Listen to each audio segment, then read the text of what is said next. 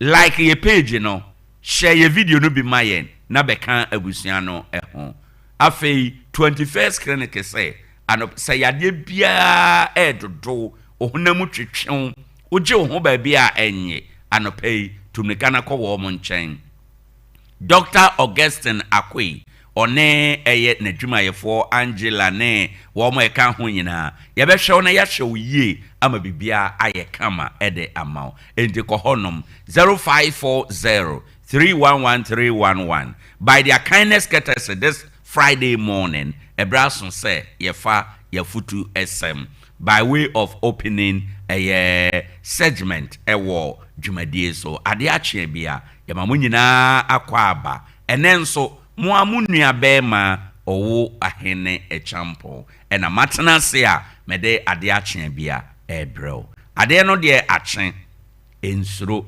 onyame obehwew onim nienti a oma nonsia ebomprenu ewo dakro bia emu anopa nonsia ena wani na bibia so a megimemi nyankopon di se nonsia toso mienu besan yabo no Awurade obehwew ensuro anopei ni ane nkwada no bedie Awurade behwew wate kan wakoma to yem na anopei meten kan me honhom se Awurade be ma obi aba besrawo obi be ba be chiawo anopei na by the time anipa no be firi ho akro no obi gya bibi wa achi ewo kwaya wone nkwada no be fa so a mo bedidie kan wakoma to yem na Awurade behwew wate anopei makanisa mawie no yemfa yafutu sem eyitietia ene anopei yafutu sem a eba no matudin say never be the reason for anybody's pain.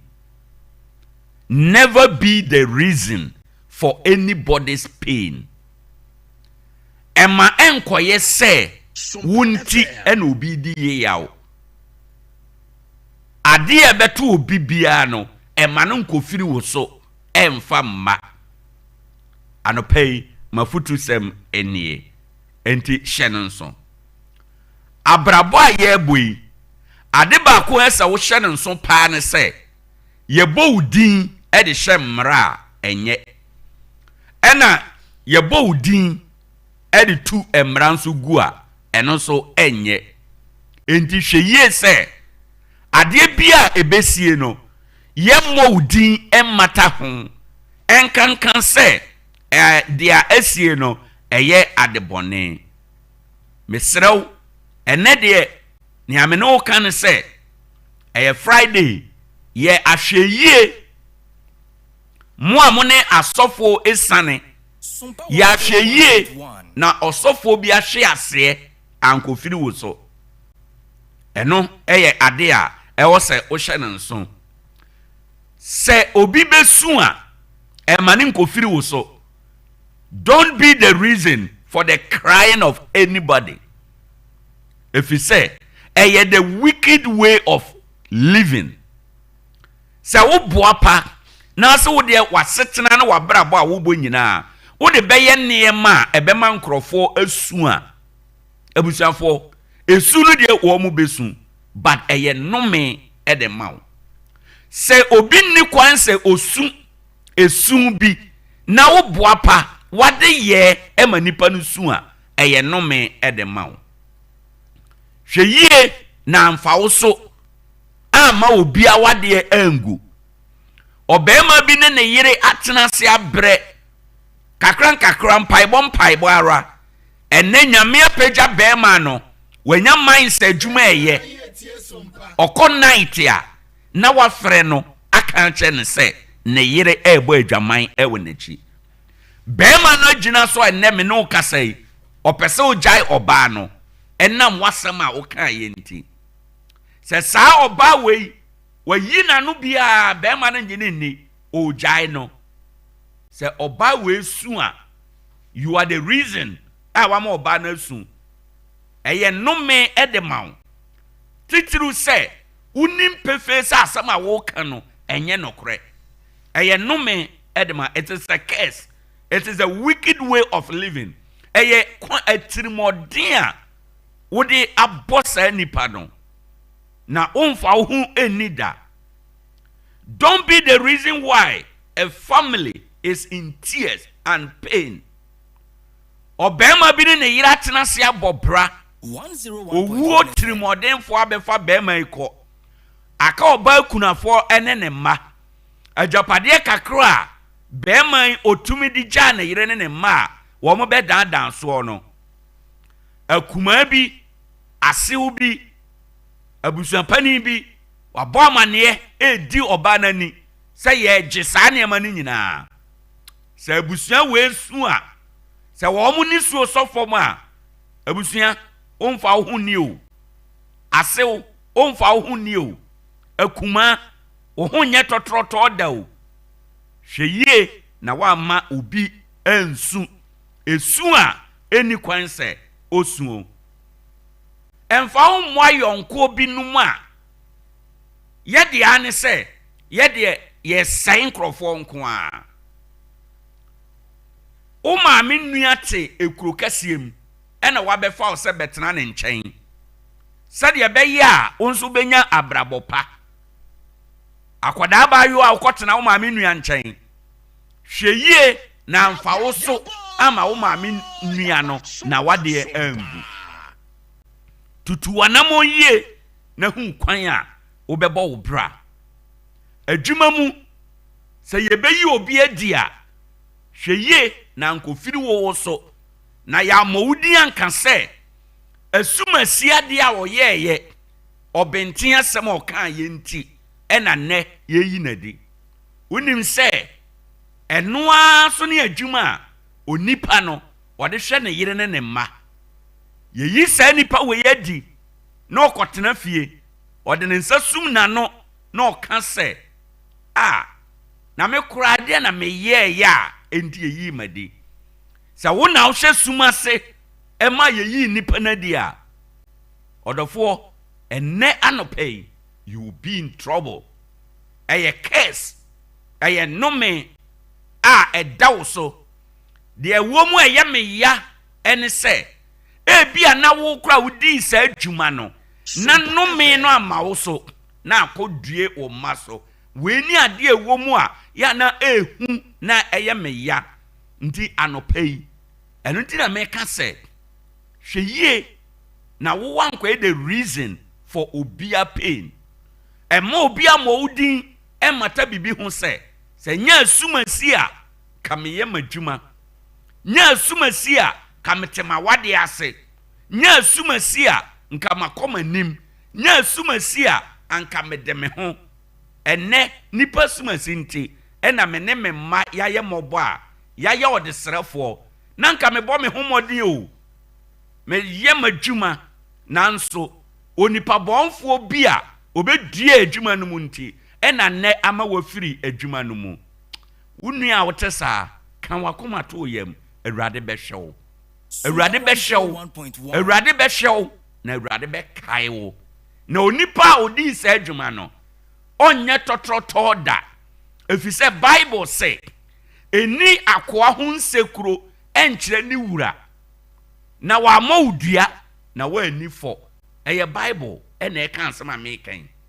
Ɛno nti ɛkyerɛ sɛ at certain point in our life no we yɛ nneɛma bi a ɛdane curse, ɛdane duabɔ, ɛdane nnome ɛde ma wo. Duo wa wayɛ takra ogyam ɛhyɛ biribi ase ama obi su anɔpa yi. Bible sɛ due enti anɔpa yi asam no yɛ second fanu etwa baabi a sɛ wo na wo to takra ogyam a anɔpa yi wate asɛm no gyae.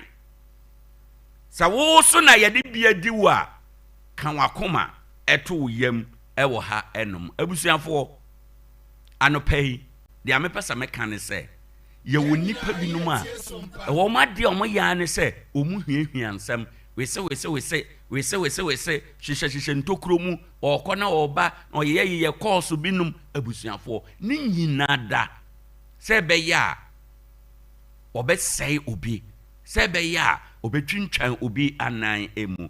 Asɔre bebree anya ɔhaw ɛyɛ asɔre ma binom a wɔn ayɛ wɔn ho gange ɛti asɔre no mu yɛtie nyame asɛm a ɔntie bi saafo no omo kwa asori a omo teto omo kwa asori omo te asondan no achi omo te veranda so ye bo mpaye a ommobi ye nsori a onsori bi ye nkata yani a onkata nani bi omo te asondan no achi ena omo di konkonsa omo na ehunu ntade a obi de ba asori na awotwe we na awotwe na etwa mu omo na make nkrofo ntade na nkrofo mpaboa omo na make omo a omo tiri style efe omo na ehwe nkrofo omo hye ntade mono ne ntade dada wa asondan mu ho saafo no se bi ba wakwan mu se bi ba wasori mu a ene edue enti anopai message ne se hweye efi se onyame fra ofre ye ne nyina ne se wan fra ye se ye metete ye ntam ofre ye se ye meka enema mom onyame fra ye se ye nye eye asomdwe pefo we are called to be peace makers ndi ba bia obewura bia no hwe se ubeja asomdwe ewo eho enom anopai don't be the reason for anyone's pain masama mede amaonie obadwenma ebetie me na onitifo ohuna mane a ebeba ode ne ho ekohunta onyame nhirawo enefiada anopai nso Ade Akye Abia yaka ne sa awie no yenhwe sadia ewie mu ebesi aye ene anopai ede amayen. Good morning.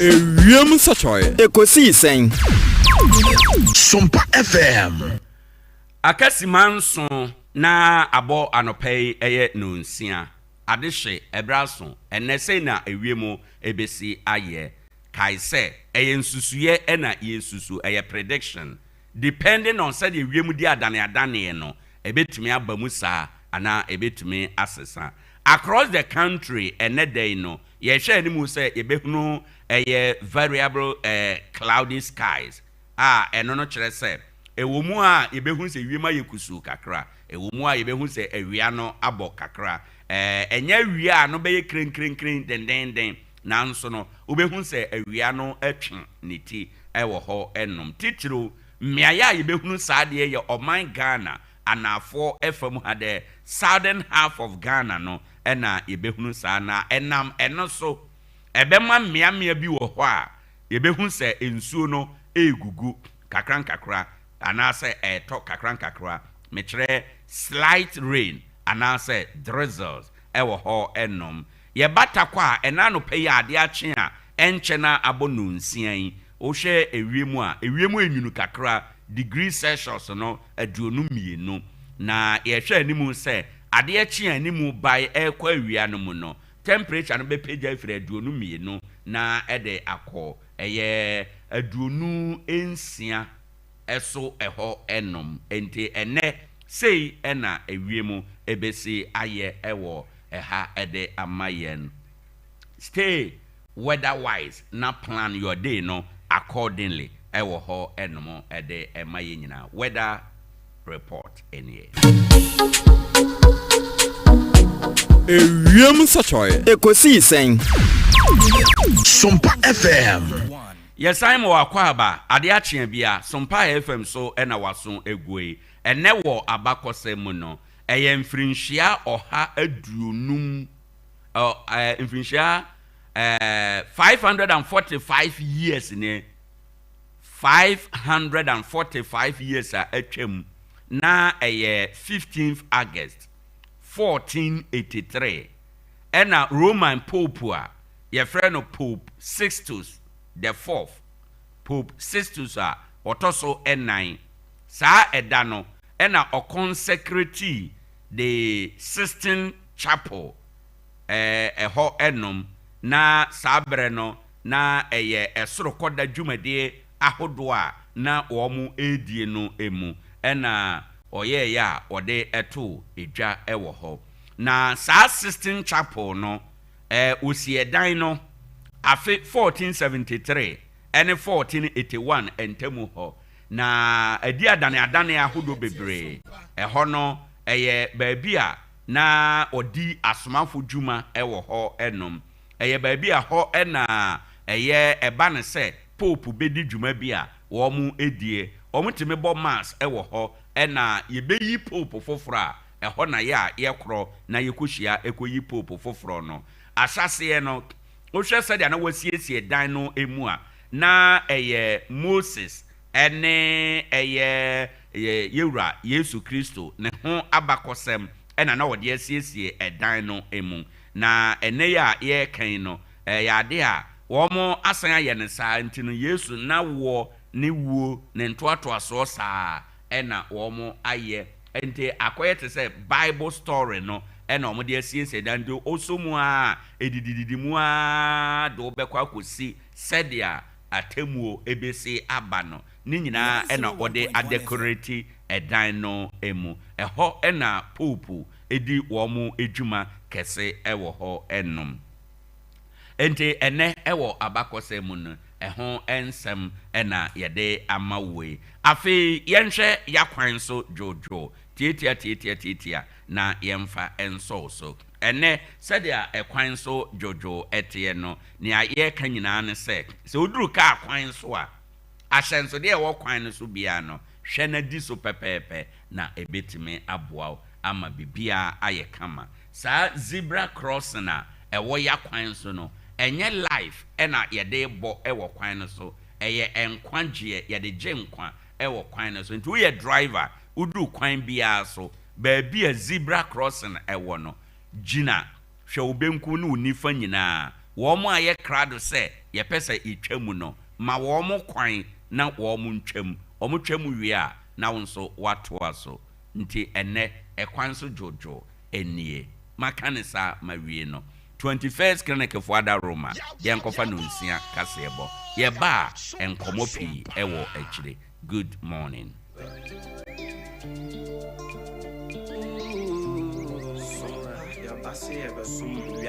Sompa mani Ade Akye Abia unu wada. Sompa de asitne mu ema Akye Abia. Ye no mai mun sama kudi mun samina ne kasebo. Diji samni e jasu samina. Sompa de abama Sompa FM. Ema Akye Abia. Sompa TV. Emelitie. Sompa TV.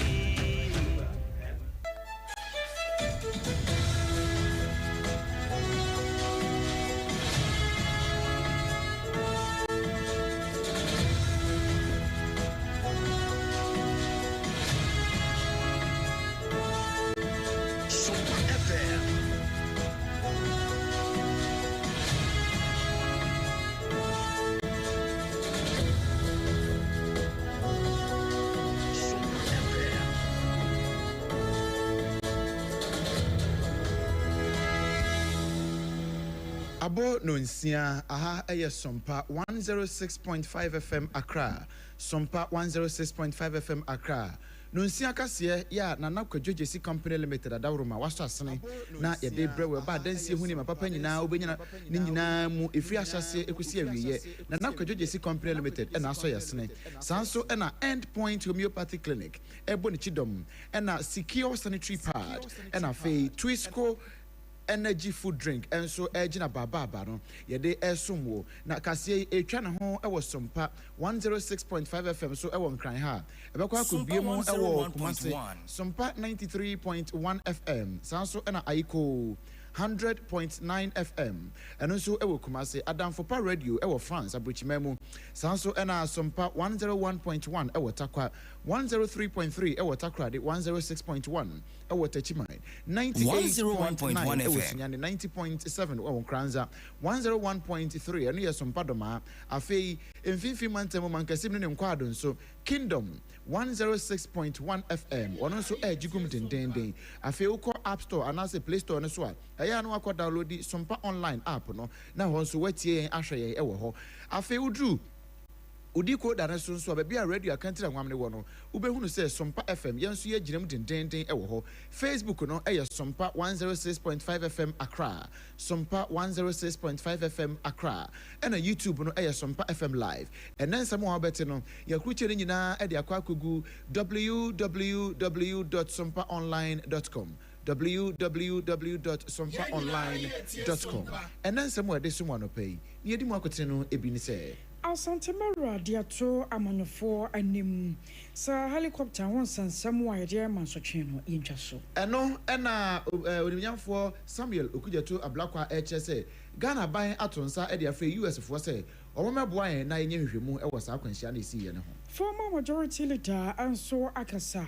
wase ba no military helicopter no woman insurance cover who enti aban no keka ne ho eno na nam so ama onimnyamfo office every anka enso akasa efa na no directive a omede ba efa nkomhye ho na former national chairman dema NDC amanyoko no Yero Samuel Fosu Ampofo wano so bekasa wasasa nkomhye no yebesa nyame asem bi wo ho wo amanone nsemu no Canada wo mo so yes omo ba be ye omo flight cancellation just obi a wo pese o use to Canada edi tu kwan bia no omo ba be tutu na edi ehunti na wo kan sa abi kan we no mo nya bo bo nyina no ro penso ya tena sia ye de baba so mo Ghana mama yama ya ho ya kwai na ene de ato ye nie no yanyintum se abanesa asonfo benu ene atena sia akosuya ejewa akode boaten mene obrempon na kwaku am puma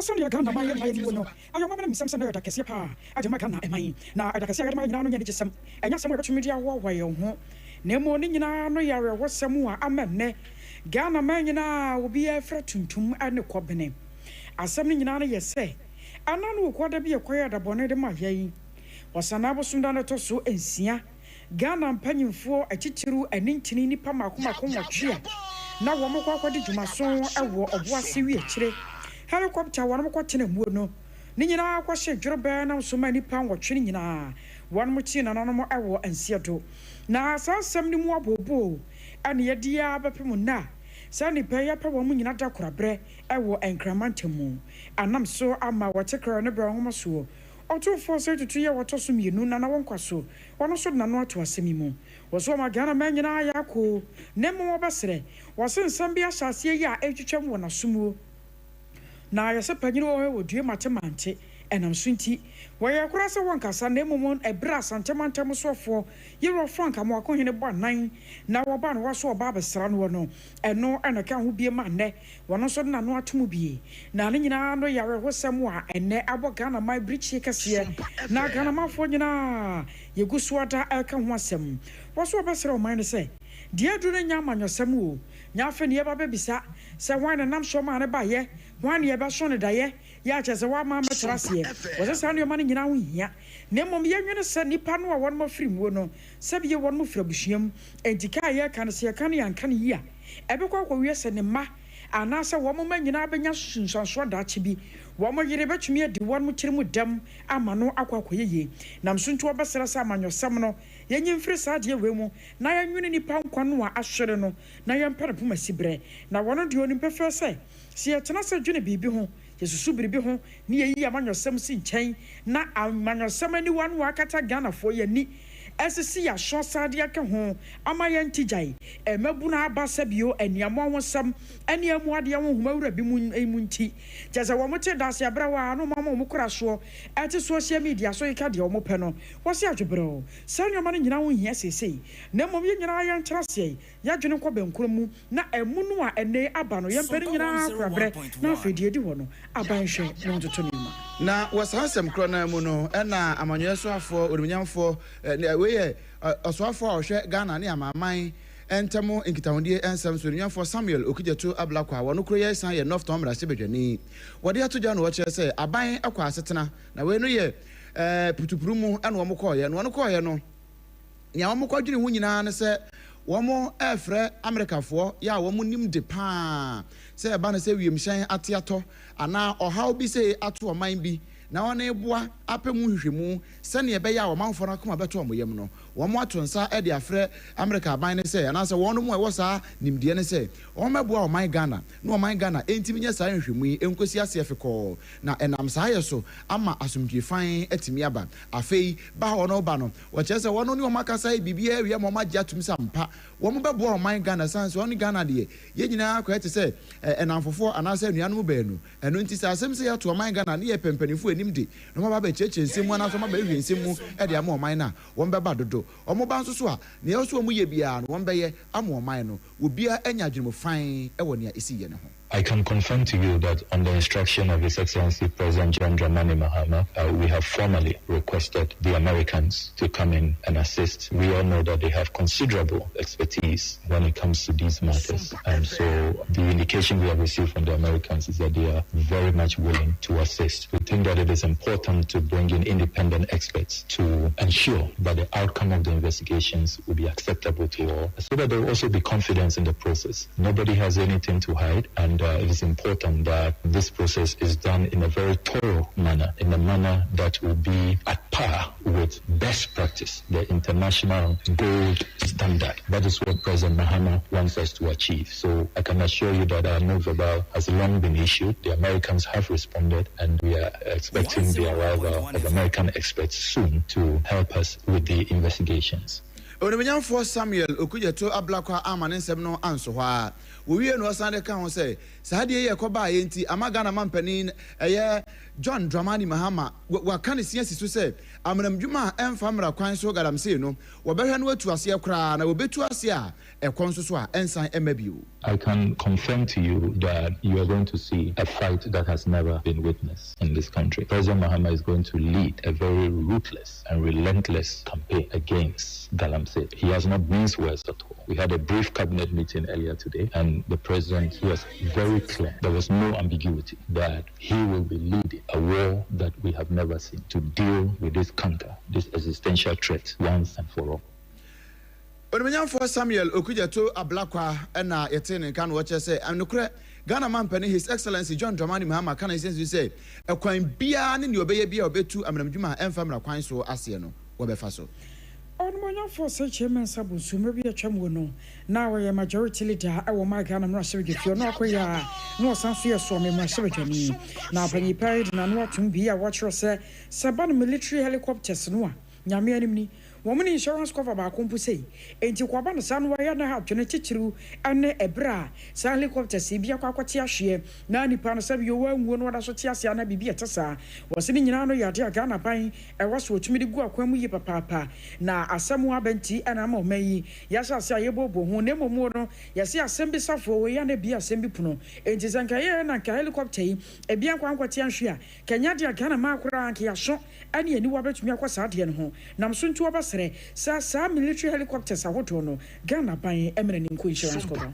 The military copters are not insured. But given where we are today and the fact that cities are far between and the president and ministers have to travel by these copters, apart from ensuring routine servicing, but of course the armed forces are very spot on when it comes to servicing their vessel. Has the time come for us, given the fact that they have become more or less passenger planes for the president, ministers and so on, has the time come for us to consider perhaps insuring these ones that serve other purposes other than just military purposes? Remember that until the tragedy befell the nation at Accra Stadium, the stadia in the country were not insured. They were not. But then Parliament then took a decision and requested the ministry and the Football Association, the GFA, to start immediately, beginning from the next succeeding year, to insure our stadia. I was your former majority leader. One man for say chairman Sabunsuna, I know what you know, and our former defense minister Yera Dominic, Nitu and Sudana no two more watcher say, Washer Sazina helicopters here, you can was a year. Was a Nina crown on a branch, sir, a woman tenant, sir, Yamiat Mancafi, and a bit me a Quanemo Mono, it's me to Quabia, and a Sanan water, a Quinian Quincy. This aircraft is actually stationed in Tarkwa. It's not stationed in Accra because it's a Ghana Gas aircraft. Ghana Gas bought it for their pipeline surveillance, and it was initiated during President Mills' time. But then on 23rd of September 2015, President Mahama actually commissioned it into for the Ghana Armed Force to be using. So literally, anytime, for example, there's servicing, Ghana Gas will give the MOD, which is Ministry of Defense, the money to do the servicing and all the kind of things that they need to make sure it's done. In fact, those aircrafts are due for servicing this year, but they are still allowed to fly anyway. But this year, they will take the 3 that are left to go and do the service. And one actually had a problem in 2019 or 2020 en route from Daboya in the north to Tamale. My military generals were on it. It came down just like how this one came down, but this all survived. We left that aircraft because it was, I wouldn't say a write-off, but it was badly damaged. So this is not the first time it has happened, but we made sure that we kept all of them in good shape. I was your former defense minister, Yera Dominic Nitu. Wapania wano eda mampania so ye hwe osom ane gidie ensem so eye onumnyamfo Elvis afiye ankra na pani akasa na otwetwa mu no mu na wode nkrata ba montene so ye na wo kire se uye difo ana komisheni na so be hye nkom bi dia for man titiri pani mu mpani ene niema bi a efa bambo nsem ho a e wo se wode ba na mpanifo tenase na yehwe mu yie na afie memu animdifo ene wono mu Nyankopon so nsa wo so ebo Sompa ye sa ne be ya san komhye no ye betimi avet ya na ye betimi atwe ho de afiri ho na ebe pa oman no eno ba ye manfo bebre no akasa e de afa ho kire se o we die nanka ensese ye ne sa nanso pani enso akyeche mu a kire se eyoman ni ye muntia na ne nsem kan ye mu no wasan de foforo aba e kire se efri sa abre no mpo a wode sankrata ne ba montene so wanya be say over 200 prophecies ya manfo e de aba kire se nokure ni nyina no e yade a e kan oman no e na fe so no e kan oman ne bambo enu ntia so oman ne hweye na ye hwe na fe empaye bi e betimi abo e de asia no yetimi abo e de asia no nkasa ye no mu no wo kire se empo se bi afa no so bi hye nkom se oman yi military air force e kwa akonya akwanshi a e oman ne bambo sem enu nti enye bibia na se de to abonten ye hwe na fe ye mompaye ensia no na wono mo Nyankopon sa wo so eni anamontuo akwankyere bi so oman ne ye yetimi atusa enema no nyina so sa no yetimi aye na yabo no nyina so yensem ode to Sompa kase anim no ebinie. First of all, I got my appointment there about 2 weeks ago. So people have heard about the appointment. People didn't know about it. People didn't know about the office. So that alone was a problem. And then when the statement came out, we did not define the office because that was not the purpose. And so for good reason, maybe some people felt that an office has been set up solely to collect prophecy. That's why you saw all those memes and all that. But I took it in good faith as part of the others of the job. But importantly, the office is meant to coordinate with all the various religious bodies, Christian, Muslim, and other faiths, and to help foster unity and oneness in the country, both locally and across the sub-region. And the religious community, if you look at the last population census, the religious community constitutes over 90% of the entire population. So they are critical in the society. I've heard people say government should focus on governance and allow churches. Eni ati ye onimnyamfo Elvis afiye ankra wono na osi abana mu e waso ya ehwe oman no yen gidie ene osom ensemu oro Samuel ofosu ampofo emerbe atwam wona wokọ andisi amanyuko ni dimu a wana na national chairman na wodano na panyipan so akasa atwosare wosamu a enne yeguso na ye kan wasam ete ho pentenkwa no wase ade ba kwa ye bisa nyame na enyanyamu yi anu yi no wase no na asam ne ba nyina no wase Ghana asofo mu mpanyimfo wamo ankasa ndisi amanyoko no kura no wama komu nkoto dwanim abisa twedi amponsa anyem bia no boni bi na Ghana ya na eyade bi na wasankiye ye ani yantumi anye anamotuo bi na wasankiye tu ani yantumi antu sansa asam no ankasa nsan Ghana fotim eyade ya eja na Ghana ya bakwasem no ebi nsi da kurampo ebiem wasan so kire mu se wo hwem kura no a sansensem wei CS helicopter bi akwa kwati ahwe plane bi crash ne ade no ayenkrofo mo man so na ne yete na agya so de bia atototo ye ho a ahwe se be fa mu aba ade afiri mu se na enimu da se mra bi ba so ma o man gya nan so asam ya yete sei e bi aduye so one question enyankopon all my answer e be seen there and why I did enyankopon my all my answer no why me why them why did this happen why so be ko beating no be so kona obi se me sign no be se me kwa kwhye nanam na akwhye na kra but that takes us to the Bible say Apostle Paul can Roman say enyankopon ni nim there how unsearchable is the knowledge and wisdom of God you can't search it untimi hwehwe na me nim there ntiase nti who are we as mortal beings like us other now man the basa because I believe that this pilots will be one of the best because when we are flying VVIPs and the Minister of Defense or no in charge of Air Force, Navy, Army, and you know be no so no so to kind of player. Me sure pass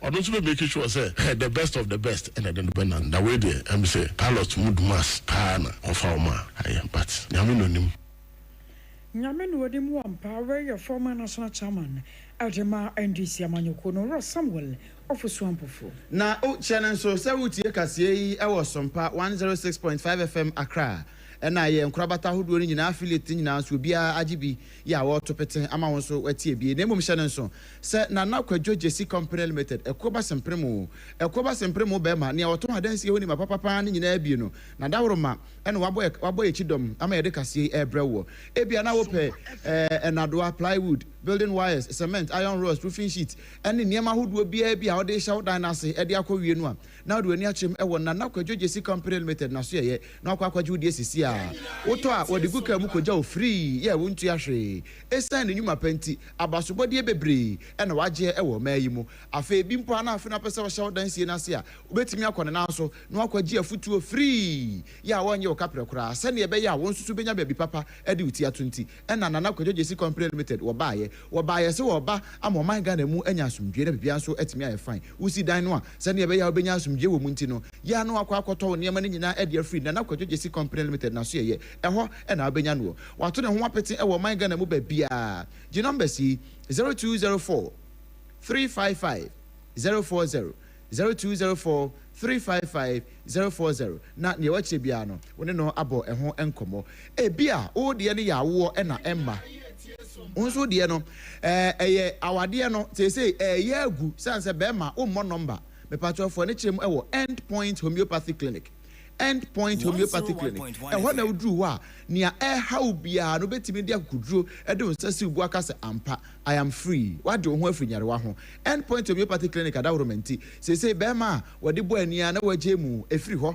afe entini mu yade wasabo ho yade brebo mu yade ni nyina yeyi ni nyina edifri wa ekwa a ensan so emmabio awo na emma ewa awade mu ama sesei ya shawod bre se ebre we duru na se awo ma ya awade ni yegu no ama eja wa awreho eya afo ni chemu ni ukunu ana obema wo na oyire mo fuma ni chemu ewo Endpoint Homeopathy Clinic Endpoint Homeopathy Clinic eho na ayarasa papa eho na obenya ba na won so wati yetimi afra oda anase ma wo wonkran ha ya Spinters Road Shell signboard eho no a ene wobutuo sanso na kuma senso kronma bo hia wobutuo temanso ko na so hotel na chi wo no a wo ho me pa charge number si na fra yen 0244 867 068 0244 867 068 and 0274 234321 0274 234321 na fe one yen abo enkomo bia uyo ba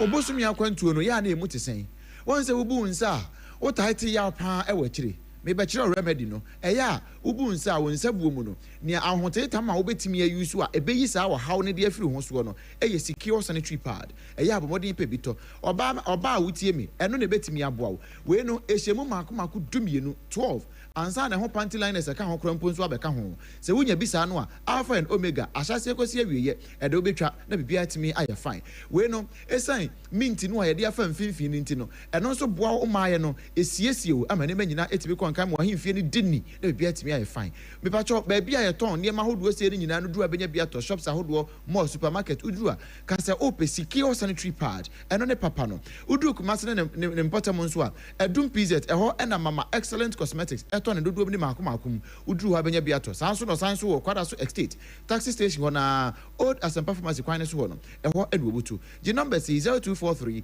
862 158 0243 862 158 na enchemu bia wo chire no empani emfa ensomo Twisco energy food drink aduane no papa na we no delicious and a chocolate wom cocoa papa o my Ghana mu de no ne de aye vitamins wom ne dose pa e be vitamin B C D and iron and so ewom ne nyina mu nkamfo ano and yesan so e energy fortified ewom enti enafort and yesan de ahyemu a wonom a HSA ahoden pa na wanya na ede eboa nipadua ne manipadua ne timi gina nan so mani manyina timi koyi utimi ko wadwuma so san ba ma bia eye fine sachet no eye 2 Ghana cedis pe na won so wanya wo de eye Twisco energy food drink momodi pe bitop ebusua no momfa ngu dining table ne so anopa anwumere na mutwa na bibia etimi aye fine eboa wo ma ekipi wo body no active na ne manyina etimi aye fine promasido adawroma na wo de aba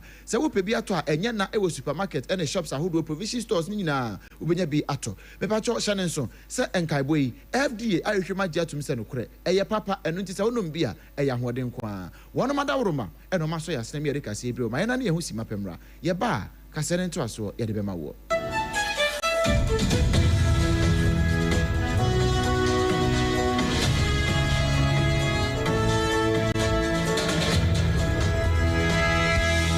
Munde dinam se menya foreign call. Hello papa, what do bad to be a new? Se me feel London, eko US. Na no kwad wo kunkura fra me boma mania. Na papa mo ho te sei. Awurade aduma haboko. Na ko jejesi, eko bo sempene mo. De woton adansi ho niam no nso. Wo hye ho de. Oh, wo hye ho. Eko ba, mesi wo bo aduma kura sre kane no a. Na wodru US won so manfo bo ndin sa na.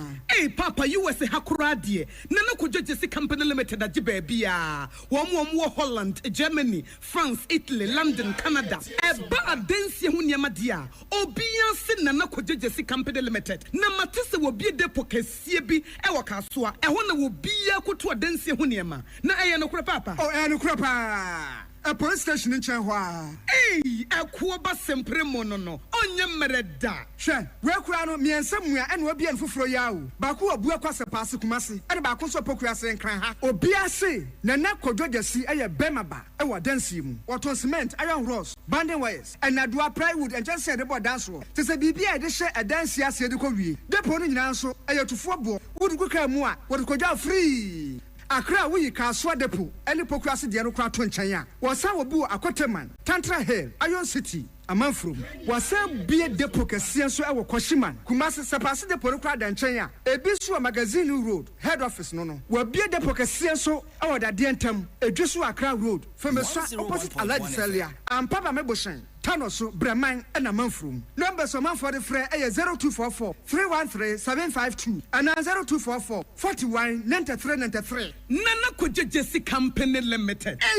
A Kuabas in Primo. Endpoint Homeopathy Clinic. Ghana had the Obian himself a prostate. Na baby, you must be a screening. Emma Huni Etuasia. Na a Endpoint Homeopathy Clinic. And answer a kidney, a liver problem. Wofa baby and Ajjo. Na dear friend, a premature ejaculation. Bear maybe I want to do for Quaquasia. As a wood dinner huagro, as a water tonte. Any ebra Endpoint Homeopathy Clinic. Na yamuao. A man mema mo power. A Endpoint Homeopathy Clinic. Wamu de mufua. Yari bia infections been a woho. Anase bia wonsha wofa baby na Ajjo. Kidney problem, prostate dear. A Endpoint Homeopathy Clinic. Umase ubehu Endpoint Homeopathy Clinic. Ewa konoma boy here. Ena Accra hanso so dear. Wamu jinemu ankasa. Ewa spenters baby friend share signboard no. Who na ubusasa wope Endpoint Homeopathy Clinic. Obia ebetro. For Endpoint, ewo 0244 867068 and 02742343321. Endpoint Homeopathy Clinic. Wamu de mufua.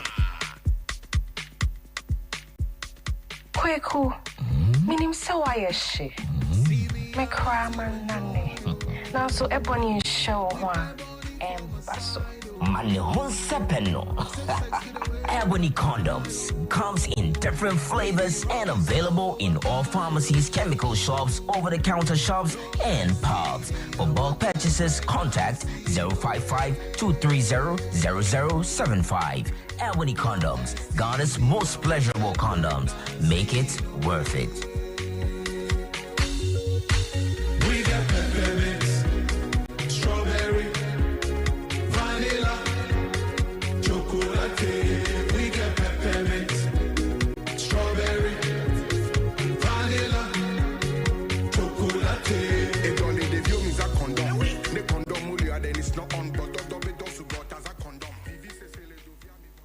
Ewra, me pacho brana me hwa de wo bag yi. Bra, aden, ena so biem. Hey, time heba me hye ya me ka se yi ba kwin. Ane wo yi me yensen. Bra, sanya time heba me hya esia chimi ni me fiefo enya de abako ebeso yen. We de udi se ofa ni nyina. Time heba me hya me ka se me di one dance ya heaven ena de me kwa akopie. Enti se malaria we draw ne time heba mixture. Enye enu nku o, de nanum ato a wontimi ani die no. Time heba mixture duro no ena ye ma wo. Oba a wafa afuro de wo ma akwada nofo. Ene akwada woni mfie dumienu entimi num aduro yi bi. Se obeto aduro yi bi anoma, hwe se wakọ hospital anase lab am ye hu se wo atridie malaria yi bi ansa. Se o petam heba mixture enu dudu atu a, fo ani kire KNG Herbal Center ewo Emrom Abidjan House. Ana ba ko so wo atonsu Monaco Junction. Eno echi obenya bi atowo over the counter medicine sellers. Any herbal shop dodo na emu. Fre 0244 417669. Ayo, set time no TIME. Time herbal mixture. Afi malaria fever bi adani ziba ewo munu be tuako. FDA aji ejadi enkratu yi atu. Na fa na moko. Yeko ye train wo garden nim. Na me prene. Mama, javelin. Oh sa. Na plate no so e. Mama, enye plate o, eye discus. Yeah, training every say ya besa ya inkunim difo. Mo ase munim se, ansa na mo bedi inkunim no. Mo hia hodin bebre. Se ye chocolate taste ni tu nchen a. Ene fota e what Swiss comunu kra energy boosting vitamins. Ni minerals a. E bon kunim difo. Se mo a. Mama, yeah dase. Me mo fa ya pomudi hu hia me. Swissco, power your dreams. FDA aji ejeje yinkratso yatu.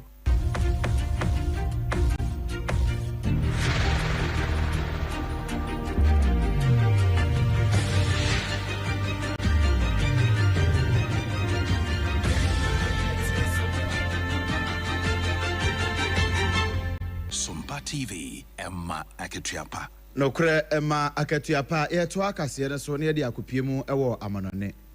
Canada ye ewiemhyen ya ewo Canada na womo esopa wono mu wo ewiemhyen be se 259 eze bebre edosopa na womo operate ko about 64 countries amaman be se edusia en9 eso na wono mu eko na enrada na womo de beto montene se womo adwumayefo ese womo tie atua enu nti atuate ya womo tie no womo nkwa adwuma de na se womo ahwe mu dwuma de a womo ye nyina esensan be se nansa na saade na ekoba aye ninti na se womo aye ninti no na se free na akoya akosi ne memenda so e de wura mu mpo ko ne kwasi ada so no nya de ya Canada ebetuo eno na mpanifo de aba se we akoba ne sei no ebe ha won ye pa esan se adwuma wono mo ye dakoro no anya hwe no enipa dodo a da bia no wono fa Canada be say 130,000 debia Canada for ewo mu debia omofa omo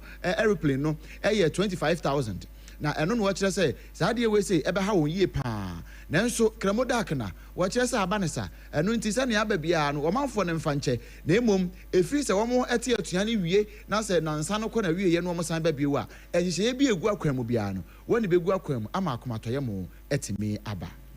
I was so running some would repeat one of one on pay. I found out of figure not to Sompa 106.5 for Accra. And young Kwabata would draw your my gun was here. And somewhere the bar needed you more continue be and sir. As Santa Mara, idea to among your four and nim was a helicopter once and someone or Bassre, and one summer yard or soon Tiajo Bro, and Mrawam your fumu. Well, me for Samuel Okuja Tabla and so just a Ghana buying at once idea for US forensic experts on my boy. Now, when she see you, say chairman sabon sunsu akasa was military helicopters no wabasra pa say I was insurance cover won nya bi ho opani Elvis Afie Ankra assign the atoso kire say hia say oye commissioni na wo hye nkom ne for man ho a wo de beba na mpani ahwe mu ye na be ka were mo ne aboabo na nyina no a yara baba so mo ebra na keje second plan mecha na da woma wode adansie mu neoma eso yasene akosua agye wo akode aboaten enemy di mene obrempon na kwaku ampoma shane so sakasie etwa ne ho ewo nkran no esan kofo mu ewo Sompa 93.1 ewo Kumase ayiko 100.9 enso ewo Kumase ena Adamfopa radio ewo France wo mahinko Paris no mu Sompa 101.1 ewo Tarkwa 103.3 wo Tarkwa 106.1 Sompa 101.1 98.9 ewo Sunyane 90.7 ewo Nkranza sanso ena 101.3 ewo Doma ena Kingdom 106.1 ewo Mankasim udiko da na so Sompa FM yegina mutendende hu Facebook eya Sompa 106.5 FM Accra and YouTube no eya Sompa FM live www.sompaonline.com so ensemi ni dodo na ebu ya ba Ghana Today to aso Sompa 101.1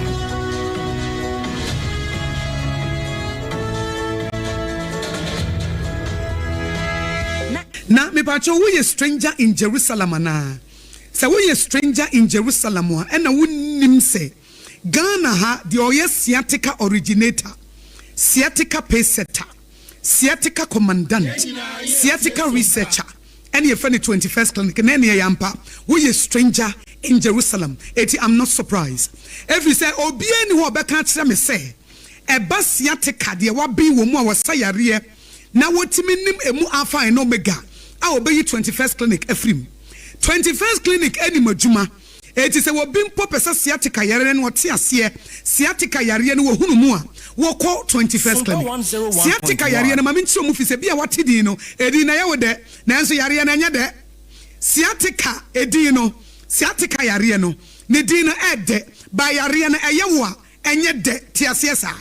Sciatica utia, nano mami bisi sciatica no akosia go wajika ho asem no me pese me de to me ba me pese me de me ba to if say din na de na me se maame sciatica na din na de o ba yare no enye de yare no yare bone yare ye wo na mo aye mobo yare ye wo na ma wo paachia yare ye wo wontimi ntina wo to so yare ye wo wonante kakra bia na wachia yare ye wo wontimi ni wukum na wontimi ni wo yire ana yare ya wo wona mo no so usisi yare ya wo de bia na wo to ase tutu yare ya wo de bia na wo siremu tutu yare ya wo na wanantu ebre yare ya wo na wananti na wo gire ho ba bia anye sa yare wenye yare ya de to ye badin edin na de ba yare na nya de edin no ede nanso yare na nya de ye fra ne sciatica na Ghana ha wo mo ye expert Ghana ha wo mo bin wom Ghana ha wo mo ye mu research na wo mo ni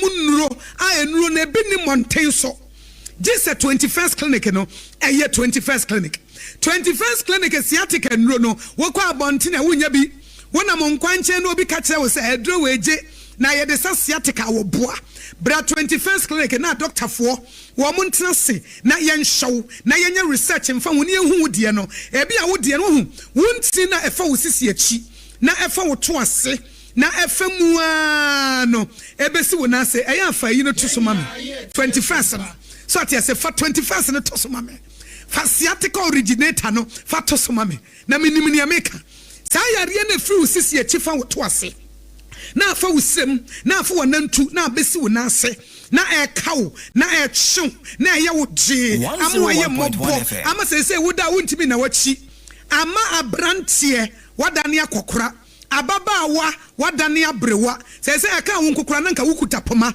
bra 21st clinic ne ensa wo yare ayare sapapa eye 21st clinic adwuma no wo munnimu ye betimi aye wo massage bi wo ni padua bebo ne nsem wo ma massage bi a 21st clinic be ye wo no ye wo bebo wo nsem aka se motimi aye massage ama nerves no tissues no a efa me sisi achi fa me to ase fa me sire mu no ebesi ase no emu atene Emwa numme ne timwa ye ne de adentia eye 21st clinic it is a wutie me ene edai e was Sompa 106.5 FM Accra na bia wo ho na wote se wo to ase ye wo ya wotena se kaka bia na emu ka wo de wotimi se enti bi e twon wo na se e twon wo srem ene wona nto me pa cho sa yare no ene e fa na sciatica na Ghana ha wo mo nimu no mo te ase no mo ye ne ye sa na yare wo mo ye commandant eye pace setter wo mo ye researcher eye 21st clinic na 21st clinic na eye yare sabia eti enye sciatica nko a ene wo mo sa yare bi wo mo ye hu adwuma ne mom sciatica no ene wo mo de agidi ye bia ye nkra bata bebre se de be ya ye betimi asom Sompa 21st clinic ya tre ye ntaba mu ya tre te se akokɔ bate obuto no kosia so akokɔ batan a obutu ne kosia so ye pese ye ben wo etinya afa na bia se bia wo tema wo se gisa me bankran da bi ana me wo kaso a gisa me bankran me wo komasi a gisa me kosunya ne da bi ya bia ni nyina bi eti se wo nkran a se Tanton Hill runabout e ho ne wo se wo fi Achimota Mall e na eba ase wo frosro akɔ Tantra Hill no wo nsani fa so ho no a e ho na 21st clinic wo se wo fi Amasaman na eba na wo du Tantra Hill runabout no so a e wo nsa bonkum so ana mo nso so a mo watema no ye wo Roman Catholic asafo no anase Roman asafo na chi ho kansoafo obom market obom kwan so new market ni ye tuam ana mo Kumase ehwa overseas Sompa FM ye headquarters no a eye Sompa Kumase 93.1 no edan na ewo mu no sa dan no a ana 21st clinic nso ewo mo wo sunyane ye ne regional hospital first gate edi nhwani mu ana techiman GN bank dandada no ye kuram ana nkranza ye ben children's park munso amu Tarkwa ye ni Roman stores ni di nhwani mu takuradifue efie kuma number 9 taxi station enu nso ye ginam brekum goso oboase eti ebe simple amount enu nso obefre 0540 311311 0540-311-311 TBM number no say Raimo coordinate synchronize align kama 0540-311-311 Yangwai 0540-311-311 simple 0540-311-311 21st clinic fa wo yare ne bra fa wo stroke ne bra fa diabetes no ebra wo fa ba bia adwojo no wo de fa bra malaria na ache wo ne diabetes no ene hypertension no wo de fa bra na yensa wo yare na eba sciatica dia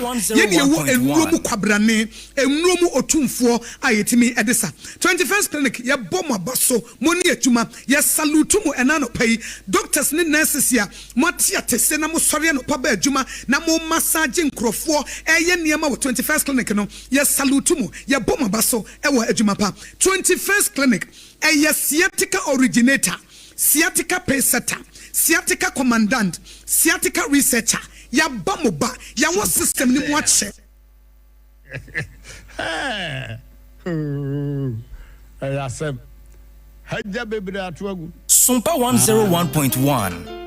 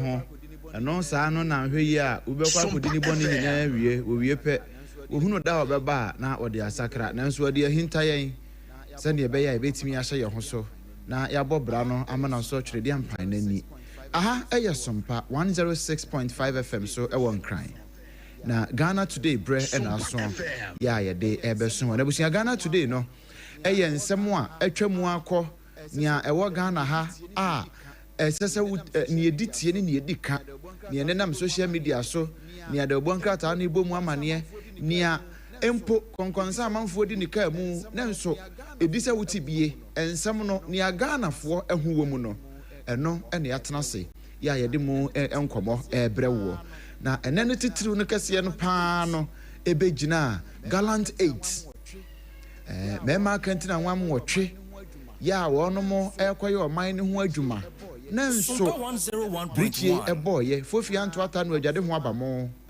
na ɛnam so ma adupire kwata ya wɔno mo de kodi dwuma de aboa ɔman no ekonya akwanhyia ekobu dichi na wɔno mo ɛhwere wɔno mo kwa ya no ɛnɛ ɛna mpani ɛde amane ne amamre nyina egu akwan ma wɔn akwankwaja som wayɛ yɛtwa to okra ɛde agya wɔn kwan no nti ɛnɛ yɛtena si yɛbɔ mu nkɔmɔ ɛdi ho nkɔmɔ aba mu tutu ne srani abasa ne yɛbɛtɔ fam bia no ɛnɛ yɛde bɛsom wɔ dwumadi yi so ɛno nti hyɛ ne nsoma yɛn afei nea air trend yɛ social media no so ɛfiri Facebook, Twitter, anaasɛ X no so, Instagram ɛna TikTok empo WhatsApp platforms so nea air trend wɔ so nyinaa no ne nyinaa so na yɛbɔ mu de ama wo bio de obonkrata no so ne yɛde bɛbɛ nyinaa no so no yɛbɔ ne nyinaa mu de ama wo na afei yɛsɛsɛ ho adwene ama ne bɔfo no nso nyinaa yɛato mu agum ɛwɔ Ghana ha ɛne titiri pa Nkran ha baabi adwumadie ne kɔsoɔ no na wɔn nso ne yɛbɛtɔ fam no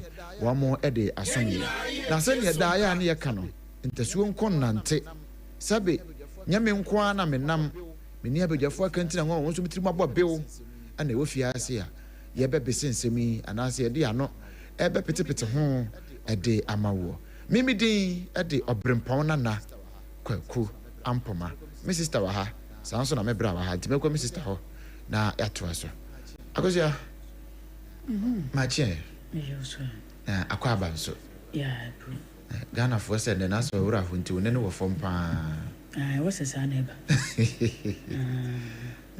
senya de bia na yɛbɛtiatia no kore de bu hɔ na de atofo no kore ne yɛkɔyɛ nim eja miwura akɔ aba yɛgye na ɔhonam ne te sɛn nyame ama de pa kyen de na baka nya aka te asefo no ho te de ye 101.1 FM yene ne da kotomo gem no kore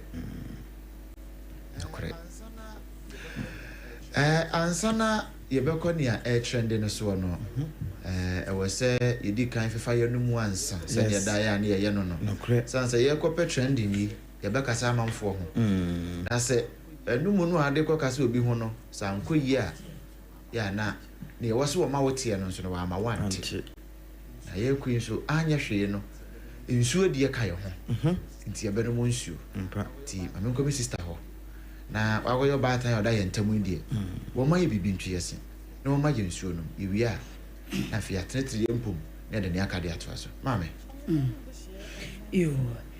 Ghana de hyɛ ɛnɛ nso yɛsan so atena se biem na yɛde Pepsodent Cavity Fighter toothpaste ɛno ne yɛkamfo de ama wɔ no pɛi sɛ daa no daa nyinaa yɛkɔ a yɛbɛyɛ yɛbɛdidi yɛbɛnom ɛnyɛ de a sugary foods ahodoɔ no yɛbɛnom biara kama na ɛnɛ koraa san so akɔyɛ yi dan koraa de ngyagyai nya asɛm ketewa ma yɛbɛyɛ yɛ ho bi paa na woyɛ ho bia na woyɛ no sɛi ɛyɛ paste bɛɛ na ade twitwiri wo si Pepsodent Cavity Fighter toothpaste ɛno na mɛkamfo de ama wo abusua biara mu hia bi efie biara mu hia bi enkoda mpanyimfoɔ obiara hia bi sɛ wobɛtumi de Pepsodent Cavity Fighter toothpaste no ɛde atwitwiri wo se san sɛ ɛno na yɛ papa aposen papa ɛbɛboa wo na wo se no wankasa nya hoden na agyina so Obo no bejo ni sia wie no na wo hu se moja hyase ya eba bam wo be wie kura na afi wo tie aduane se wudi a no wo no hihyi wo se ya hyase se efa Pepsodent cavity fighter toothpaste etwitwiri wo se na de hwate sa ne ma no nyina no be fi wo no mu akọ ebe yi nkabo ne de afiri ho ebe ma wo no mpampan no asanso adamu sonkokora na yo akese ho ye wonkuma ye wadantamu entemu bia emfa ho ne sane osika botene ne sitie no wokọ adwama so won sabaka bi na enam se Pepsodent wo mo ba ya chintinya na e wo stores ahodo mu wo feature wo stores na ho no won sabaka bi no wato bibia ni afre wo mo se wo mo de to free number abo dentist Sompa FM enti wo pa kwankyere bi de afa wo sene ho a eno no so abo pini panyifo na no wo mo di nkomo 0800 161 000 0800 161 000 na mpanyifo ni ho enkomo kasa natural mineral water ni eyensu kwajen ensu a echese eho tie na ho dwo no ana yi ayekwakoye ni nyina ayensu nso de ni kwanse ne paduara pa ho da biara da wonya kasa natural mineral water wonya ensu a yapromu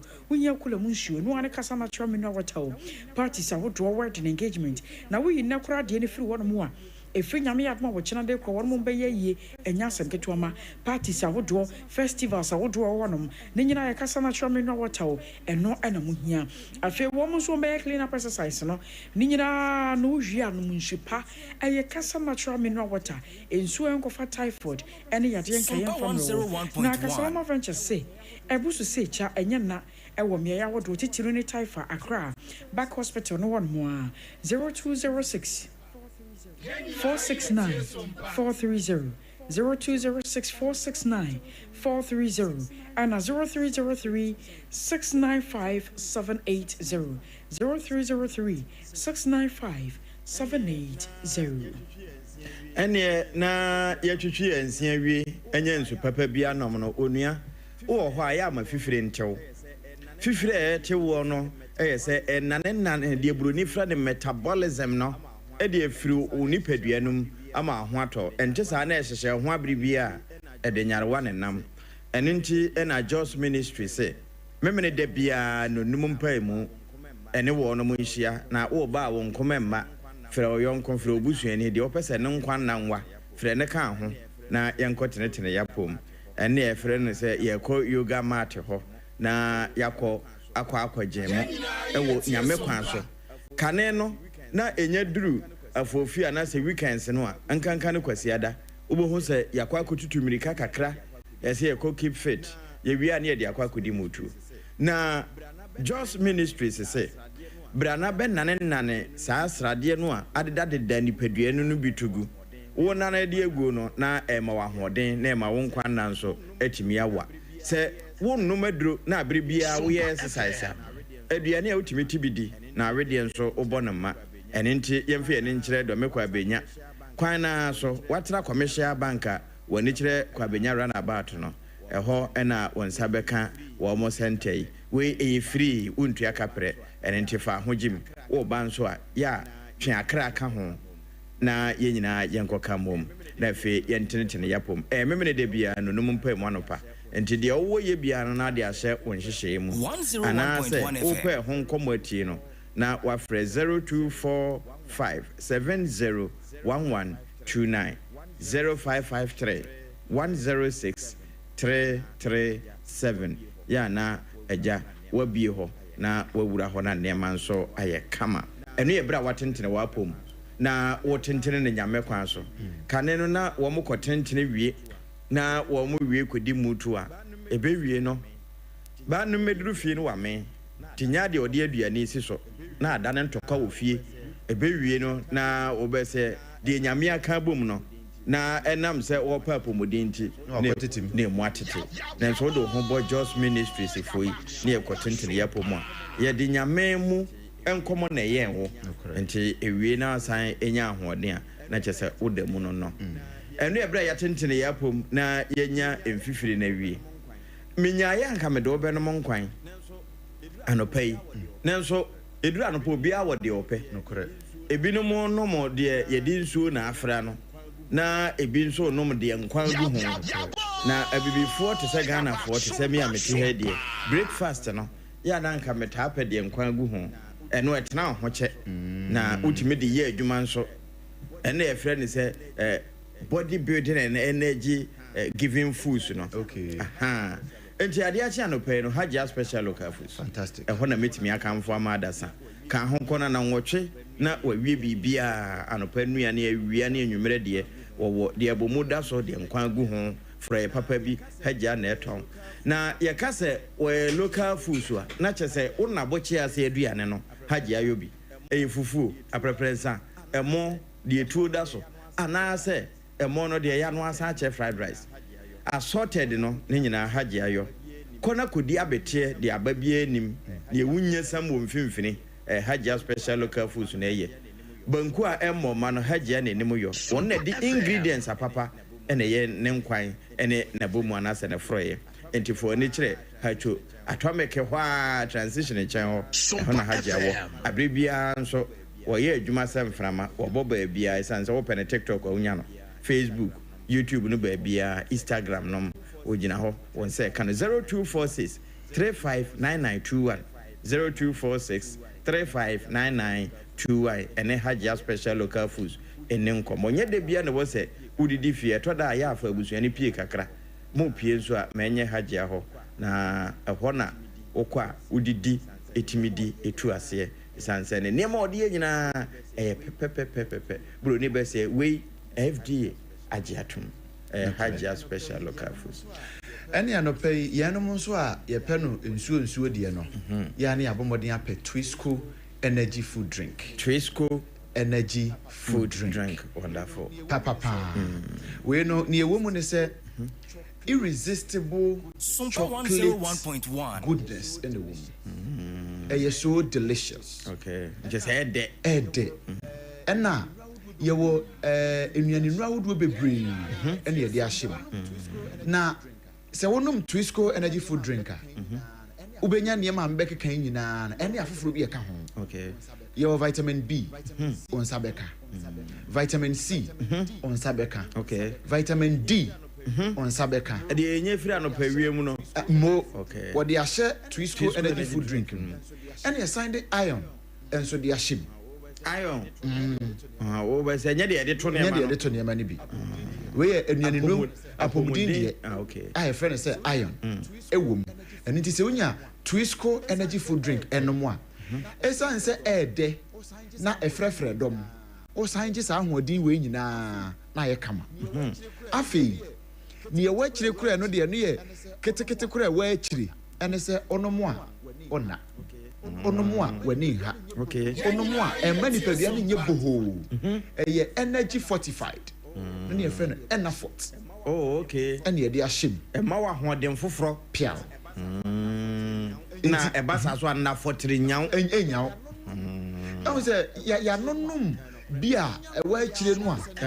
onyanum ya na ase ne wanum ya kan say sleeping tablet no na nso we no de oji ahoden ya mabobɔ so nyina no na esan so keep active okay e ma ode aye wadwuma akoda oko suku e wo se na adwene ye sharp onum omano Twisco energy food drink no mo e ma na adwene ye sharp wotimi de asua de sa akoda no corruption one ni etonkwanta o mapai yes sa akoda no sebe kronobo one ni etonkwanta o mapai sense wo sua de ni hunu papa hunu bone enti wanya bone enti se wo pese wo ma etimi nyine yie na wo munya hoden papa edidi nkonimu a eye Twisco energy food drink 101.1 Twisco energy food drink promacid of adawroma eno me de abedwama so ena FDA nso ahwema gye atumi se eye Ghana cocoa papa no wi ase nyina gye atom no eno bi ne de aye ena ede so delicious ena sa vitamins amabo so nyina nso ewom ena for efaya gire san wom inti unya bito a na che ena for to no nya baabia na abenya no enye age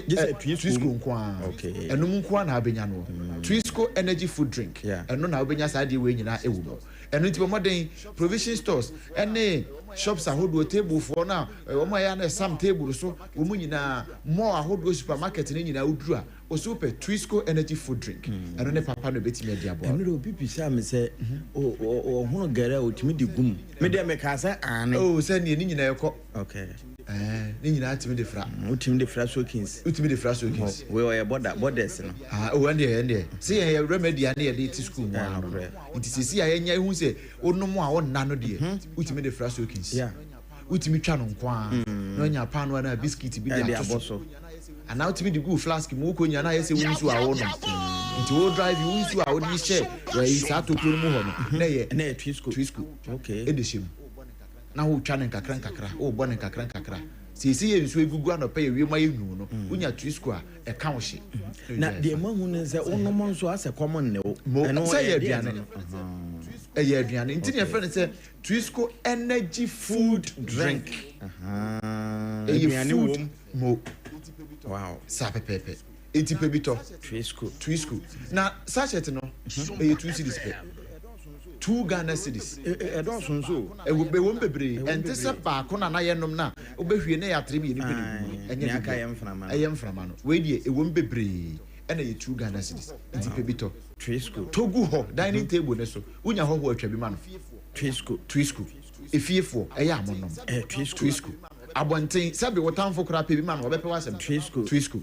Pa ahoɔden man sɛ Bible sɛ wobɔ mpaeɛ a bɔ mpaeɛ kora ma atamfo.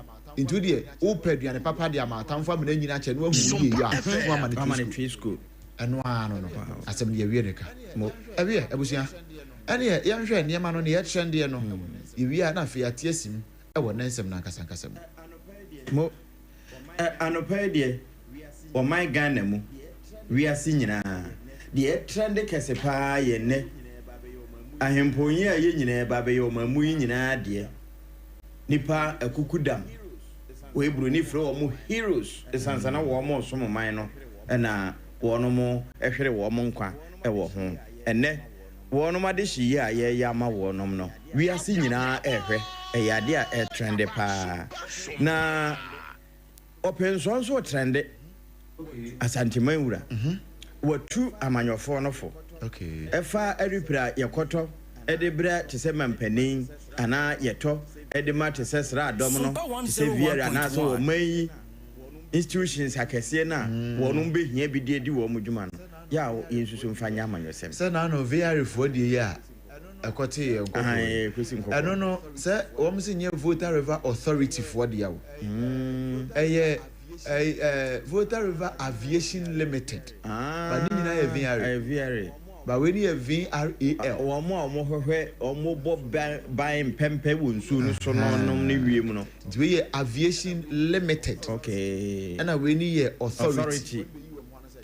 the authority for be you am say enyo dia you me aviation for no dia na so vidi kan na aru so na enu so na ne ye hu ye no so na ye VRAL de gu na L no so na L no okay mo ene ehonsam no enti open so de futu ama se Ghana ye paade ama man no ya yensusu emfa amanyosem ahwe ni wabi nhihye ye ni na yemfa ye hwene ehwehwem eno nso eda ho sei World Bank nso Ghana dana no pa wo mo de edi nkomo no wo mo chese sa enhihye na ye se ye de be ye adwuma 2025 se ye tumi aka yensie so pa aboso na ye de aye adwuma tax measures no 2025 di set ye bia Ghana behu nanim yie na wo ka na wa kire de ye wo no eye niema ye di hu dwuma wo mayimu a so obi amfa bibia mfiri baabi kura mmerenya ye de no boye ho bra no sese nkakra akra ye pagya koyenim eso sikato a ye tuatua no ye koyenim pa ohamu nchemu hwe ne ye kire ponsia de ye timi eduru ye no nso anopai empenimfo bo ho amane na ededem pa trend amanfo de ye wo mo start eno nso ye boso e de ama ye tiefo na afi Sompa 106.5 FM ne nkrabata no nso trend nya asam keto a amanfo ebusa se 101.1 stations ne bi bae no wo ho na apam radio abaka ncho so obrempo me pese me news yi odom fa wo empotem ha ma hafo ete na eno nso kra no me otokin bi ka ho a ne me kwa ni mu no me de ebedom wo ye de dodo sa ansa na afoforo kra afafa ma ya che wo no monka na nso Sompa ne de ase mo ba no na mo aboa mo ho makwankra mu dada enti de wote enkran ya wo bo Sompa Sompa kro na o sunwane a onya Sompa no okay wo takorade a onya Sompa na ase din kro no a we trim firi tete Sompa no asan so agere home na wo baabia no obese enam obi nsa so nti enya nwanwa se ofa efa anafo ho kwa kofa ne mfimfini nyina na Sompa agi baabia kokko atifi kofrawa Sompa agi baabia ene France abrochi mamu Paris wo mo so agi ho wo mo de Sompa na ne na madam Fafo yema wo mo ache anopai mo mo bonzu ene na katachie beba sane yo kan yes afedia Sompa no trendy o Sompa is trending and trending and trending trendy pa edino ko pa and you declare say Sompa is no more a new station and a new cry because we must see and what na bebe haja bebra to gurem baby cry yeah yasem haja bebra to agu ti wa peja bebra to agu true ti Sompa ne trend na ansana abeko maako ho general Johnson Asedun Ketia so trend pa ensema wona so no mane di ho nkomo no se wo mo ja tamale central e de ama wo no ma de akotia no mo ba na wo de akotia no wo mo ba no so trend pa nya asam ketwa nti wo de ma minyana ko maako ho no yo awusa yan trend bi ya no de se bibia ni wo de o ha ya minima de ya trend chen yi no tinene no an ye hwe ni mo kwan se hyehyɛ begu akwam na afi no nkono no Ghana mampanya ba bekasa na afi nipa enwotwe no ensia aka ne yapɛ wo mukura bra na se nso no na asɛm de na asɛm ko sanse nanu ankasa de me hyɛ de nikasa bebre ka sanse eni braba ai sa ne be ka no nti sisi ano de emunu aba bedru ya na no puchichi kune oba pa what they say adepa womo ewo hono mu a womo hwe abompempe na ejamu videos ahodo no ye hunu bie na ye hunu se omode emu makoma 7 no aba begu apa so a asrafo wo bie ye na famu de womo ma ache ko atifi apuye atoye ne anafo obi ye na famu de na ye duru no aye se abusua na beba sanse bra na deputy chief of staff no wokasa no ye stand go editu jachre se no nso na abusua na nkae ni nyina obi a beba betena tenase na se no twempa musuo no na Ghana mampanyi abedu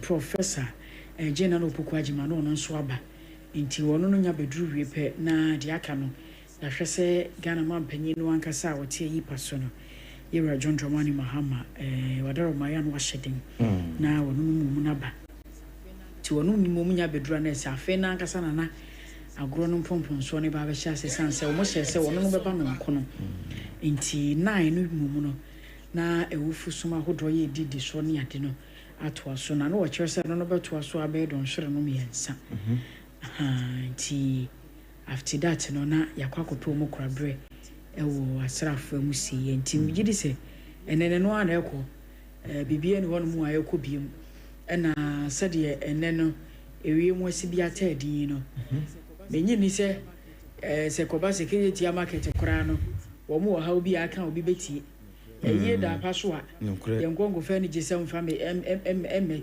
ka ebre ye esi ho nya afi na akwakobo eho dance bi ene no nya asasem ene enya ni gisem yare hosem ena atu yenti no ma me ye kasa tintinti bia yura doctor Omane Buama Edward nyame mfa ne kra ensi enim so ababa ye pi na obempo obetena akonya so enche ye kwade ye nkan say 7 months since yura John Dramani Mahama ne betena akonya so no wanya 8 months mu we on ne ba 7th January omo maka ne ye efiri February ko no ene ya appoint wo mo ne kro mo ko vetting ne mo ade de we kire yeso e wo mo nti France be 7 months mu 6-7 months mu ani ena wo mo de efiri akonya so ko ya fei wo hwe defense ministry no a opanyino be ye bia se be ma be ye bi wa ma be ni na famu dia ne wo se wo ye no an wo ye no ena wiase mo bia nim de obekonti no ese wo to wa no aboabo ho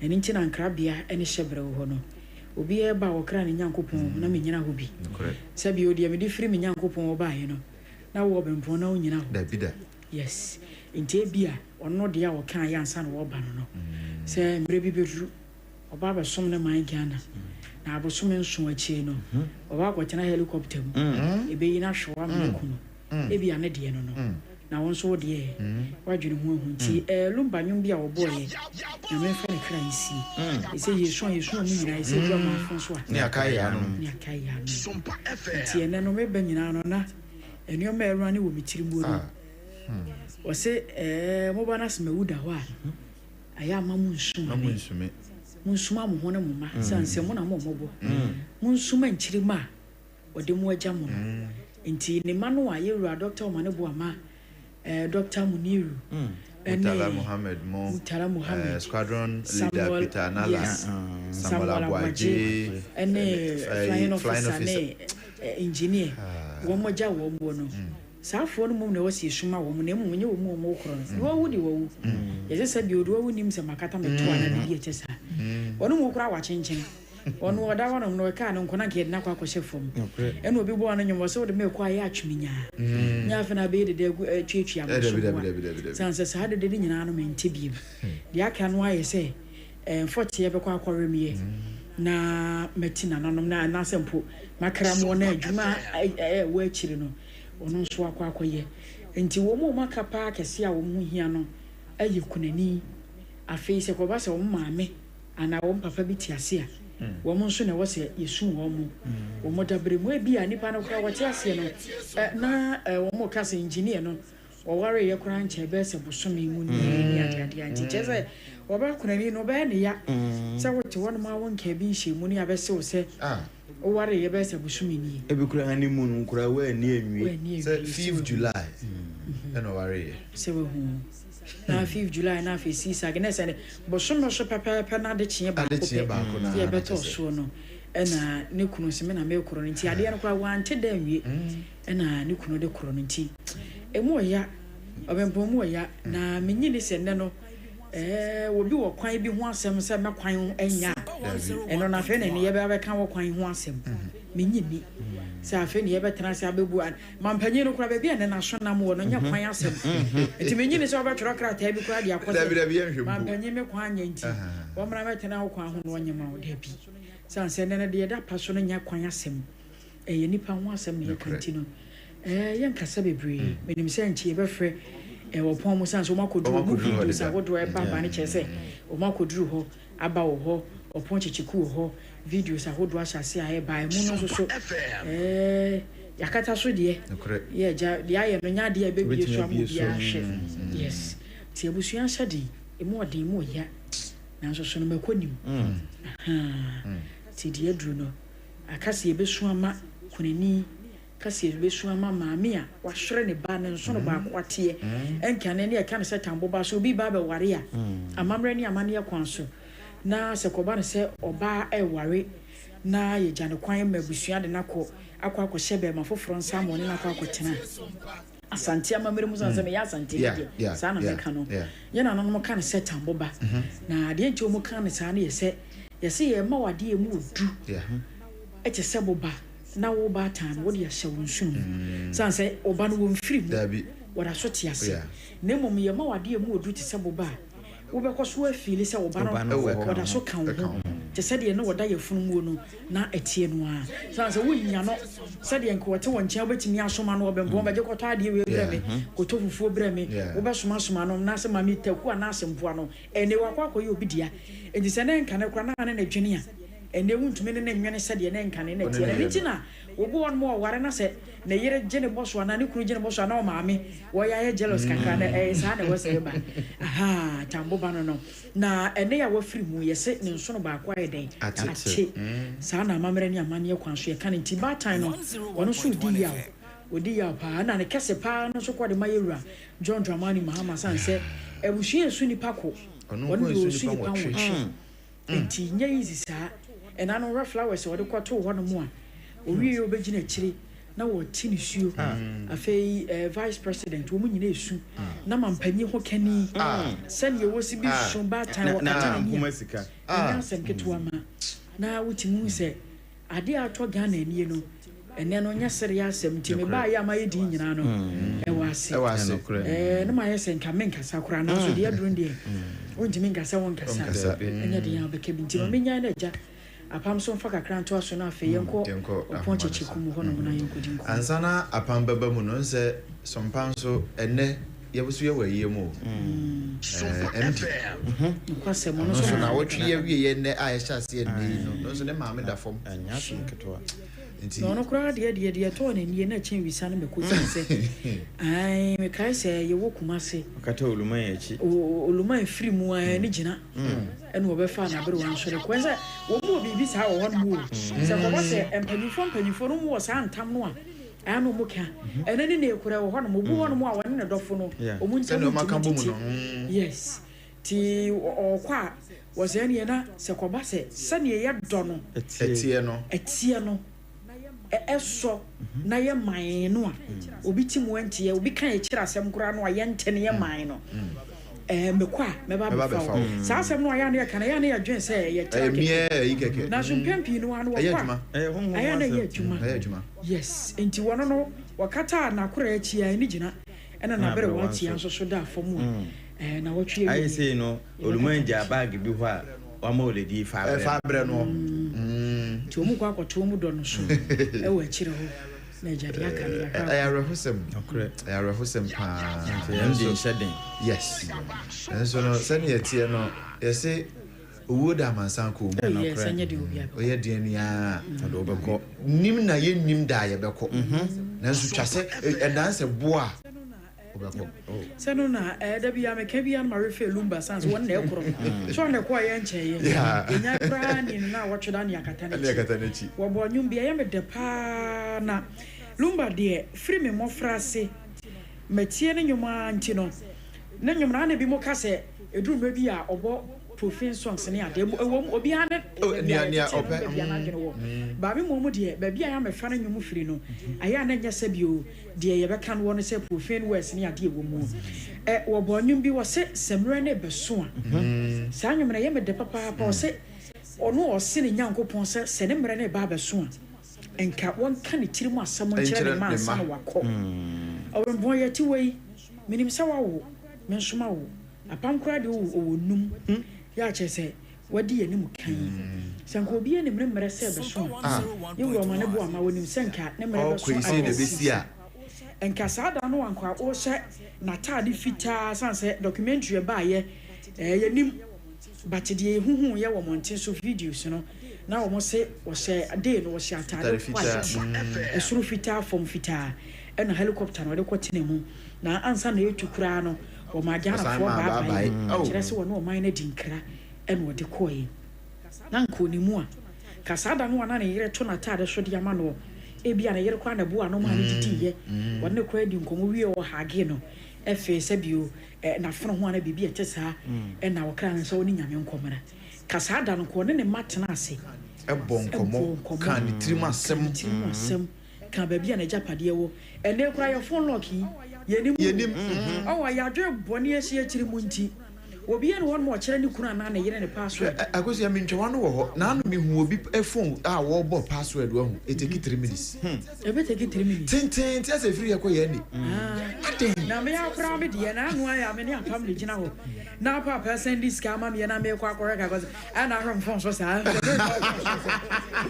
me ro phone so sa it de bia me asma mbusa go phone say me wi akakra e ja me te wan me hu za me kunu password enie me yere password nie enti da se boa obi abekọ na obi anim da obekọ enti no nkaja wokọ Menya rekura minya phone padro dia. Enya de on someone kakra wudi here. Me kakra. Me choda pa. That is actually what you see na de na ye. Na me gi obi phone na me hwe nyam sinti se asem bi to. Na ye pe number bi afre wo phone so a. Enya san se lock egu so no. Oh. Yemfa we ntia ho fu. Enu so wie kura nko bie baby afon ayi baby ye de eye call no kura no. Even ba no wu screen no kura. Ansa na abako baby abe call no lock da ho. Obako gallery. Cho hwe ni ode kire ni pa na ni. Na nim so wakata na ni se ya emfa. Anti wa wu no. Na bie. Se wo hu. Oh, da. Sa ni ma ni nyina no na nka wonimu a. Ka obeka ni kire mu asem a kire ne ma. Na nka ni ma tie so ne no.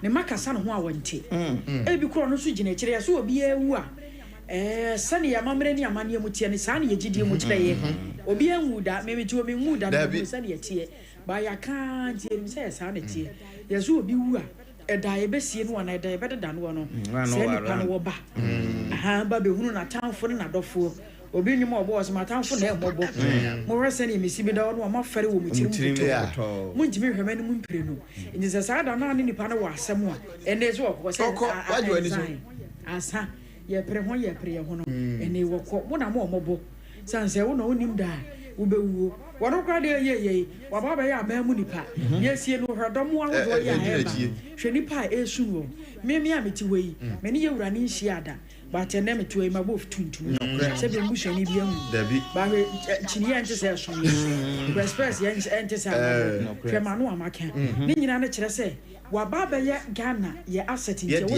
ye dia nti wo se esu wo no wo mobo wo ho ani ni wo ubushu ni ne hwan se wati ase enti ye kwa ye ba no ye nim da ye be wu enti ya ye nsusu mpre ewiase japade ewiase afefese mo yes ahantan me pewe me chiniwe me yewe bitimi ni obi afikire ho asem kitua bi o kana wundi me o ye hwan woni me ye elisa edane papa ni wo ye botom ena sabi de ne se empanyfo ba be kirem wo mo se eda wo ye no eda wo hye ye no sabi o na mu na hye body bags kra mienu ehye na ne na de wiase ne ye tane sa Some wo ma honya de bebre me wo musika ahodo me wo me dan ahodo but da me wu ye no me hia bro so se empo no me nioma me wo nyina mu no ye ntimi fa me ntumi ya mu ade se boto bag ara ho se mbe ne tv eji asem we ne ba ade se ne mbetena aka ye kwan ho ase dabi asem we afa na mba mbetena ache MPP ana se NDC dabi we ya re ho sem se won so te wa na wo dwene ho se we nyina no ka bibi kire ye ewom ebi maka wo mo de ye de wo mato boto bag im ye de won mato we mu na so ni nyina na efa bie no ye de wo mo tu mu na e ka bibi kire ye se ye priwe na pam ye mfan ko be ya e da no kura bi kura no watade bi a wo pense ne obi a wo na tade a wo pe no kura wuti wo watade bi a wo pepa o aduane bi a wo pepa unya aya nkasa da no e bi ankonim so obewu a kasa da nko akọ di aduane di na kono aduane ko pema ase bi ogwo ribi enko ema ankara ya ase bo ma ene wodi wo konim se gaja nko ni ntwi da na enko asa ana be mo wa ben yes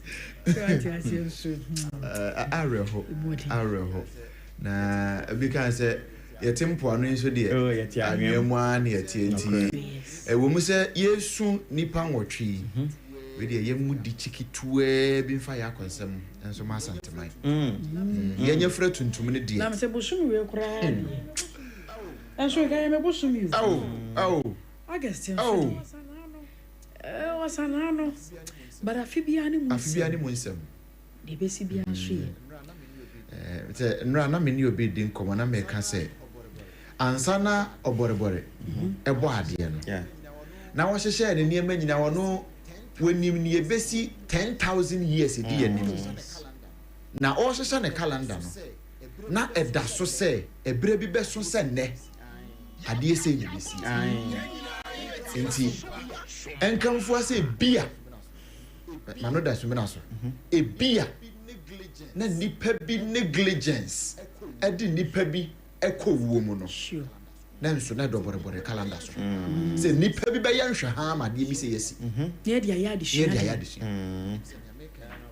minim say ne America yes na se no wonim say Adam ani won kwa kodi aduaba enye ono ane boy nipa enti no ya we enti na nya say bi a Adam if kwa kodi aduaba na se won samoda da if no na woni hu tumi say ebesi eno no obi bi say no say ajonkwa mahunu se akwa no nani afira ne mofra brim ne ba ni afira ne nani afira ne je ni afira nti hwan no hwan na ebone wose sane ebeya nyame ani munyam ebededi ntia nti de woye bia wonim ne woye sabi o twedi amponye jimifo dabi sabi o twedi amponye bolege dabi ne abonusu sabi o nya ananta no onamo anana akeka nti de woye bia no wonim ne woye enam ne kwan so nti wonim se ne no emre bi bedru amagana yesu ye ne agutu koto mo janse ne ebisi ngrofo mama so na no de ba ya ni 300 and something wo ko wu India de se wa hu ne ya ti ha ne survival ye ba ko pe ne survival ye ya ti ha ne ya kan ya kan tra ne enim sade emu nsem sitie san se plane crash ne ade no Ghana no emu sa ampanyin nsem Africa hai se Zambia na wo mo football team no mo ko bobo a wo mo so nyina akoteto ya no kre ready ya o ya awesome so entro wada abo ye yi kwan na nka wodan a osufan ne tene we de mu ye prom na so be ka owo no blog ba ko pe ya ye white to for me ya no fa say ya so contractor nko nim na djuma na ye wa wura huo mu die na yentie we mra Sompa 101.1 Against I so Patayira Sompa FM Obiso ye mo my ganda Okunele go figamba Echimada wasia www.musica.org.gh launching ya say and Acheampong this way okuna for ya mawudue abusia unyumunie president to president oko heaven for settlement ankra tayare oko 37 for treatment okoya wamba oh my god what a bereavement it's ye beka sayni gani ye be ye daini enyom to for ye dieni Ghana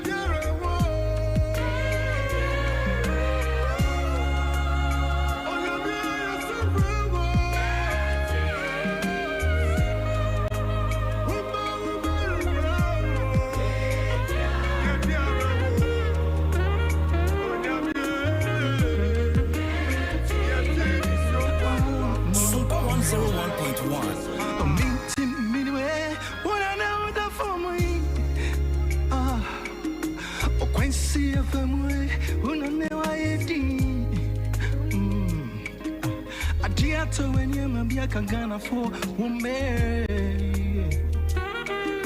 Be not to me, you be the rap. Sompa 101.1 you never say yasiri and then my dreams say young penny if we say yashri asubihini when you see no memo me au bu ade very ni pa o kampacha o dani with ya sembini so bento pa you don't have to fight again. Let yourself float on the winds of change. Today you'll be with your father.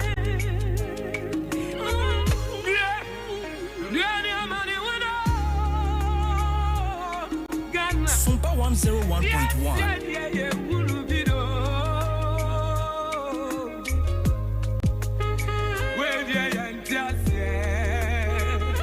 Sompa 101.1 Ghana Sompa 101.1 Ghana yeah you are do Sompa 101.1 yeah you are do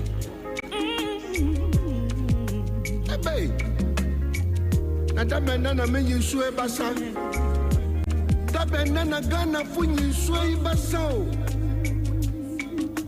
nyame fa wo sie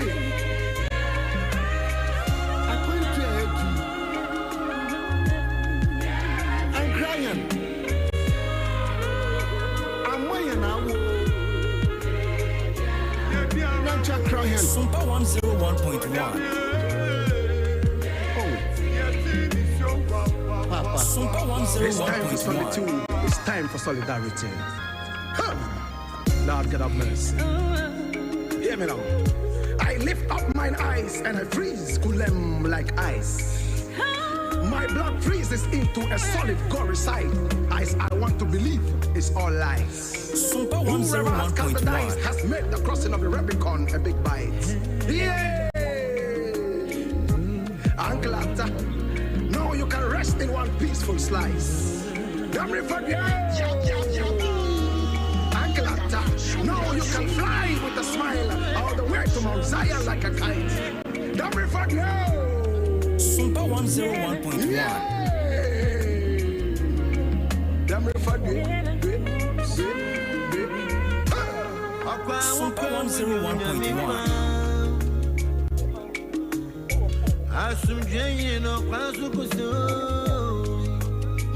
Sompa 101.1.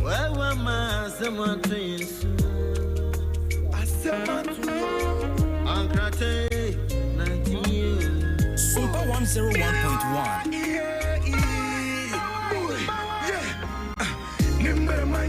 Good things don't last long. In this life, most good people die young. It's very difficult to try keep a smile on. In this hard situation, when the sorrows just a pile on.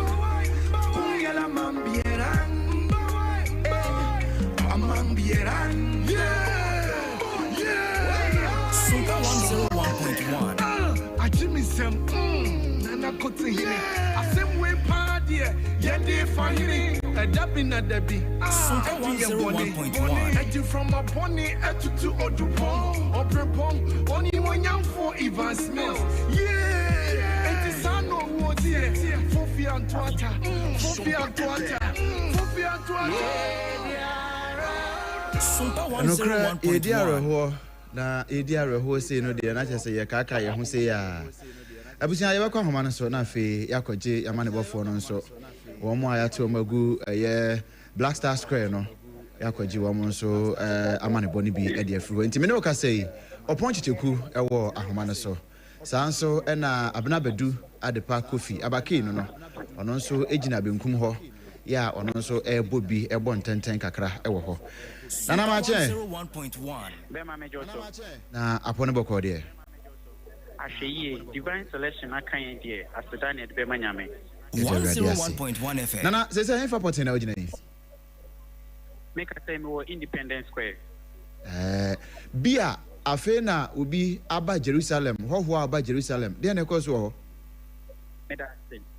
Ene na impenifo e de asi wo no mo e de tudwa ekon se nipa mako insia na omuka nipa mienu ada no kwese de ye kra omachi akwanhia esiye da no kwada ye twa mu yin na wotwe na enam so biche kese ebebo oman Ghana no nipa insia ya kai na oman mu ni nyina de asi wo no ma make say ye yo mu eyi na eno enenam so ama eye ene Ghana mampani any abusia komunyina tia bomu aye baako na omototo niema Independence Square ha no sei no se wo ye wo na wo ba ha no sei ya niema wo ha kwa bi adanse akyerɛ se nokwasɛm nie yie na yeye wo ha isan se afade wo ha ni nyina no eye tuntum na kokɔ ebo bɛyɛ no nsia pɛpɛɛpɛ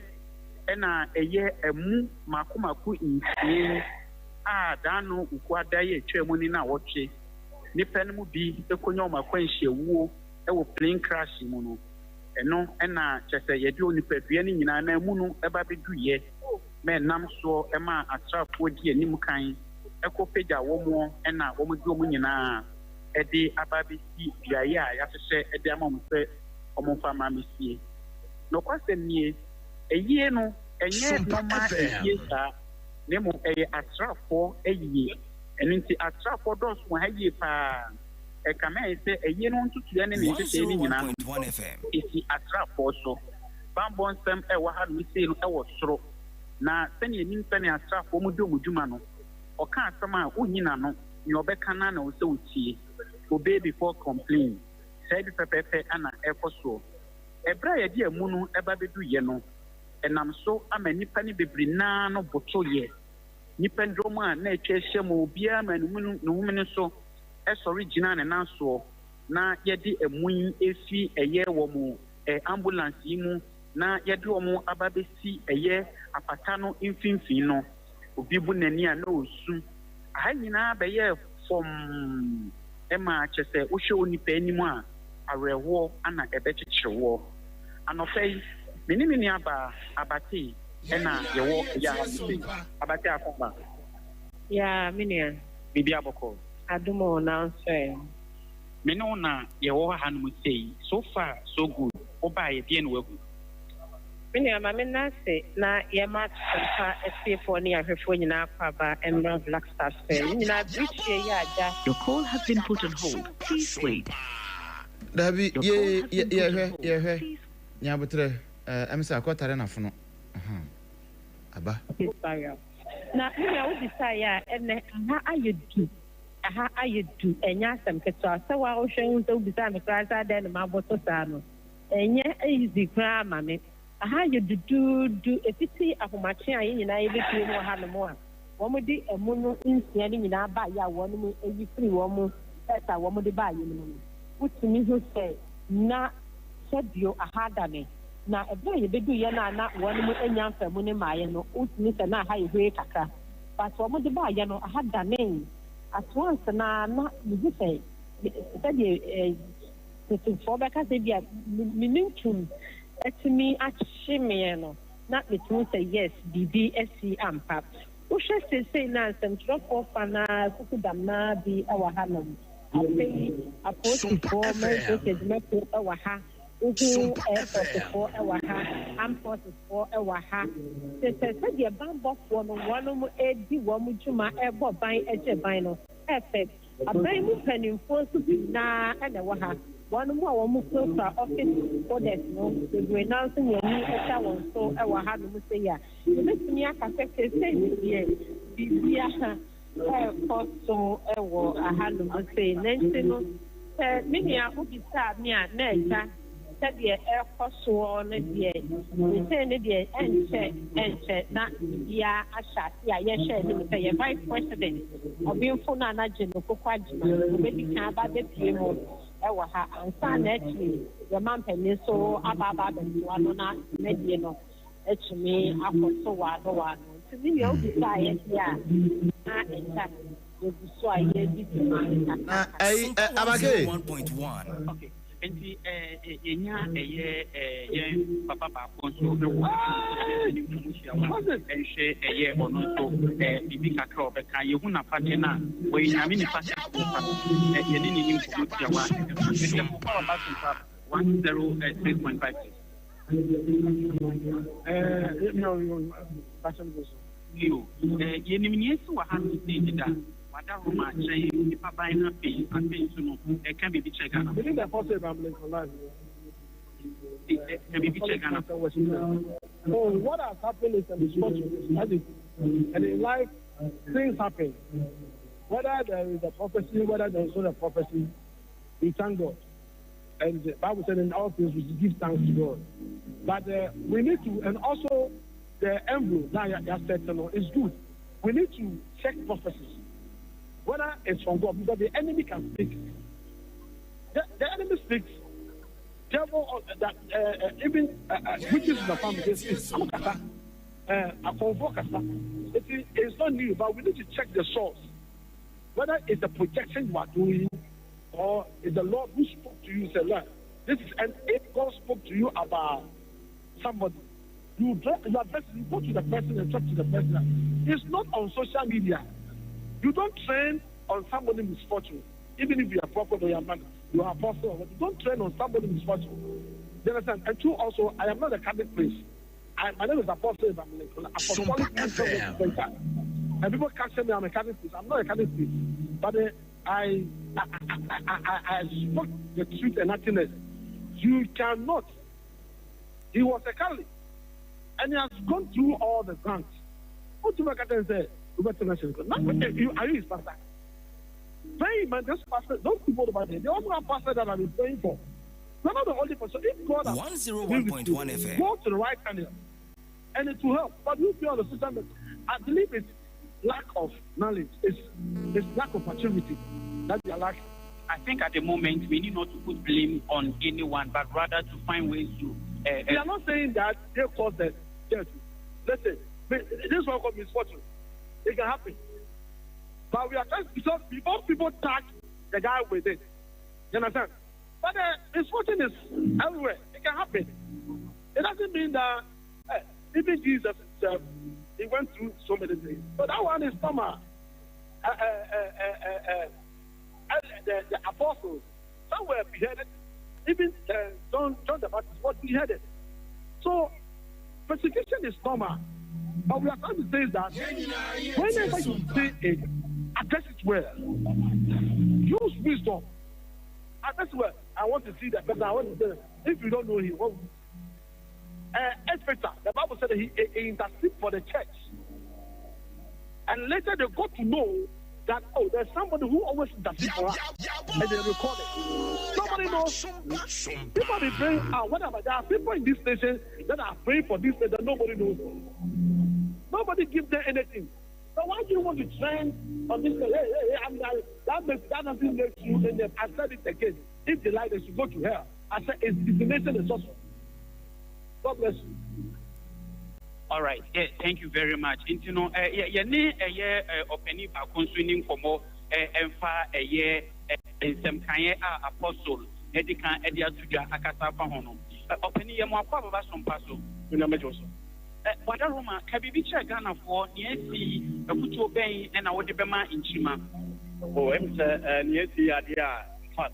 I am going to Papa. Ghana, young Kabia Shemanata, at them, Bonnie Atuye, and in Sompa FM, in Fosso, a citizen Krana, a Chima Ewo, and into the American Yana say, as how we need that money. Ebe koso na yahwe ahweye na yetumi abon ya humodin se yesi no yetumi be gua kwan mo na sa one no ensa entu ya na oyere nu ensa entu ya enbium ye da eye openi na yere no enso ekasa ye no na yensa kan eye maami Cecilia Manfo ono so yense ni nsem kan ye bia ono so de tun central for any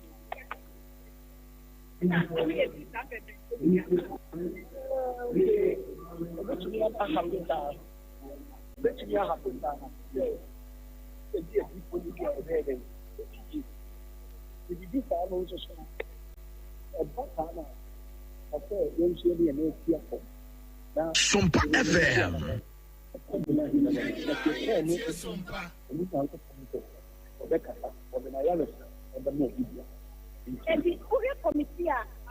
Sompa 101.1. Okay, you know, Mammy, Evina Bema, Cecilia Manfo, Bena, Yeneno, Ekasa, no, Yensan so and twas na Yeni Minia Bay and twas so a year and Como Chuchinimu, na Yemisa or no so far so good. No, but before then, Biniabano, Ebebano, Adiaba Qua.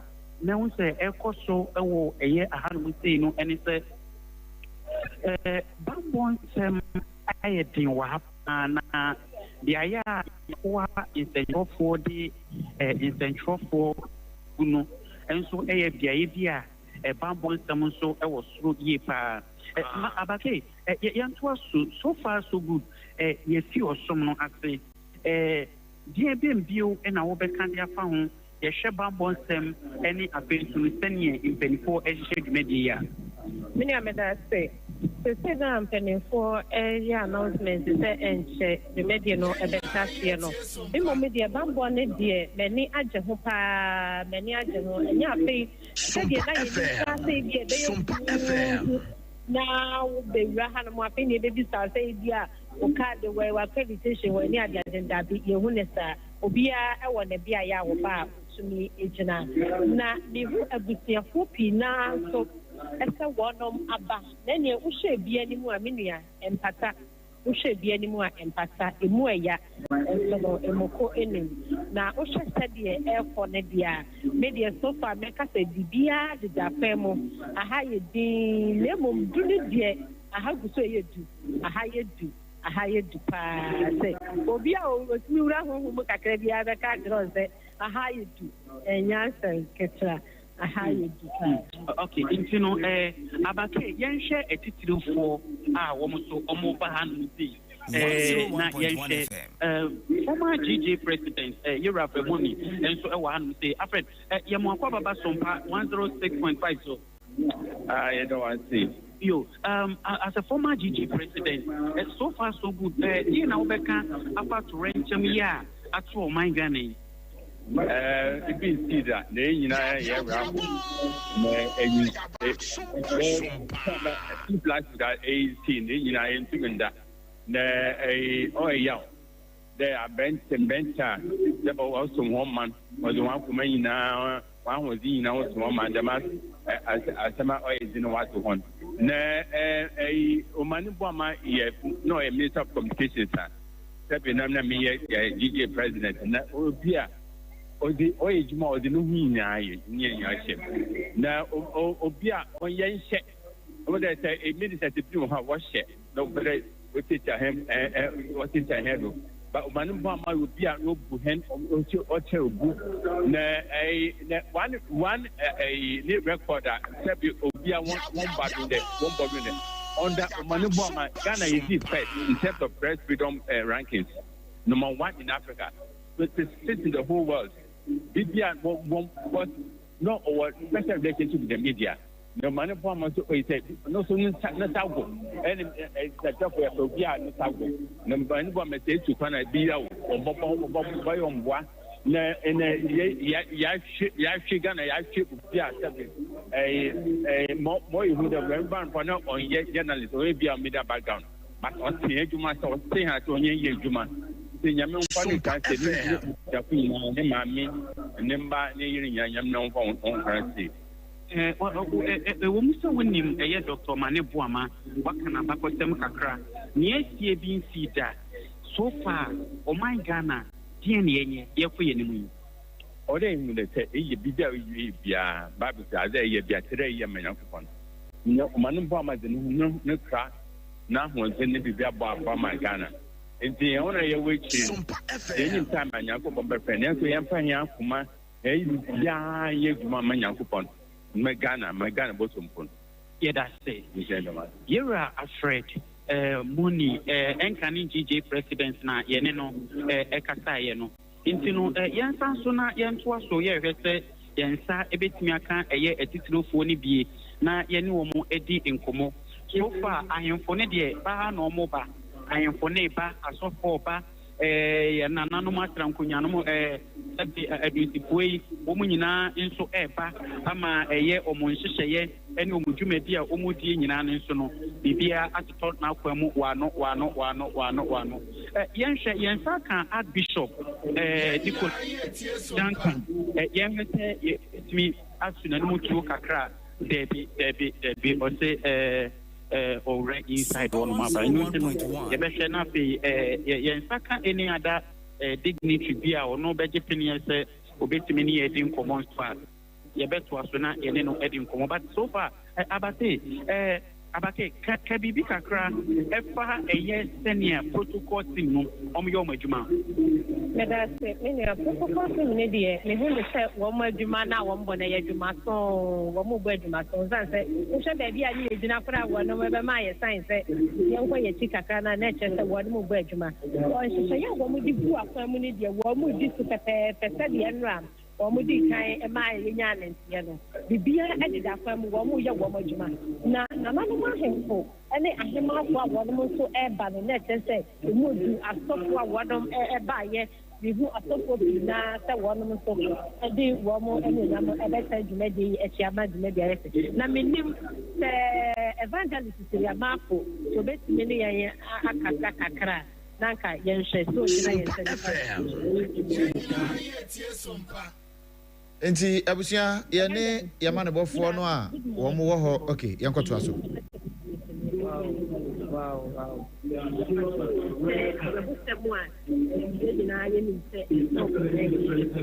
Na ene eda for assistant nipa ya ye ja wono mo ekwan we akra wo be ka dia for you bia wa wo the mechanic say Bible say adi nyina mo ye mfa yi asedanya den e mo no nyankopon de onu nyankopon wo pe no e no ye nipa bi onu mo a obi a wo kwa obefa so obi fi wi asia kop ne ba ne nyina yi nyame asem ni metumi aka kire nipa nyina ne say be ye ka yakoma nya den entu ye yem na nia aka kire no ye mom ye mfa ho se nyankopon di nipa na aka bi twa ta kono so na medwuma wo ma o man Ghana se be fa ntu me pa fra no 101.1 FM awo Bible ya ye ho ya me ni anda ye ho na ya dodo ye ho na ye tia ma o man no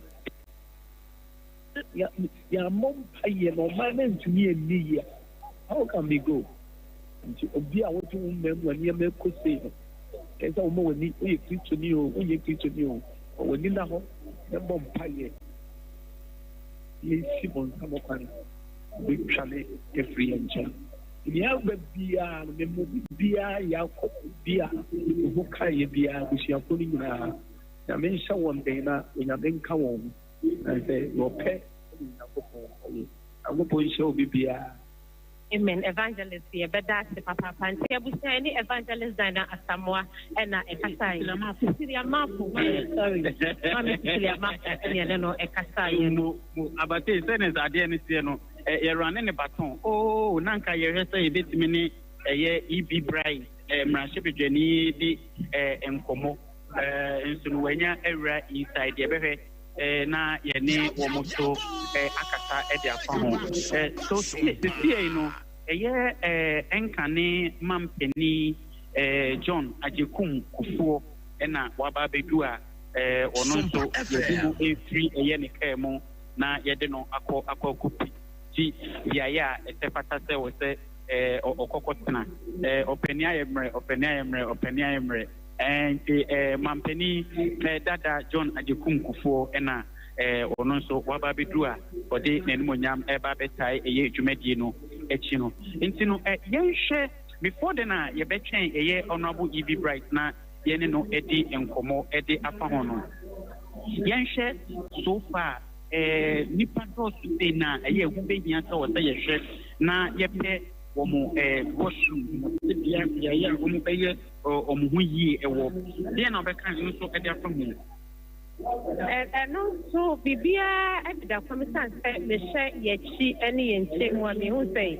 wonom edibi miaye temporal ones no ebi esi miaye pia say ebia opese oyo ohu yi ana say said ye be kind of so visit to nature over to me akono and also edda akwemo kama ta ahanso ebano awonibie so a muhu lion so ewa hanomo a etofomwe ni na wo mo maso etofomwe ni na wo mo maso ahaye clean na nkasa sia na you say former president John Acheampong Kufuor.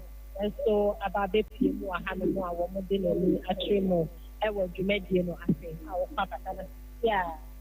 And all so I bet you more I will have more. And then my Jumedia no say actually I come said the airport. Yeah, that's so say you bet many of the not actually 101.1. When you are moving pay us back on only.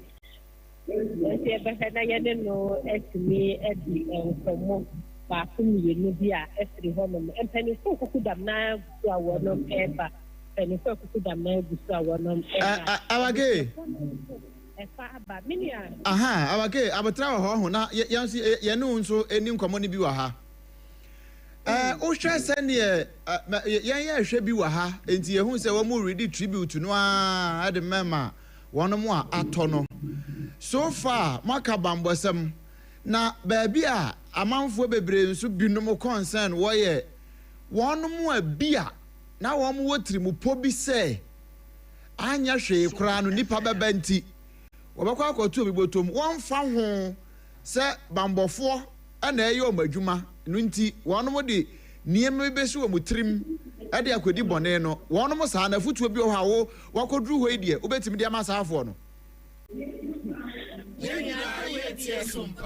o hese de bambo no ayere pape na se yanko na se wa ankasa ubetumi abawura me na se bi wa be ye de eni kwasa ya na ne wa ankasa so de wa kwana kwasa de obeka no na mini ayenya evangelist ma me dan na samwa e wo ye nchen ye ne no entwetwe nkomo kakra bi evangelist good morning. Hello, Mami, Diana Samoa, Yamoachi. You, Sompa, Sunye, so far, dear now, Becca, Ube Pimoy, and with the Wabuto, or Raho, dear Nancy. Yaso Gana, in Tina, let me catch the pie and leave Papa Doctor Samuel Sapon.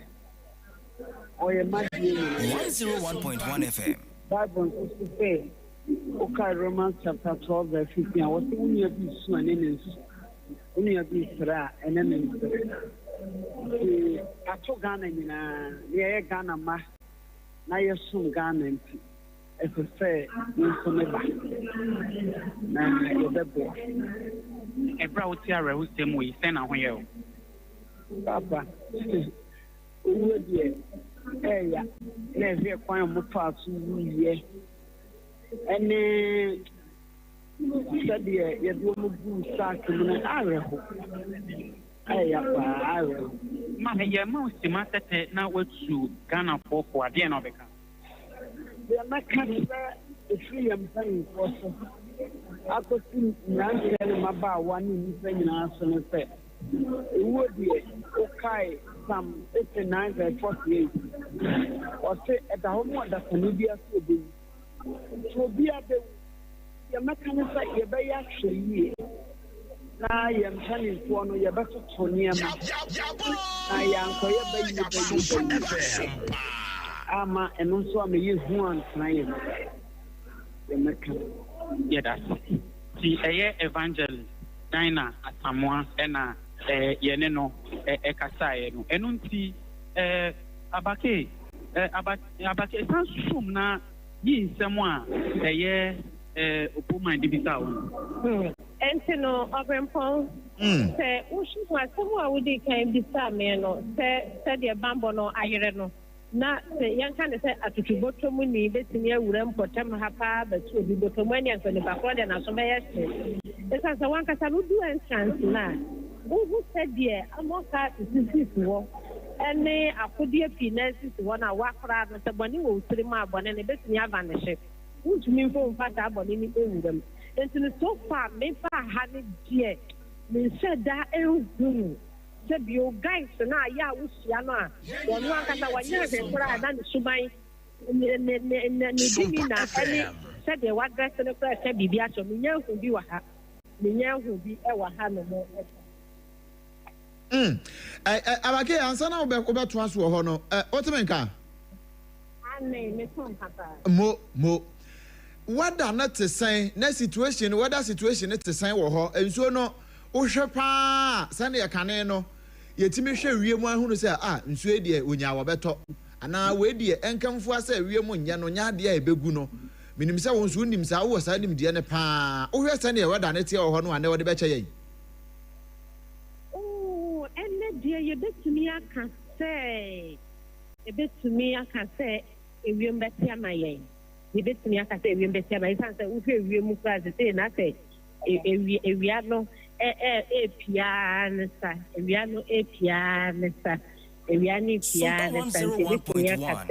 or the better yen. Anya say a bayan yen cry a be a bear said no me and say for how we have a case report. We have a case weather report. There's a norm yourself for the beer. You move it to me at every day. That's a same beer. Okay. There be Nyanubia. Now, Abake, ansana no. So ocean penifua aba. In fact, Abake special weather report. No, so they are my ye keka we nyina bomu a ansampo na wo beduru baabi a inside the hono sign and nhyehyɛ ne tie protocol no sign and nhyehyɛ ne tie poten mini ameda papa and some na wo bedu entrance no on say me am be say wo free car kwan na ho ebe remo e wo Black Square gate ni mu a men kan sa wo say police wo global gate the brain when ya ba kami de and to me one more and the one more and I did ya one more digital by go to the barricade no one the pina na agite finance police is one in so the one the airport for one more shot here from a final and to remo no ma type of car na is now na we dey bad say the uber na we dey bad no ma bisaw who be stay and I will be who be stay I want baby I want be direct so I want be gina and I will be consult sure baby I will be fast I think penny na one more balance so or more direct so baby I will be fast and I say abusiafo so one more direct baby I will be a better and na say who fans now your media personnel wow kasa wo mu one normal so we dey obey say 20 times and me we am one airport we ba ko baby say who say yes and training naja o ma me baby ejina kama babere no fra na emuni enya bai 101.1 FM and wo bibia wo be wura ha bia me who dey say so da ko ni apolice ko ni bambo adumako na wo mo ha no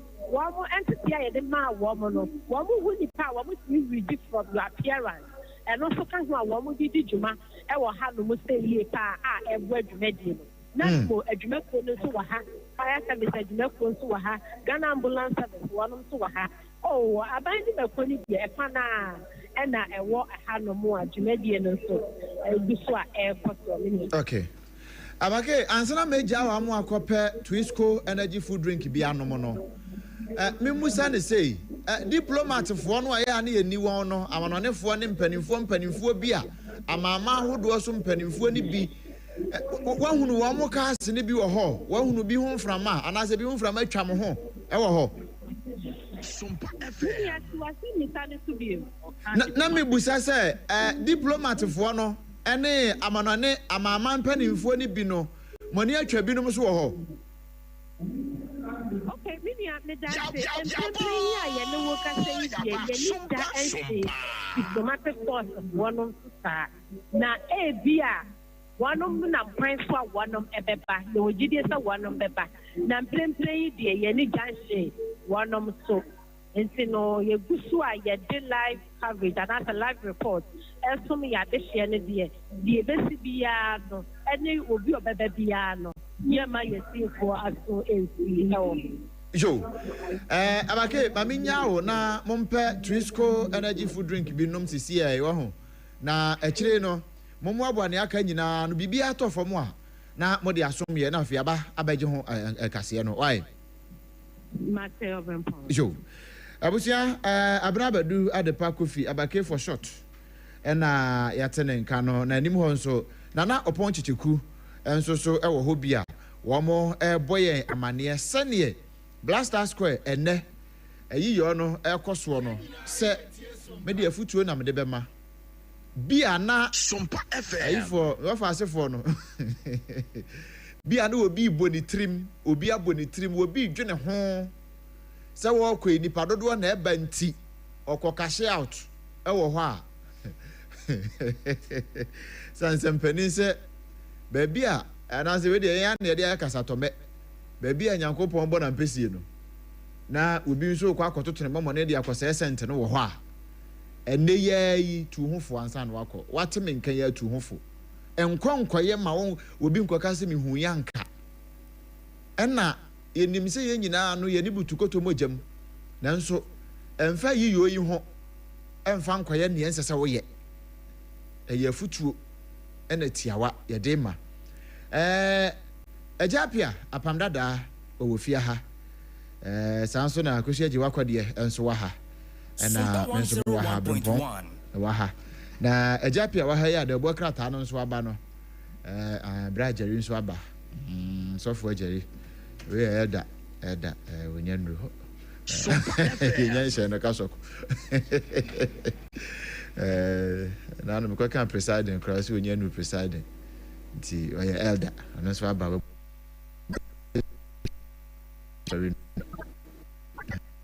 nanso ni nyina mu 101.1 FM ya hwe no ye betwiri yesen John Dumelo na da hoyi na Fifi Kwete na kasa no Fifi Kwete General Secretary semno abro nanso mu nyina use Pepsodent cavity fighter no ne papa no a so di choose a ne ma nyina da na kwam kama medimafo eba center Dr. Time da so say ye stroke na achewo ana say uchepe na ye oya ujonku waposo ye oya ukotodwe diabetes wo so prostate won hawo hypertension kidney failure awo ma ewa awade no mu a enkamfo say ye yie no be ba chaw for ni chemu medimafo eba center Dr. Time da so na wo ma oba ni bi why we bi o ho a we bi dia yes adwam da asram enu nti say ni kidney no aja problem me pa chaw fakọ medimafo eba center aso ye na ye nyisa wa no emfanfiri so typhoid na ya wa anom kasa natural mineral water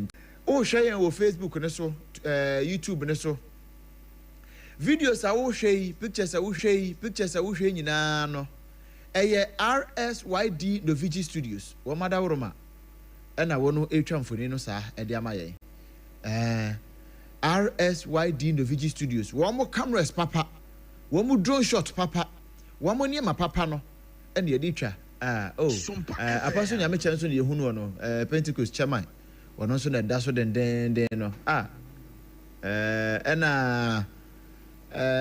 Dr. Stephen Wengam ono ye Assemblies of God General Superintendent wono so ne yehunu wo ho mehunu NDC so omo Deputy General Secretary so enwo da wono ugina ho no a omo ma tribute no ni nyina no RSYD Novigi Studios wo mu na etwa mfoni ne papa no de amaye ne aka bia no eye haram se mu mo pe ne papa no de a eye RSYD Novigi Studios wo mu wo nkra ha ya mala mabase First Kokoko Street the numbers in afresh is here 0574 715 778 0574 715 778 and 0303 974 822 0303 974 822 RSYD Novigi Studios, where your vision becomes reality. Na oni wa monkomo na bibia so enkomo kono emfa ema eja miura masaba hobi o nokre yetieti amanebo no a na bokrata no so aba na mitu wa fasefo ne fo yeah eho hia ende hia pa sanse obi aye na agency do be cash out na nko a wan cash a bibiansi na nko a wan kwa adwuma ifo kwashefo no okọ aside cash out na nko a wan kwashe a Sompa FM na so ka di we kura tu hofo na se adwuma no kura wagya ya kanya be shirawo na ko bibie pono bia ma wo enokre eja maneboye ba ye menye ne tawu na fe yemura de bon krata no ewia ne amatiefo nso abamu kakra be se yakọ na bako Facebook ho nso e de messages na ho no e de ato aso ene Ghana ene ye wiase nyina to park all eyes on Ghana amo anti Ghana wiase to park na anopai ye mabusu ene nyina yakọ e ma wo no mo hyeden na sade ahyase na emoboso ne tie no we dodo na nso ntimi nko ebinum ho wo mu pank wo so wo mu kobi na nso ehunti nokre o mu ntimi nko bi ho o hu soja atade akra ne hu abo 101.1 wan ho be ye gu no ho sesi a ntie ne wo na nsi ho enso ebimpa na abusua tribute kita no wonye no fanko mo enti so adeko we no Bruni beka se ye ma wo mo farewell kwan so kose enti kan ho na wo nso wo ya akobia no fa kokoma abusua no na enye fe na emom hye ne nso se eye sra adom no na edi dwuma ni nyina hyehye ne se de ho nsamote enti wo kwa ye wa adwene se wo kwa akoya ansa na wo ho asam kan waka do before complain and ke wo say yes ne nka nya na ye ni nka na wadwempo a wabo firifie de ba no ne ho nya adwuma ho se ene ɛyie ne ho nhyehyɛeɛ ɛmfa kwan so a but any member kora ha wonderful because wo ba no be ye ho ayi ohinta dua akira e be yi atofom e be yi wapie ana sade ade na akwaye no e mamu ni nyina enti afade ne de wo bekɔ hɔ a anye tuntum a na enye kokɔ na enye fe ensiuti occasion no aha na enye akɔ na enu achi obi ankomport no ho we so ebere no nwa ye be wie sisi a sade o mo hye sade o hwere miensa o hwe ba bia sisi a wo mo bɔkɔ yi a esi no nwotwe abapa ho sima no nwotwe ena obese wo tribute no so o mo disu ready wonderful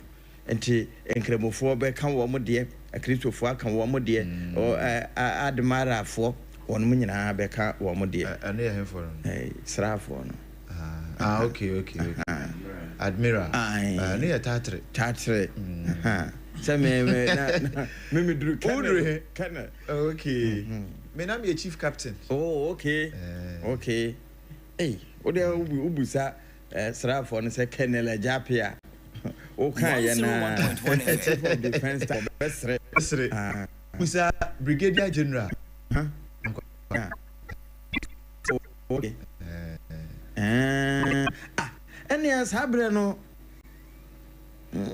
eye wo de ebidin komo etiro se nunu mensa mu nyina no ye le omo ye adwuma ene kan comrades okay brigadier general nunu mensa yeah and brigadier general JB Dankwa if the kitchen is hot get out okay if the kitchen is too hot for you get out okay do before complain correct see afutu de eye afutu de na eje na ye ka afade no akoye Ghana de obi so send message busa se na wo fa Ghana ya fasuo no Ghana flag no de pamatade kwa no so no de Ghana flag no de pamatade kwa onye bone na hweye no wo ma fa na ka ho se mu no se mu no ye de Ghana flag na achechere ho okay. Mahun ene da hoyi ene obi adi mostly we squadron officer ne tell that so ena ni uniform ne store no na nyame fa o mo kransie ye IGP tete yo ho no na mahwe ade bi o say mema no fura achi no mema no ayemre sese me kamia ye say mema da ne ma ene ma no so aye de yi wo mo kura de wo maboho no kre enti ye ma abusua ya akono na ye hye o moden no kre aba ni sei no mo o nsa na me ka ye ka me wo fa asefo no etu wo mofo ye tu wonfo afi wo nso a wa chechiri dwa hye dwa se eye yi ase sa bre mpanimfo ani abre no na wo ko hye dwa we ya abre mponye no kre wo bibi na be prime mpanimfo kura ya atobo esanse ye camera atwa ba bi ahia nti dia be ye bia na ani hu ehu te se na no ba kwin ewi a na de de ba bia no nti wo kwa ye wa adwene se ya awere ho ne ani bre na aba nti you should treat it as such yo ho sa ketesia okay kata ho sie mo kɔhyehyɛ dwa bia nkɔwo so malakas bia nkyerɛ mpanimfo emma wo mo attention free de wo mo ye so ye ka omane ne akoye oname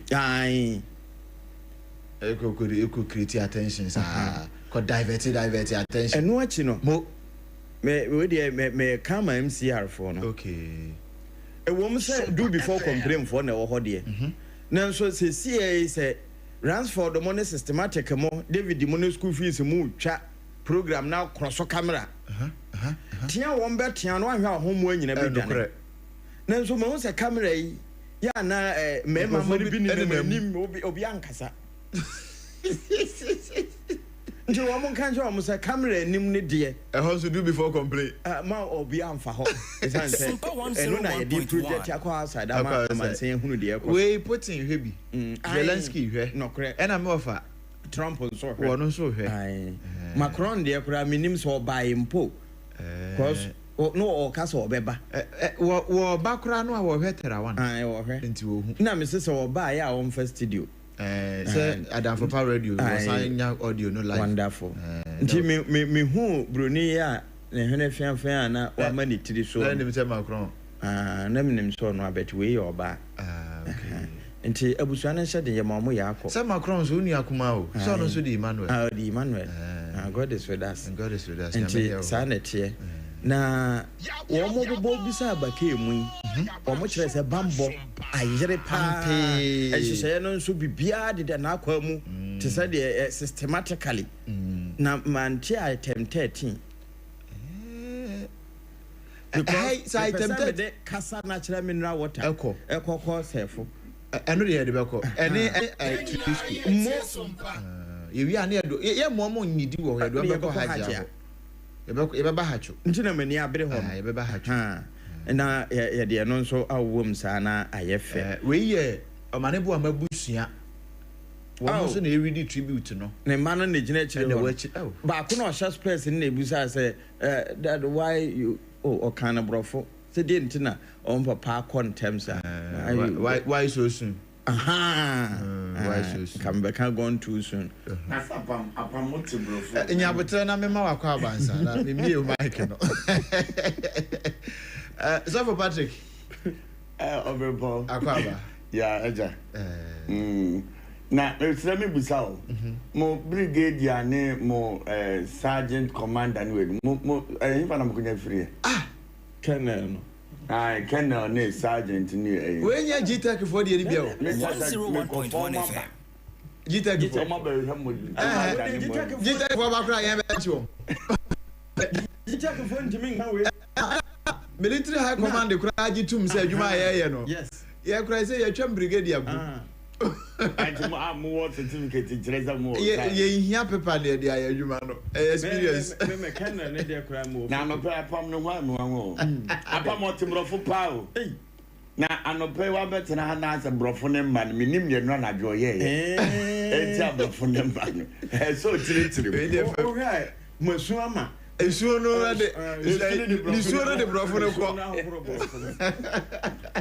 Boy bema abusua sanya TV aye hwe yi bema abusua yakọ Dr. Omane Boama na abusua fo na sesi aduro mo so a omo kenkan na bakosem sanya oba ye ne suku a okọ ye ne nyema waye nyina akosi time nya meto ne sa efren eya rehosem omane nyina edi apene omane nyina esu na sami apam ne modika kanebe ya besre wa ya antun sanfro journalist bia ya antun sanfro enko ho nko ye wenye time akoye politics self aggrandizement aggrandizement ano kire se ne nhwehwe ni mu ni ahohyehyɛ sa ahohyehyɛ sɛ mfa ho nko ya ahohyehyɛ sɛ mo so we apam na kire o ye ko training ni nyina ya kire ti we ye military terms on why enti ye besre aha nye bra ye koye politics na journalist ya was you invite to wa okoho enko yo ho say wo ya agiman and ye invite to me wo ho mikita me camera ne mani amenti no meye ne da bi eja ye nti ye nuanom ne fo emra nyensem bia na ebusa mo emfa sensationalism enko busa sebe nsem hunu o per story enti no ko busa kanfo amamre mu no se nye kan ye nka kranka kunani kura ye nye ni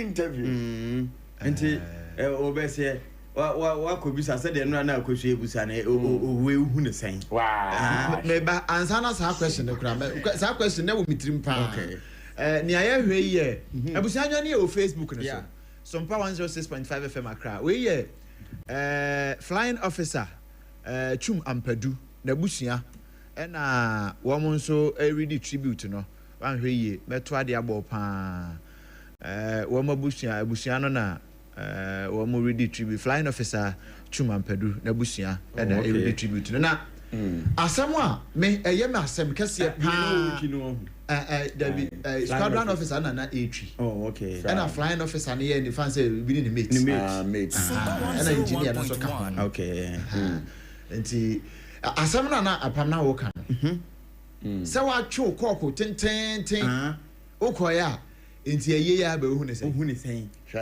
yeah, journalists need I don't know where they got their training from. Excuse me to say that.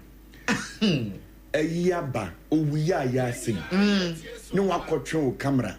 Actually, was a reason. I could say a year who is saying. What kind of a question is that? And then I will back. Wow. Kobus as I say, we are. Men who was asking me, I made two microphone or camera. Teresa, what was a question now? Busano. So, unya no, so ma unya no. Who is a way of question I said, journalist will be said. Who is saying, wait. Acrobat to say, wait. Oh, David. Apamura TV, so a tribute to more reading. Are you a better fund? I have a movement. Oh, what a national Alan Cash. Oh, no, where do be a baba? On that, it's a nanka year, and no crowd in Kabum, a babus, a year in Kabum Befi, yet in Kabum Befi. One day, one money, near one in young Cassa, near Assembly, a home, and no moon in Abesia, ye new year, ye can't send money at all. Now, where was it? Your presence was a gift to us, or who knew you. Yeah. Your reassuring presence will be missed. Messing don't be missing. Mamma Facebook on a messages in a cacran to us, sunset here for any biaba. Now, Nina Mono, Binswana would do our that. Far to Facebook on us. Okay, get back high. 101.1 FM.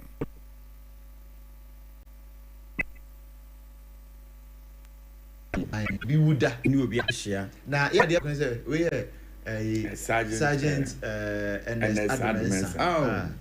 Only Jina well, no, I ever read almost reading the tribute. Young guy. Engineer, engineer. Wait, no more papa. Neya, Yahre Nipan and what tree, ne. Nipa do dry about woman then one does. No correct. Ubi did the birthday in Swa. What dear Fabra. Now, Sabi, I read Chichi. Now, young fair, no. And Chichi, you read. And messages Nibi Abba, Facebook, no. Piaga, or say. Ghana is freedom of speech expression. I say Ghana is freedom of speech and expression again. Mr. Ibuma. Oh, how? The messages need to be how mankind.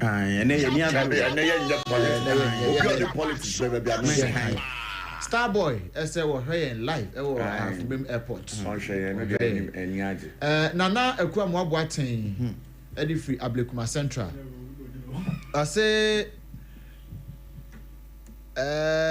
Okay. Yeah, may the souls of those who just perished in the helicopter crash rest in peace. Ghana is mourning 8 gallant citizens who lost their lives in service to Mother Ghana.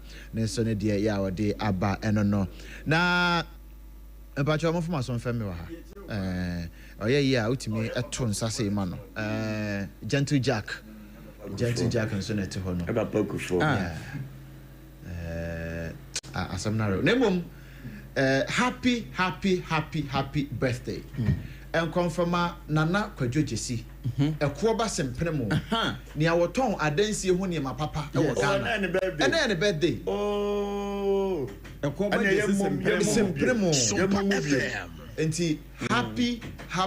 happy birthday. And comma Nana Kwajojesi. See you, founder. Nana K Jesse Company Limited. Bankroller. A quaba simpremo. A quaba Jesse Bema. Yes, that's right. Near Nada romantic. So one quarter a dance when my papa and free new hop. Now got a gadget, Yenibia. No one is sure to an eye. Now, and so no, yes, the rain has washed the building away. A whole cop. Well, I'm trying to name free now. Could you not pay the more camber of food? Ain't he? We are a Martin Swim Few. Yeah. Ain't he near Nadauroma or Boissy a better Ghana? Ama a Gina Fapim Papa.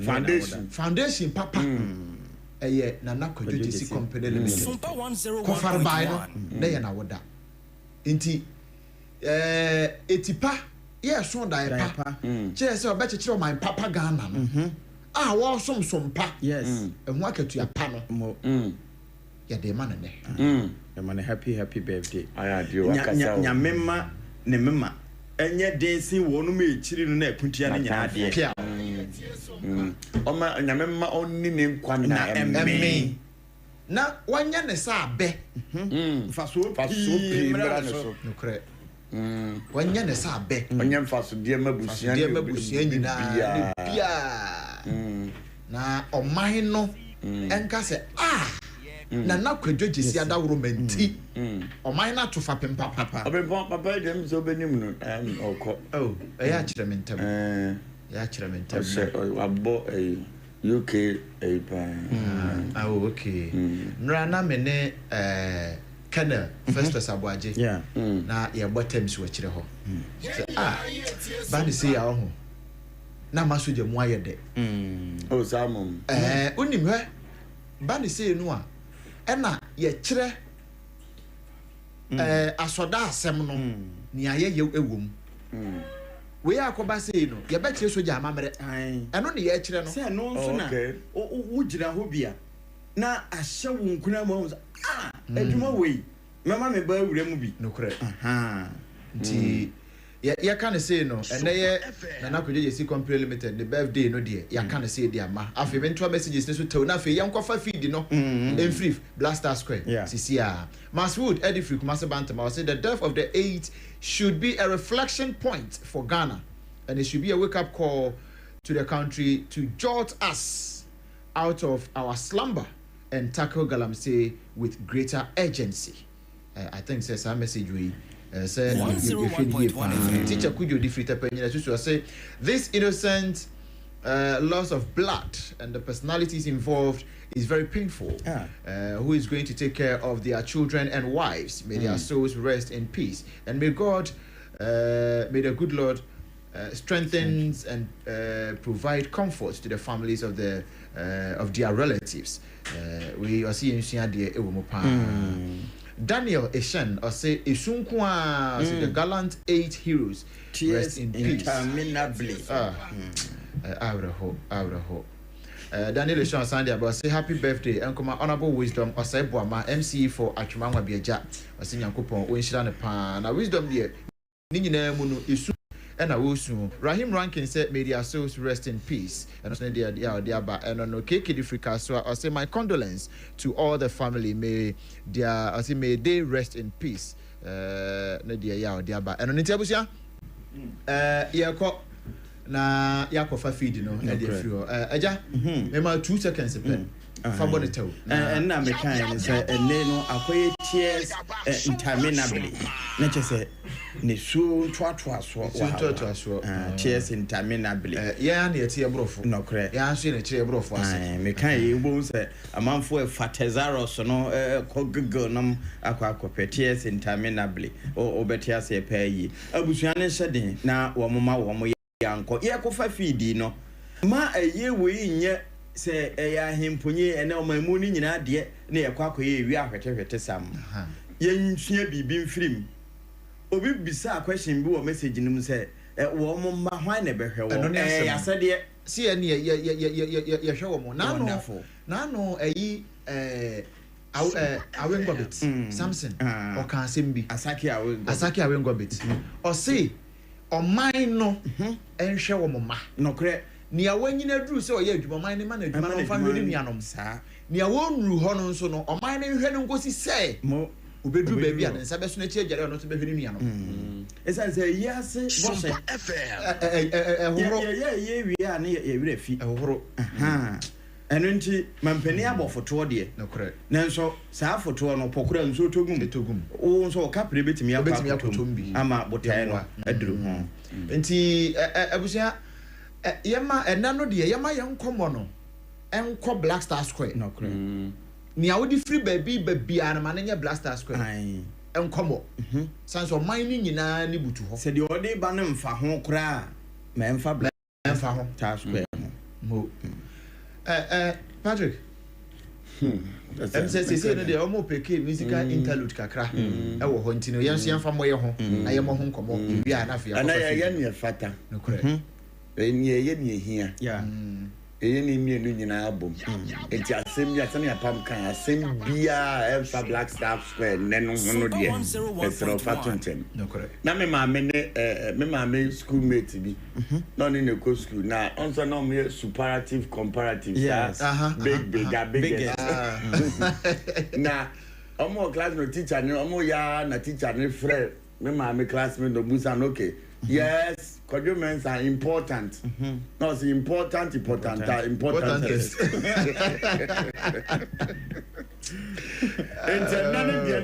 Black Star Square, important test. With ceremony. And a honor year continue for an issue.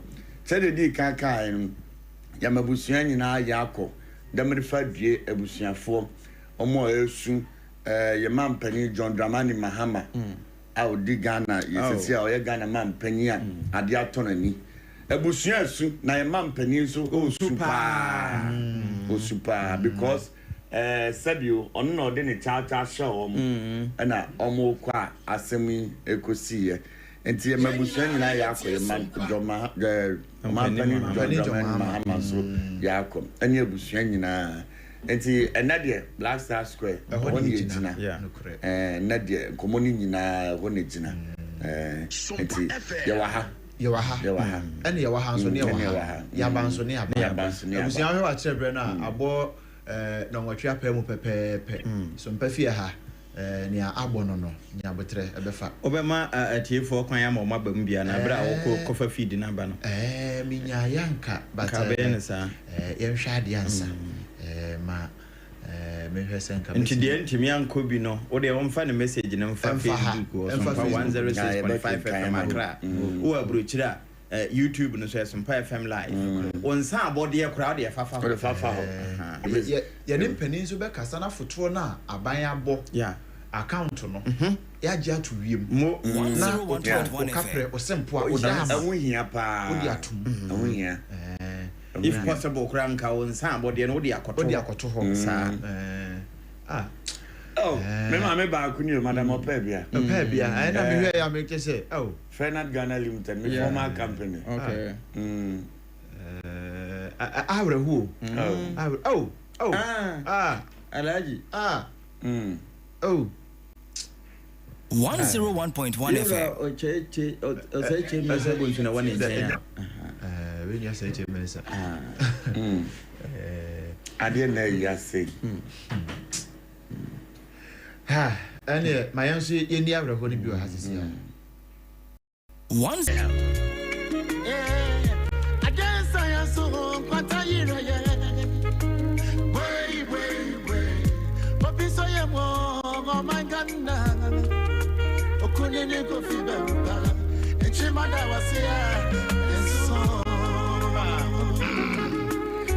www.musica.org.gh launching ya say and papentina yes swing okuna for ya mawudue ebusia unyumunie president to president or calling for settlement ankra tayare oko 37 for treatment okoya wamba oh my god what a bereavement it's ye beka sayni gani ye be ye daini enyom to for ye dieni Ghana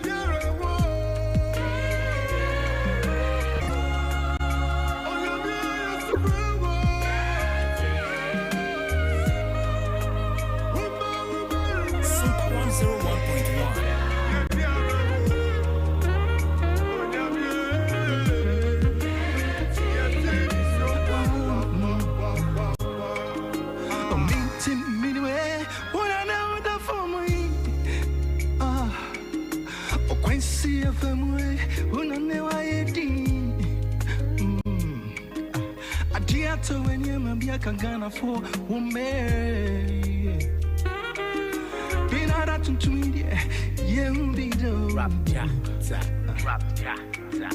Ekomini, you never say yassery, and then my dreams say young penny if we say Yashria Subini. When you see no man with me, I'll boo at the very power. Come patch out the name with ya, send me on some pento power. You don't have to fight again.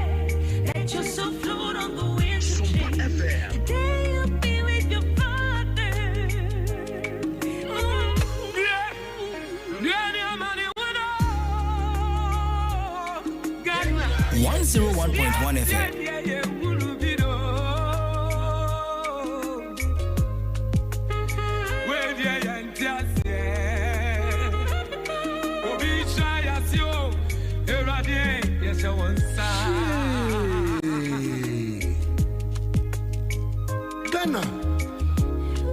Ghana. Yeah, you are do. Yeah, you are there. Hey, babe. Nana me you swear basa.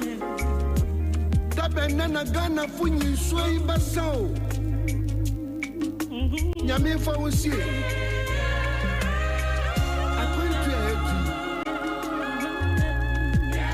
I'm crying. I'm waiting now. Not just crying. 101.1 FM. Papa, it's time for solitude. It's time for solidarity. Lord God have mercy. Hear me now. I lift up mine eyes and I freeze kulem like ice. My blood freezes into a solid gory side. Eyes I want to believe is all lies. Whoever has cast the dice has made the crossing of the Rubicon a big bite. Yeah! Angata, no, you can rest in one peaceful slice. Anglata, no, you can fly with a smile all the way to Mount Zion like a kite.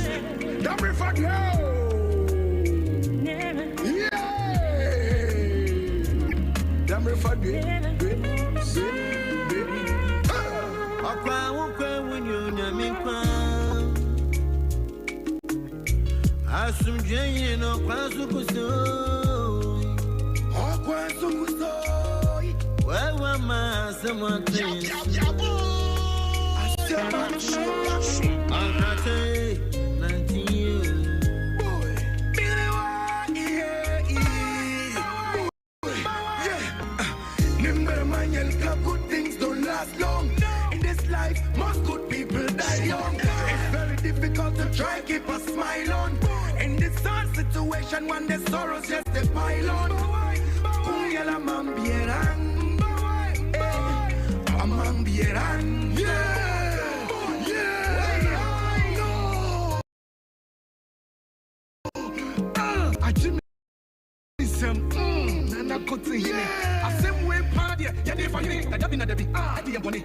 From a bonny to Odupon, or Prepon, only one young for Ivan Smith. Yeah, and the son of what here, Fofi and Tuata, Fofi and Tuata, Fofi and Tuata.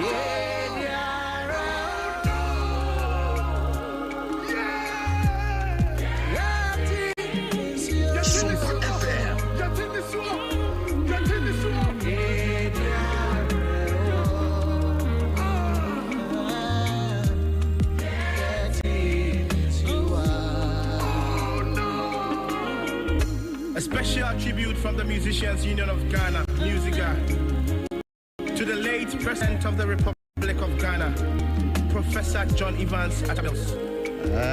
Eti yebuso ewo nkonya so yedi areho asama to oman no yebuso ya ewo nkonya so yedi areho na akoba ne sei no eya na me de asamba akwa meta ebusa paa ne se odoi ne nkabo mu ya asesei ewo ye ntamu a ye nyina yedi suin beto akoso se ye ana ye bewie ni asa ba ya manwasem yi mu abetra ye ABCD ya mu no ni asam kase pa ya yebusa na okay me hwe videos na ye hunu wa hana fe na Ghana mampania dada his excellency Nana Adodankwa Akufo-Addo ne yere beautiful Rebecca afe na wo mo nso aba beduru abusia join ye wo Facebook ne so Sompa 106.5 FM Accra. Sompa 106.5 FM Accra. Na behwe adudi adupremai wabedru adogagai wababedru. Na so ne nyina mu no ye ne Lady Prempe ebe ya adwene ne abusa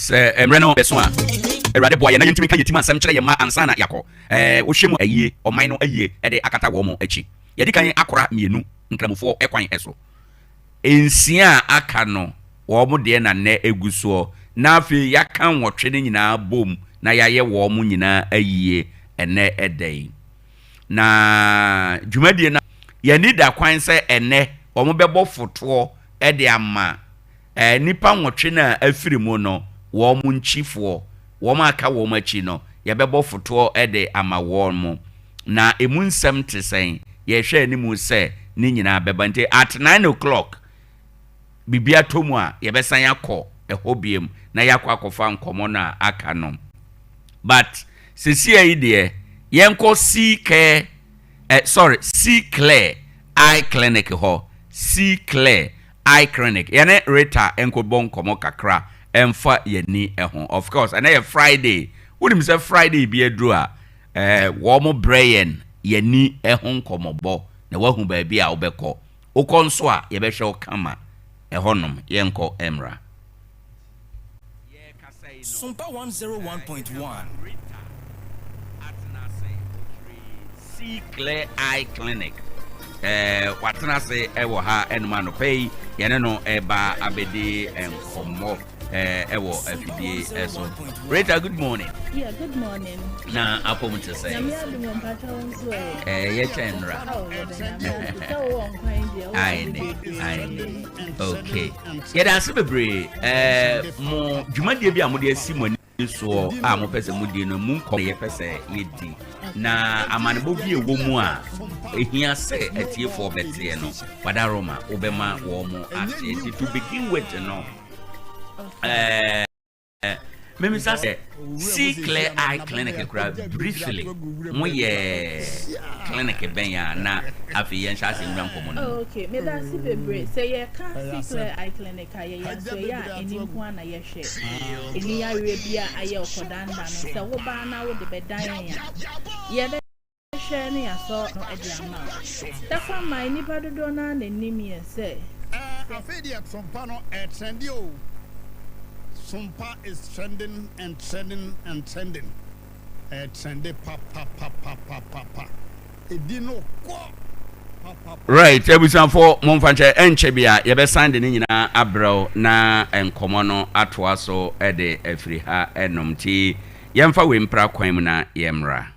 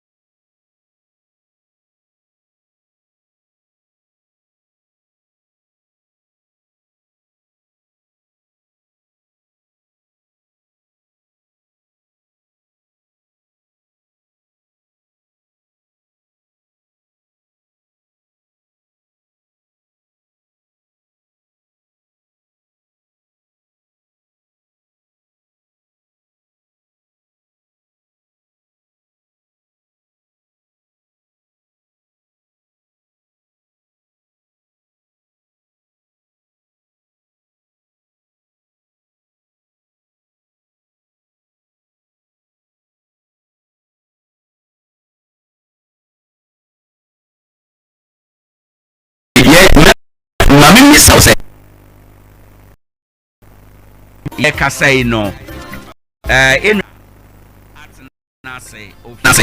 see clear eye clinic watana say ewo ha enuma no pay yene no eba abedi enkomo ewo afidie eso. Rita, good morning. Yeah, good morning. Na apom to say Nyame adum mpacha wonso ye chenra. Oh, yeah, the nyame so won kwan dia. I okay. Yeah, that's bebre mo dwumadie bi amode asimo ni so a mo pese mo die no mu ko ye pese ye di na amanebo bi ewo mu a ehia se atie for betie no wadaroma obema wo mo ate to begin with no memisa say see clear eye clinic kura briefly mo ye clinic ben ya na afi yen sha se nwura nkomo no. Okay, me da si bebre say ye ka see clear eye clinic aye ya so ya eni nko na ye hwe eni ya we bia aye okodanda no se wo ba na wo de bedan ya ye be hwe ne ya so ano e de ama takwa mai ni padodo na nanim ye se eba ne see clear eye clinic se uwe ni yare baby a wasa wo de kwa na obi abe kanfo see clear eye clinic e de ama right esan ye nyuma pa ye dinti nipa dodo na naje ya tum yes ye nyuma pa oba see clear na we ni yare a ni e ha obi ya no ye won fidi a ye de be hwehwew ama weni no atol afei wo per type of lens bia ye wo bi wo ho bifocal lens, progressive lens, cylindrical lens. Any type of lens bia ye nso ye fixe ya de afei nso upe frame e bia wo lens that there be o frame no pesa wo transfer de chef from ma o lens na ye new ni nyina see clear takwa man ni obi biara di adanse se see clear na yaje de atum internet dey ye wo ha na ne ye beka nyina ne se see clear eye clinic se uwe ni yare a enhwehwe baby ase see clear eye clinic aye water kwa ni wato abo opposite Bethel Methodist Church. Right. Ye juma Mondays up to Saturday from 7:30 a.m. to 6 p.m. Me da se bebre what kind of we have ye mama misa o say eba ani adwuma mo ye ho a so bi ka say diabetic retinopathy okay na ede ho asem yade a na o how be ho asem e na all kind me da se bebre see clear eye clinic ye hwe ni yare ba bebre but netiti on ye pese ye kasa fa diabetic retinopathy right ye hwe se bia weni keka weni pronsuo weni na so show oho baby ti 10 time wo di ade we hira wo hu ofa bible a wo hu nchoye ni ye anajudu a obi ntumi drive because or drive na light ni ton ani a ohu and na cause accidents bebre obi se mani ba ko me hu ade ba ko na ni ba ko pe ni ba bebre nam ho no mani ba ko pe no bi ho di hu ade enti see clear say ye hwe apart from diabetic retinopathy na ye be ka ho asem no ye hwe ni yare bebia. Okay, now your diabetic retinopathy damage is caused from the blood vessel Brian retina no be very weak. Ye nene ye will be a friend of retina ye no. Say ye weak and lead to diabetic retinopathy. And in the tintin and the TSM na say Brian blood vessel ne connected to your retina no be very weak, be sensitive. Afa your tissue ne be very weak no. And no na diabetic retinopathy. Right. Obìnrin bẹ́ẹ̀ kasa symptoms no. Diabetic retinopathy no. Okay. Okay. Symptoms were diabetic retinopathy.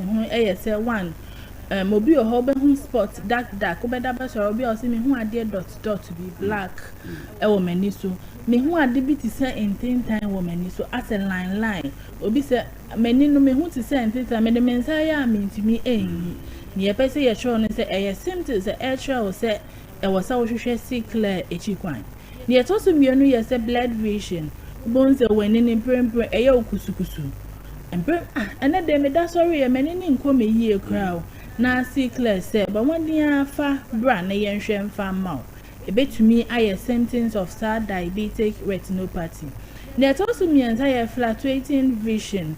Mani no ene de mi hu ade ochina mi hu ade na ne ye ka nyina ne say see clear say so vision ne fluctuate especially weak when you so ye clear next week when this why you kusia eye bibia ebo won kai say when ni e wo say wutu ho anamo eno ti see clear ma wa kwanya say ene yen be twetwe nkomo bra ne yen fa won fa mfidiem na ade biara ahinta wo no say diabetic retinopathy na yetumi aboa ni atosu mienu enan eye say when ni wo hwa ade a na half eye okusu obi wo ho anani ba ko no mfa ni nyina ehu ade o half ehu ade half hu ade bi okra nani ba ko no mfa ehu ade kranti nani one pen odinam most people no mun kan bet ewo ho sickle say we start experiences ade bia na symptoms of diabetic retinopathy afedia to be on your vision loss paper when na your kususu hu ade yie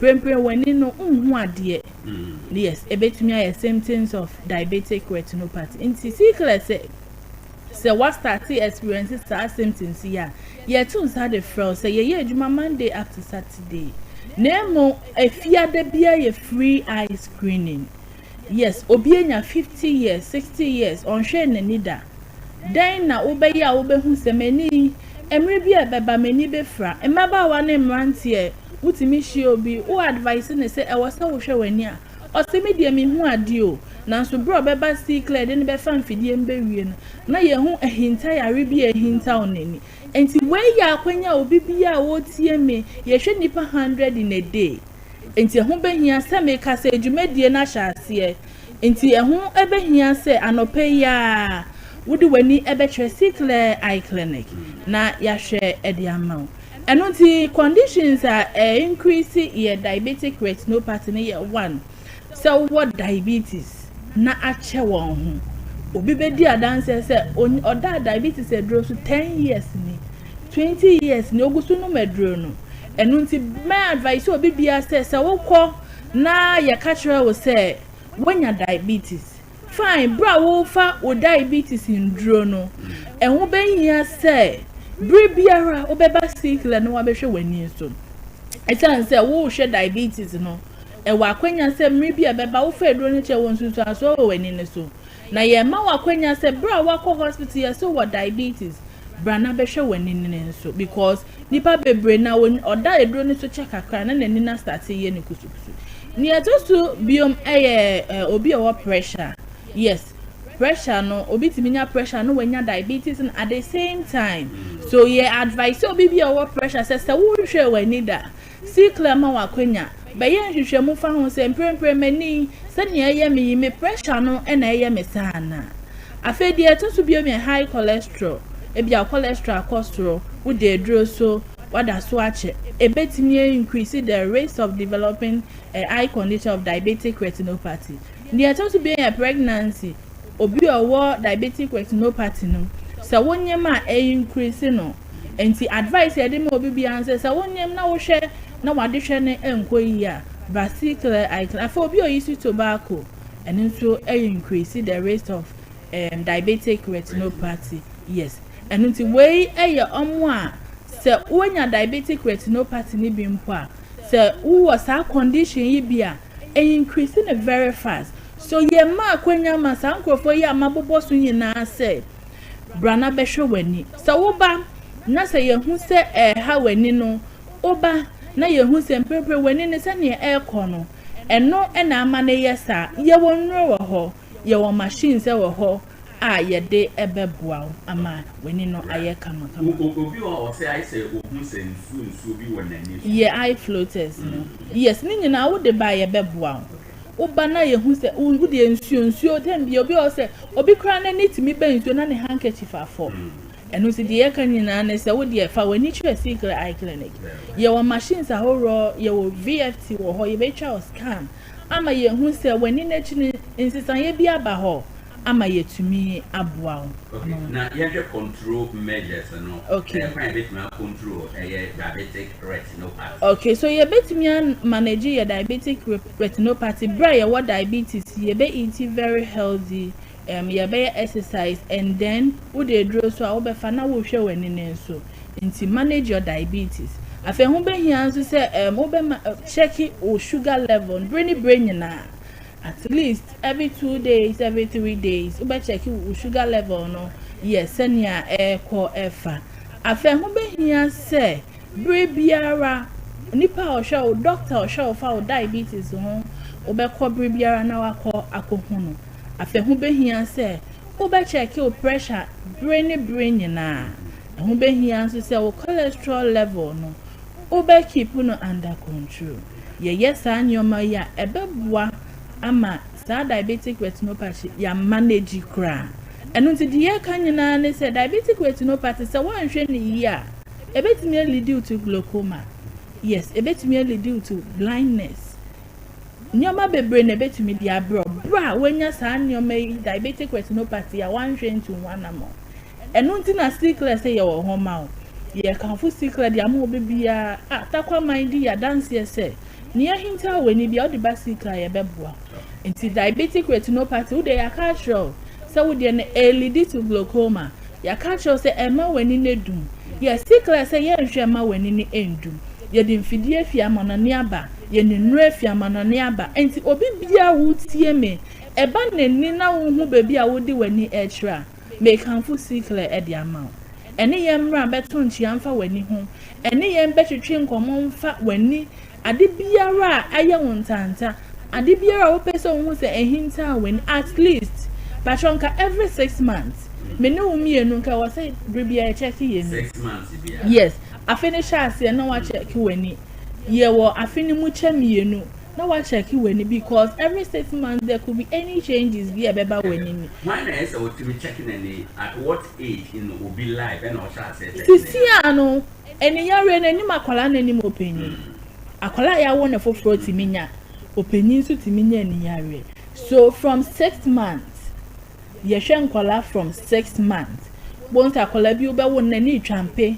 nani ne keka no nani no enko ye mfa ma o sickle say ye ma wa kwanya say ne ye mbetwetwe nkomo obi a wanyi o ya babawa o ya at least o dear once a year or twice a year be check wani no ne hu eni hinta ya rebiara ehinta won dodo na be di adanse say no onimpo say obi nim say ete ba nani so be wo ba sickle no ye tire wo say emi bi e beba bi ete beba wani so enti mayambo ye say ebia wanya glaucoma unim te dachi bi wani be fra enu nti bra fidia be bra sickle di nuane nura be bra sickle wo ho ma ye de machines abe utina se ama wani ne dumana da bi maintenance enu nti ye show bibie num ye adwuma Mondays up to Saturdays but every Friday ye ma wakwanya enne nkola na makwan ene abusuamu ni nyina ene ya bi potimi ye hereditary se me na bi nya glaucoma there is some instrument bi wo ho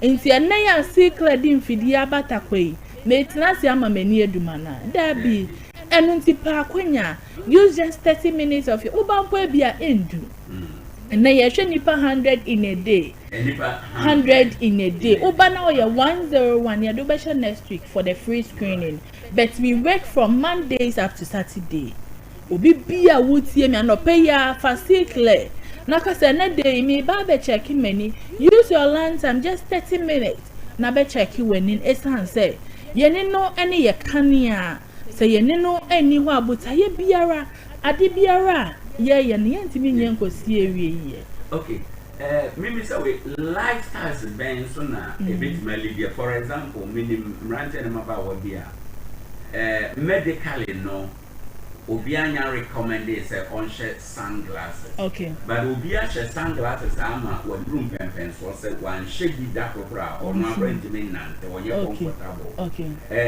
how be as far as ye need concern wow sunglasses ni wo mu ahoro if you can advise obi a say one e bia no nante ewia ne so na ni ntumi two ade ehwe na ni ntumi nti no no akoto sunglasses na ohye so when you come to see clear now wo ba na wani ni ehwe problem bi eni ho we are in a mining and farming community there are certain chemicals bi enam from mema yehu so you prefer wearing sunglasses to protect your eyes but see clear advice so say answer na wo be share sunglasses wo ba see clear ye be hwe ni a hwe wo type just to protect your eyes. Yes, we are doing our minds, no safety goggles. Ope bibia would be protect when you know, bra we use chemicals. because edwuma na ye no chemicals nyoma bebre na ye use to but what they make an say uba ye wo type a ye de be ma in a form of sunglasses in a form of protection e wo bra wa ba de ye ma ni e be boa ama wetumi ahye me share television na say me feeling uncomfortable with the light of the television no okay medically me wo how okay obi wo ho na nani na ye sensitive to the light so oba ye di mfidie be hwe normally nipa ne ba na o man photochromic lens blue block lens not it's not even nature of really comfortable ebi o ho na nye drone po just protecting your eyes from the digital devices ye nyina ye nim say enemre mu we are all using digital devices so nipa na use phone obe use a laptop adibi ye digital na ye use na yen kan hu say bra eboa ye so won susu anso so obi timi na laptop echi anopa kosi enwumre for almost 10 good years not echi we obi outai si computer ni ade utai na TV echi wo de ne say wo CCTV echi from anopa to enwumre yen kan hu say yet na echi cha e won susu anso so ni ye be ne say ye wo glasses say ye protect ye ni ye find blue block lens me TV echi cha obetimi ahye a protect when me use phone me laptop adibi a digital device no e wo homa wo so wo dey be protect when afa no so betimi use ama baby am futuro ewia wo na o dey protect when then I think say obi aba e was say obi a wo use digital devices bia no wo dey wo ba na wo check when ni we na problem no you can recommend it say me pay baby am dey be protect many from my digital devices are debia right me used to Rita and for one of them but I said very soon the year whatever much they baby amu and okay see clear eye clinic e water Tarkwa new Atuabo opposite Bethel Methodist Church yes wafaka no o dey also call new site Bethel Methodist Church ne opposite and na ye wo ye ejuma Mondays up to Saturday afei so fiada bia ye free eye screening ye Tarkwa new Atuabo opposite Bethel Methodist Church nti eya kwanya ma say ne faka na bra na ne ye betwetwe nko ye de ye numbers betudwa bebiara wo hu say obi ani enko yie no me kanfu see clear eye clinic e de amane say ka hwe ne say on fam bra no ba Sikle won fidia ye de beboa no amanani no aye kama ye number ne ye 020 497 3589 020 497 3589 and 0557 058 357 0557 057 058 357 and 0204 973 589. I think you a driver for what we used to lines and before once and I'll be called DVLA no. Who be here say obe fascicle why you DVLA eye test and sana wa call DVLA office. Yes, and who be here pa because who cause why you beka say kwa your eye test no but to be to me aye before ansana odi akọ after de ba akọ ne say e bia wo fie untimi mba ya so ba pa say ye home service ye be hwe wo fie ye be ya ma o ye company bi asori kuo anase kuo bi a wo pesa wo to nsa frɛ ye mbema mo talk nyenye free eye screening and farmer mo secret e wo ho de ma afi so ani de sem say secret say ye de ya crack contact lenses say de aba yes so wo ye wedding wo ye program bia o pesa wo share contact lens a enfant so anso boni bia embre wani yes and then obi kokwan ho no akwa to best secret say the prescribed one aba a wo ba ye be fix ya amount and this assurance of God we are so boni bia and so obi bia wo ni obi o share contact lens recommend the secret farmer say ye de bia fiamona ne aba ombra na ombenye bimfa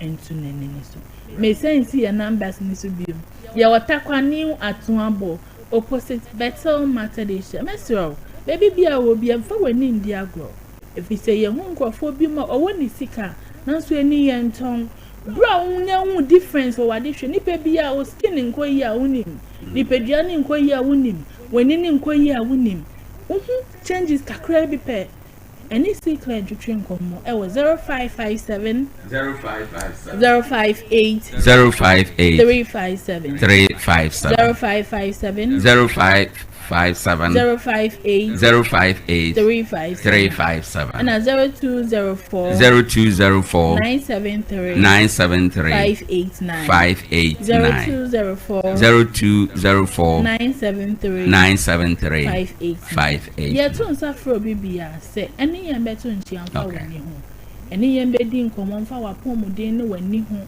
na yammo ama wani no enye kamaka see class a better vision for Grace Life. Yeah, sure, baby, and so be baby dinner, and then Friday, a free eye screening. Right. And that's it. And the rate I answer that's we bring. I mean, sure. Everything for.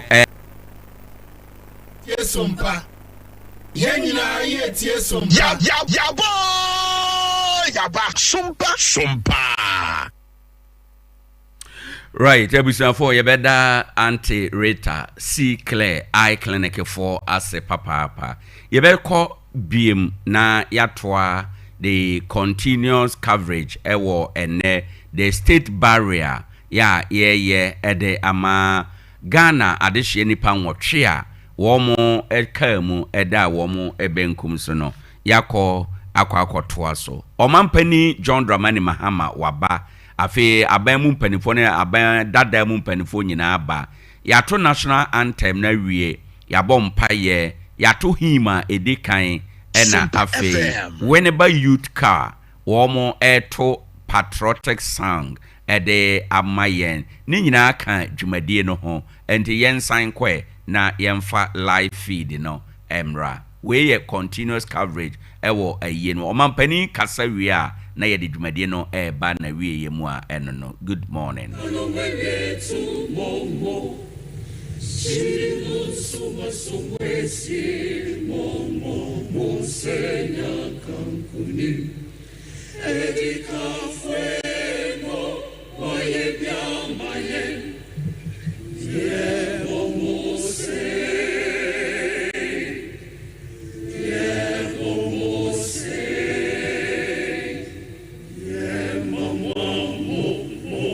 One 101.1 FM.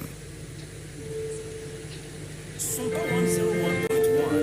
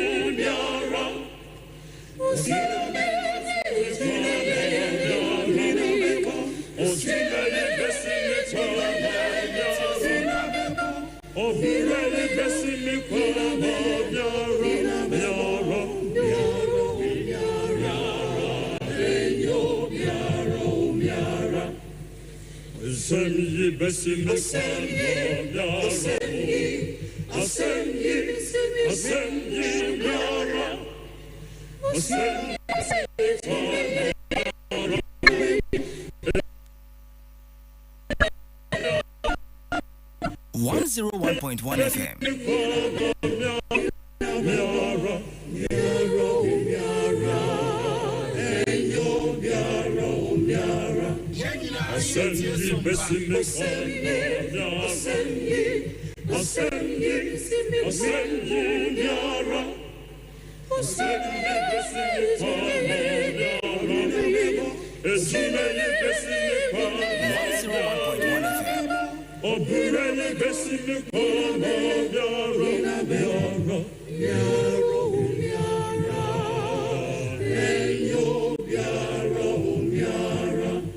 101.1 FM.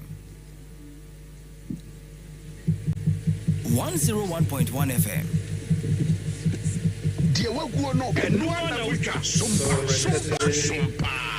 We invite the Chief Imam to give us the opening prayer.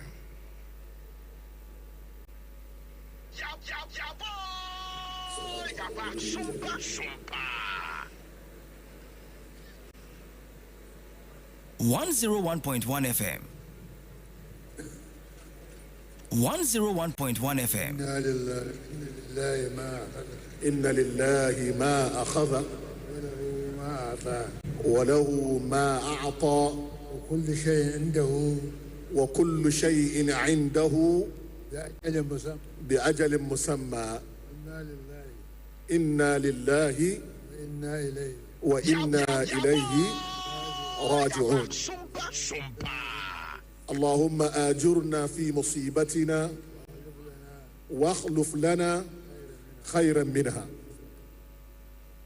Unto Allah belong that which he takes, and unto him belongs that which he gives. Unto Allah we belong, unto him is our return.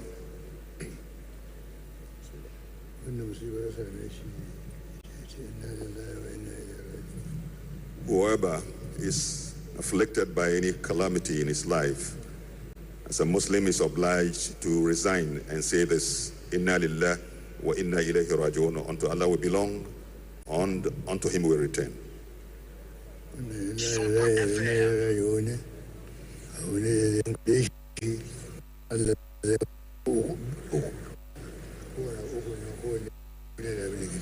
Wannan inna lillahi wa inna ilaihi raji'un, idan musiba ta sami mutum ka fade shi, Allah zai maka abu uku, kowane abu ukun nan duka yana da girma, ya fi duniya duka kuma girma.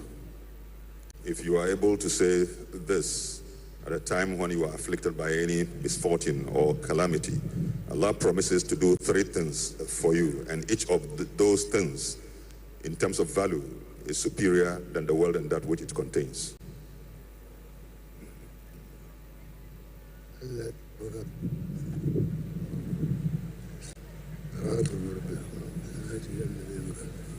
Na farko, Allah zai maka salawatun salloli da yawa.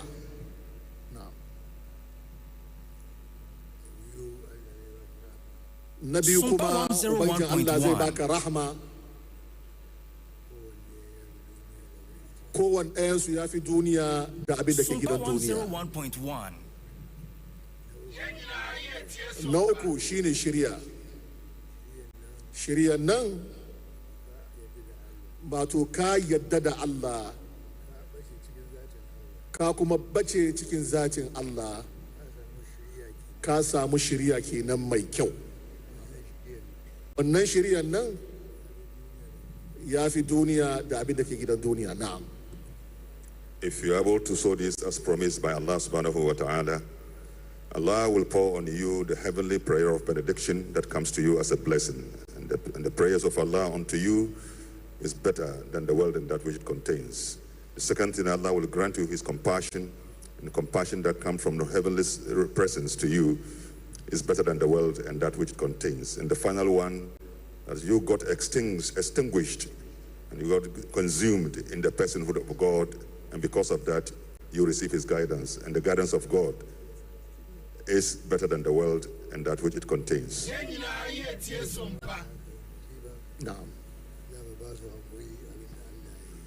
Mali ce wa'anga yan waye mu da su koma zuwa ga Allah su duka zai ba da hakuri ga yan waye mu da suka rasa yan wansu kan wanga musiban da ya same su. To all the families that have suffered this great loss, what can we say except to give them words of encouragement, that may Allah grant them the fortitude and the patience to be able to go through this agonizing time. Su gane su da kansu family ba su saura, waɗanda suka wuce su ma sun wuce, mu dukan mu ba wanda zai saura. Mu duka da kuma yau muke musu ta'aziyya, mu ma ba mu saura, mutuwa ya kai gare mu.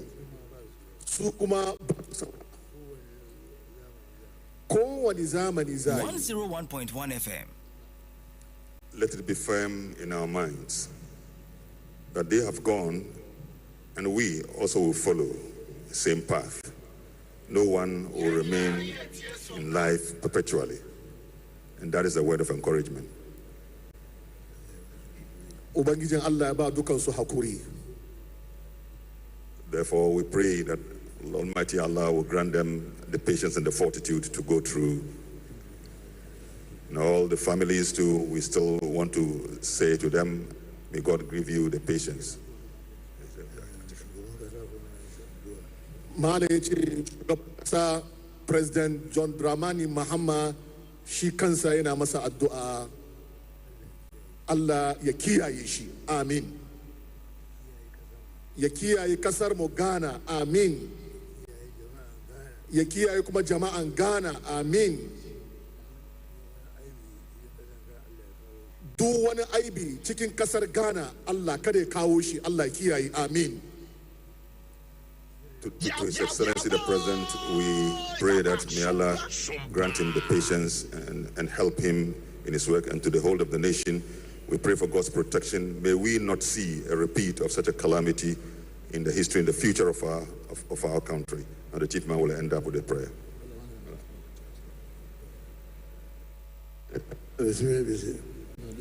لمنزلنا بسم الله الرحمن الرحيم لمنزلنا هذا القرآن على جبل لرأيته خاشعا متصدعا من خشية الله وتلك الأمثال نضربها للناس لعلهم يتفكرون والله الذي لا إله إلا هو عالم الغيب والشهادة هو الرحمن الرحيم والله الذي لا إله إلا هو الملك القدوس السلام المؤمن المهيمن العزيز الجبار المتكبر سبحان الله ما يشركون والله الخالق البارئ المصور له الاسماء الحسنى يسبح له ما في السماوات والارض وهو العزيز الحكيم.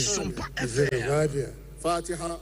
بسم الله الرحمن الرحيم. الحمد لله رب العالمين الرحمن الرحيم مالك يوم الدين إياك نعبد وإياك نستعين اهدنا الصراط المستقيم صراط الذين أنعمت عليهم غير المغضوب عليهم ولا الضالين آمين. نعوذ بك من شر كل جاهل ماكر وسير كل ساهر وبغي كل باك وحسد كل حاسد وقدر كل قادر وكيد كل كائد وعداوة كل عدو. اللهم بك رسول على الأعداء والقرناء وإياك ندعو إلى الأئمة والأولياء.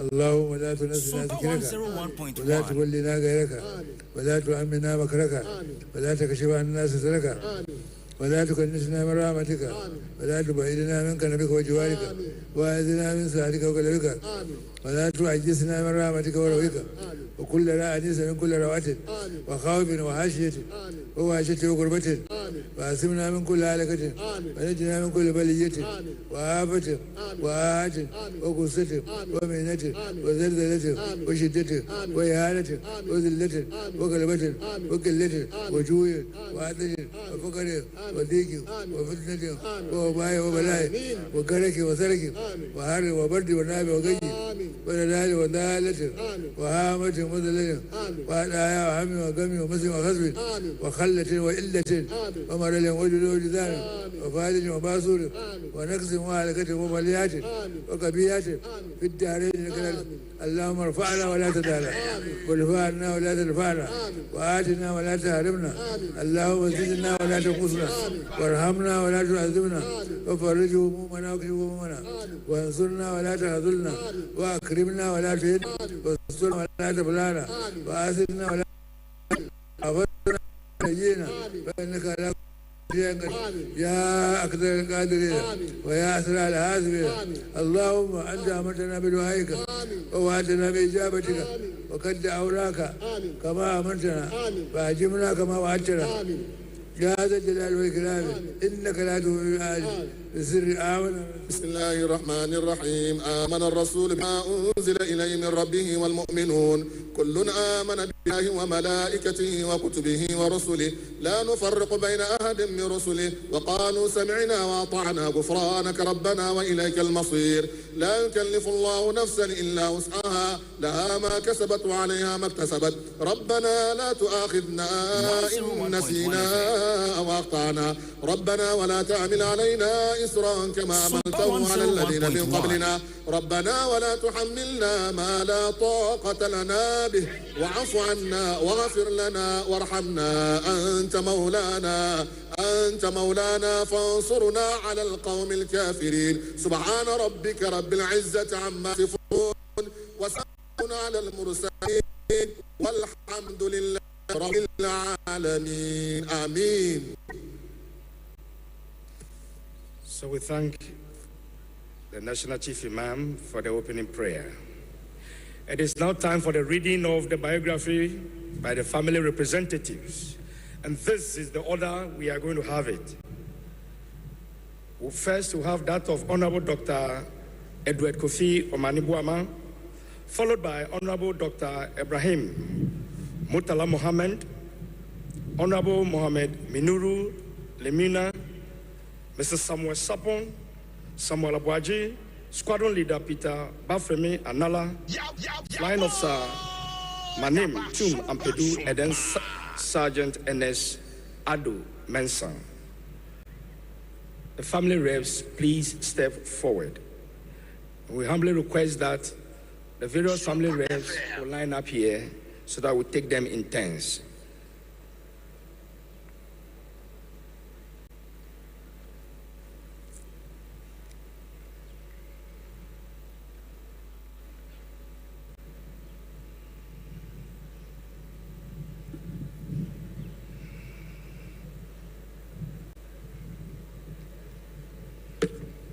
Sompa 101.1.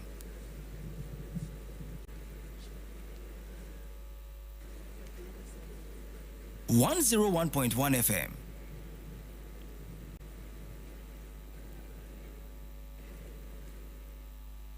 Afedia Sompa no trendy. Sompa is trending and trending and trending. Of Dr. Edward Kofi Omane Boama. I have fought the good fight. I have finished the race. I have kept the faith. Now there is in store for me the crown of righteousness, which the Lord, the righteous judge, will award to me on that day. 2 Timothy 4:7. Dr. Edward Kofi Omane Boama was more than a name in Ghana's history. He was a man whose life was defined by service, by integrity, and by an unwavering commitment to the betterment of his country and its people. A devoted husband, a loving father of three. He lived with humility and purpose, leaving behind a legacy that will inspire generations. Born on December 26, 1975, at Nkoko Holy Family Hospital to the late Mr. Edward Kwame Omane and Madam Letitia Asante. Kofi hailed from Koforidua Efijase and Kwel Obomin. Baptized at St. George's Catholic Church in Koforidua, his early life was shaped by discipline, humility, and faith. Kofi began his schooling at Koforidua Presby School, continued at Nana Kweku Boateng Experimental School, and in 1989 entered Pope John Senior High School. His pursuit of excellence led him to the University of Ghana Medical School, where he graduated as a medical doctor in 2006, and later in 2018 earned a master's in health policy. From his youth, Kofi showed remarkable leadership as president of the National Union of Ghana Students in 2002. He championed educational reforms, playing a pivotal role in the creation of the Get Fund Act, a policy that has transformed access to education for countless young Ghanaians. His work in medicine reflected his compassion. From volunteering after the tragic May 9th Accra Sports Stadium disaster to leading national immunization campaigns and serving patients at the 37 military hospital, his service was tireless and selfless. Kofi's journey from medicine to public service was marked by distinction. He served as Deputy Minister for Environment, Science and Technology, Deputy Minister for Youth and Sport, and later Minister for Communications. In these roles, he led transformative initiatives, rolling out the 4G LTE network for security services, establishing the National Computer Emergency Response Team, launching the Child Online Protection Framework, and through the Master's Scholarship Scheme, empowering over 41,000 students. His free laptop project brought technology to thousands of teachers and learners. During the 2014 Ebola outbreak, his decisive leadership safeguarded our nation. Internationally, he represented Ghana with honor, addressing the United Nations General Assembly, serving as Vice Chairman of the UN Commission on Science and Technology for Development, and contributing to global climate change and public health strategies. Politically, he was a strategist. As the first combined director of elections and IT for the National Democratic Congress, he introduced systems and strengthened electoral processes. In 2025, he was appointed Minister of Defense, where he worked tirelessly to improve the welfare of military personnel and ensure transparency in defense operations. Beyond titles and offices, Kofi was a man of intellect and passion. He loved books, reggae music, and football. A loyal supporter of Accra Hearts of Folk and Arsenal FC. A gifted writer with works on education, leadership, and politics. And in an unfinished biography of the late President John Evans Atamils among his final projects. In every sphere, medicine, politics, community service. Dr. Kofi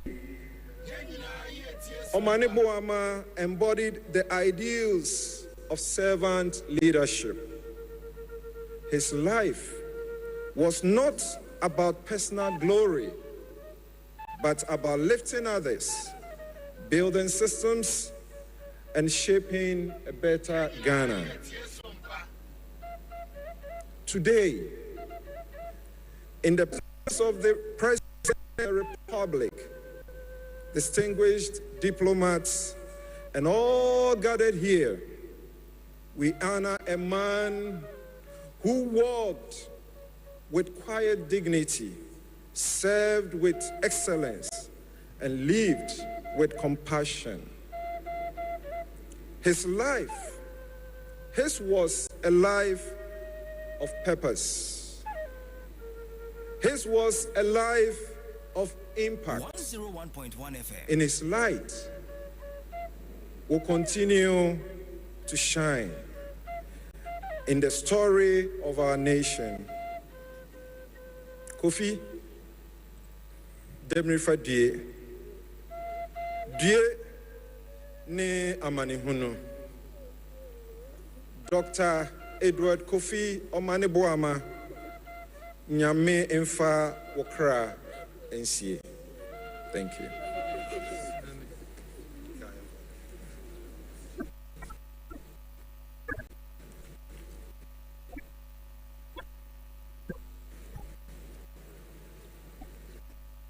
Thank you very much.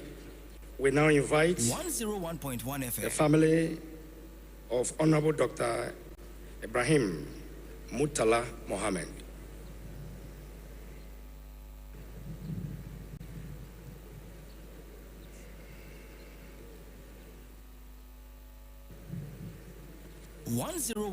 FM.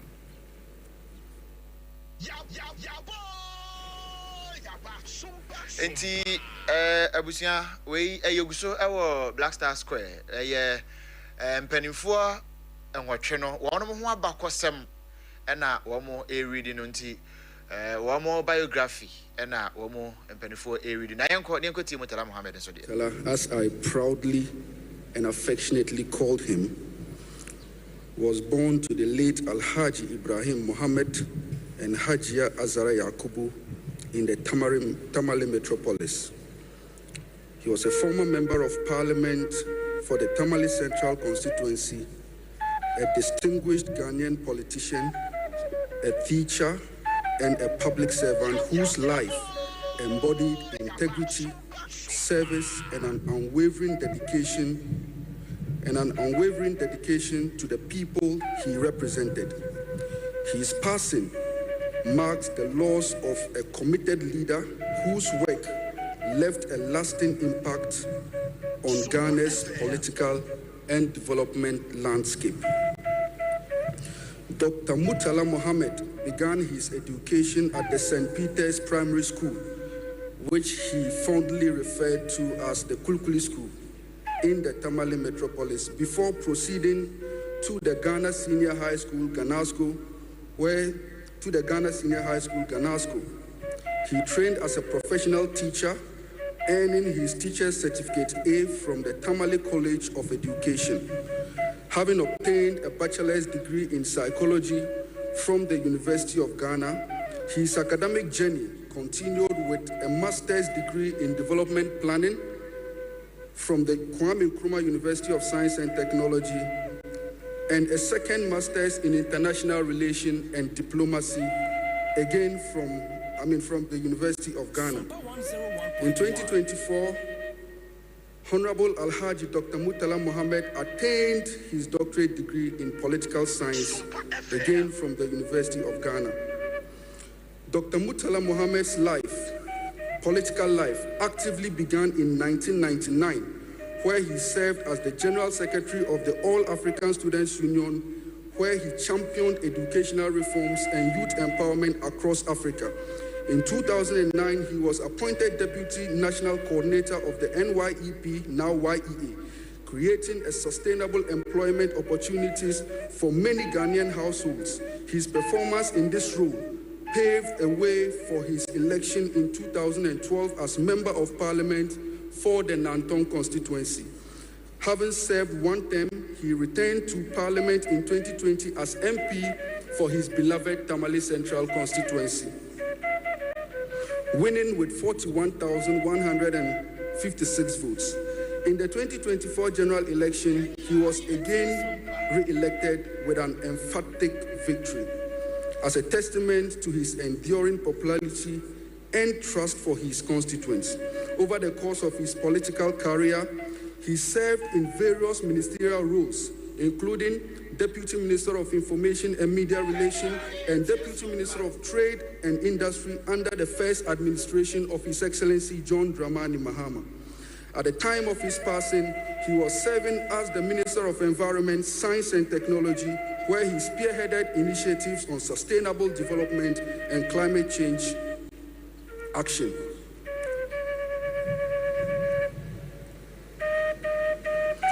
The late Honorable Alhaji Dr. Murtala Mohammed will be remembered as a principal leader, a voice for the voiceless, a tireless advocate for development. His life's work in education, governance, and community empowerment continues to inspire and will remain etched in the hearts of the people of Tamale Central and the whole of Ghana. Thank you very much.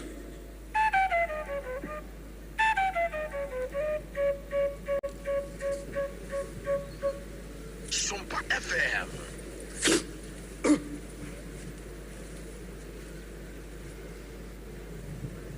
Thank you. We now invite the family of Honorable Mohammed Minulu Lemuna to give us their biography. Abusia akwaya hosem papa ewo Black Star Square. Enti Dr. Murtala Mohammed na abusia for and cooking kind of honsem no na say Dr. Miniru Mohammed ono nso so na abusia na eko na ono nso cooking kind of honsem de akire oman. 101.1 FM. Biography of Honorable Mohammed Muniru Lemuna, Sandape Rabu Lenso IV. Honorable Mohammed Muniru Lemuna was a distinguished Ghanaian public servant and administrator whose life embodied unity, humility, philanthropy, faith, and a deep commitment to national service and human development. Born in Wa in the Upper East region to the late Alhaji Langa Lemuna and Hajia Hawa Sole, he was the second of 6 children. His life journey reflected perseverance, leadership, excellence in government, and community service. He began his pre-tertiary education at United Primary School, then to Tamale, then to Vetin Experimental JHS, to Damango Secondary School, and then to Tamale Secondary School for his A-levels. Later, he earned a BA in Humanities from the University of Ghana, a postgraduate diploma in public administration from JIMPA, an MSc in Health Policy, Planning and Financing from the University of London, University of London's London School of Economics, and a postgraduate diploma in the London School of Hygiene and Tropical Medicine. With over 30 years in public service, Honorable Lemuna held several transformative positions. As Minister of Food and Agriculture, he introduced strategic reforms to modernize agriculture and improve food security. He laid the foundations for the Ghana incentive-based risk sharing for agricultural lending and conceptualized the farmer service centers to provide mechanization, credit, extension services, and market access.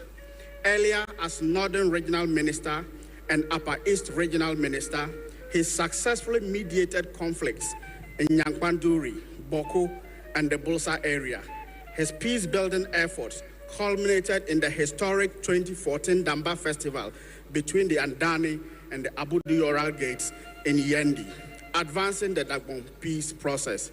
He also oversaw the construction of 6 traditional homes as part of the roadmap to peace building in the Dagbon crisis, and mounted a formidable attack on the menace of cybercrime, aka Sakawa, in the region.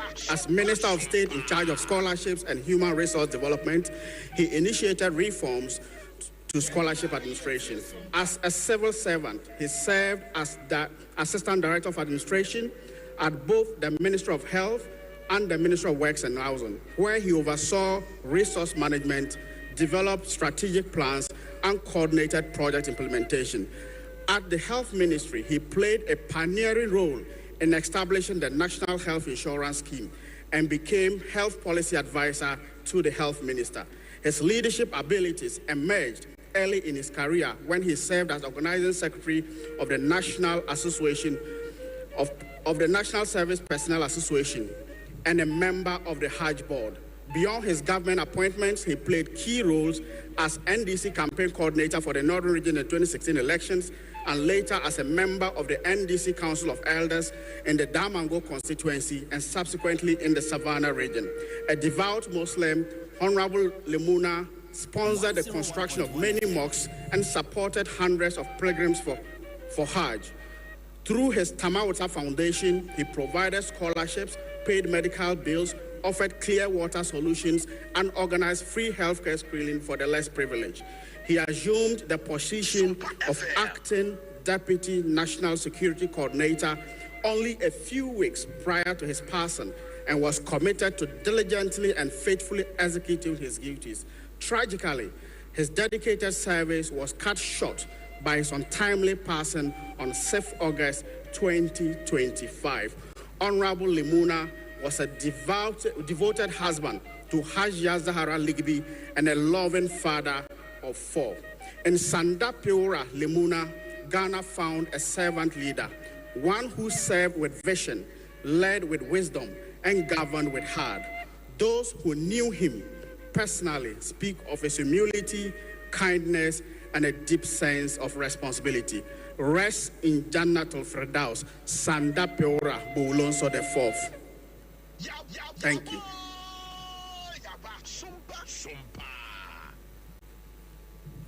Abusia, we nso Alhaji Miniru Limuna Muhammad, Dr. Ekanedine ho. Ono nso ne biography and abusia for Samuel Sapo. Abeken kind nti ye hwe se abusia baba Abeken kind Dr. Samuel Sapo. Ono nso ne ho nsem ede ama aye Sompa 106.5 FM Accra. With me join here e Facebook Sompa 106.5 FM Accra. Job chapter 14, verse 1 and 2. Man that is born of a woman is of few days and full of trouble. He cometh forth like a flower and is cut down. He flees also as a shadow and continues.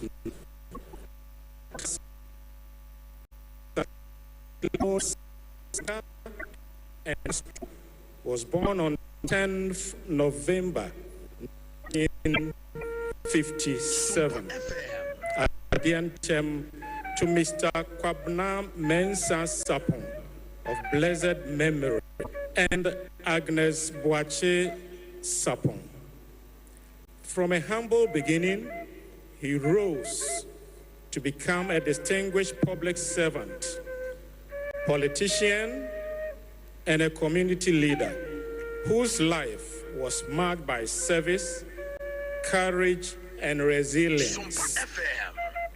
His early education took him through Adadiantem, Besiase RC, Seshuyoso, and finally, Isase Middle School, where he completed his basic schooling. He proceeded to Osei Tutu Secondary School, then to Wesley College, where he was trained as a teacher. He was a cross-country runner, and a high jumper. Upon completion, he taught at Jabin Secondary School from 1981 to 1982 as a physical education teacher and Asantichi. Dr. Sapong's leadership qualities quickly became evident, earning him a role of PDC coordinator for Ejusu Jabin district. He coordinated a program of action to mitigate social cost of adjustment, PAMSCAD. His pursuit of learning and specialized knowledge led him abroad, first to Cuba, where he studied criminology, and later to Bulgaria for further studies. His professional career was diverse and impactful. He served with the Special Branch, now BNI, the Ashanti Regional Investigation Committee, ASHRIC, which later became the Serious Fraud Office, and subsequently the Economic and Organized Crime Office, YOCO. He also served as acting director of SFO for the Northern Sector, covering Ashanti, Bono Ahafo, Northern, Upper East, and Upper West regions. In politics, Dr. Sapong held numerous leadership roles, including mayor of Kumasi 101.1 FM.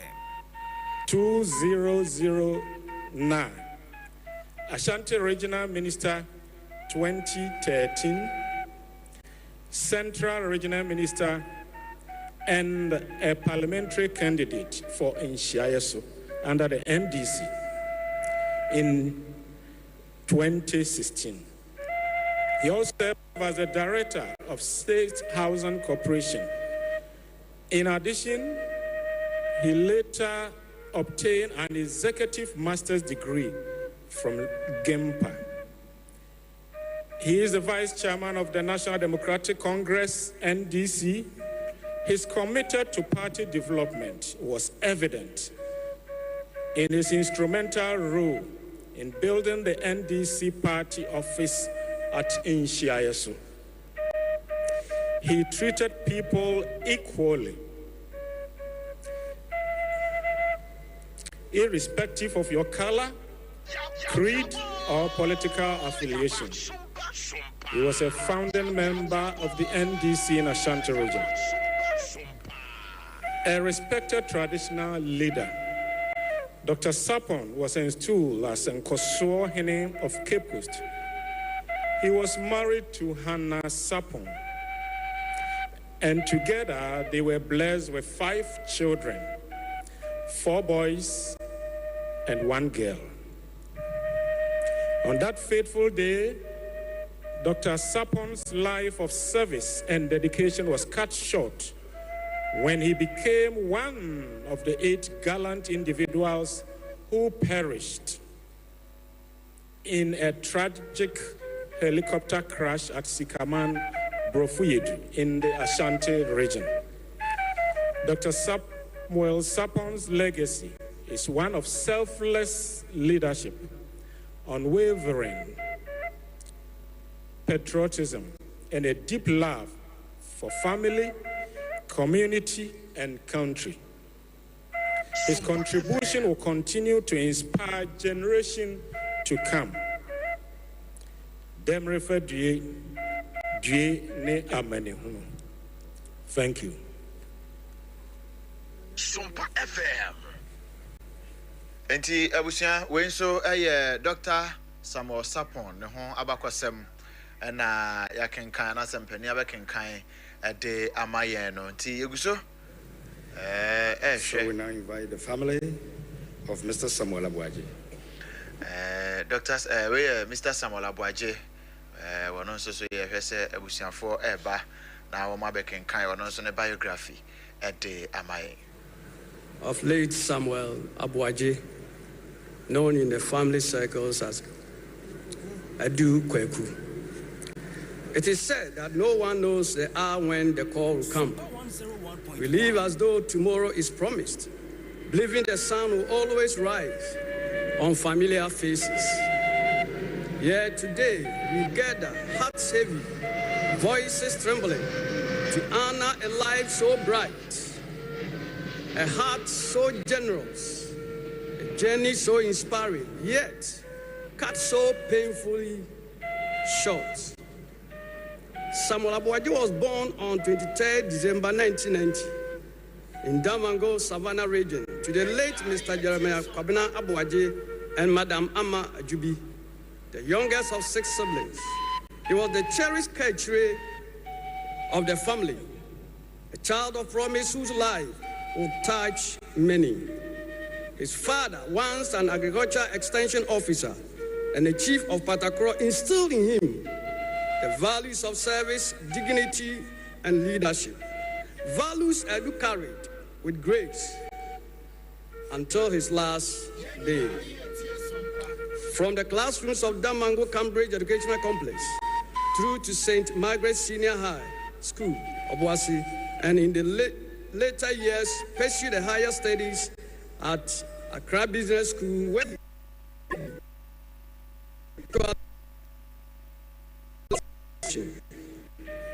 Adu's faith was the anchor of his life. Baptized into the Church of Pentecost in 2005, he lived his Christian walk with boldness and joy. In the world of business, Adu was full of vision. His ventures took him to Germany, the United Kingdom, and the United States. During this period, he also served as a FIFA licensed agent, engaging in international sports management and building a valuable global networks. In 2017, he returned home, not to chase comfort, but to give back. He built relationship, created opportunity for the youth, and dreamed big for Adansi. Politics for him was never about power. It was about people. He stood as the NDC parliamentary candidate for Obuasi East in 2020 and again in 2024, winning the hearts of his constituents. Even when injustice threatened to steal his victory, he held on with patience and dignity.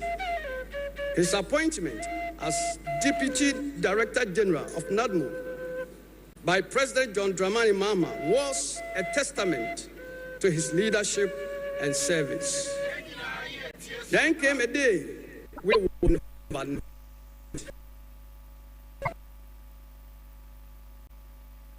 August 2025. The morning began like any other until news broke of a helicopter crash. We prayed.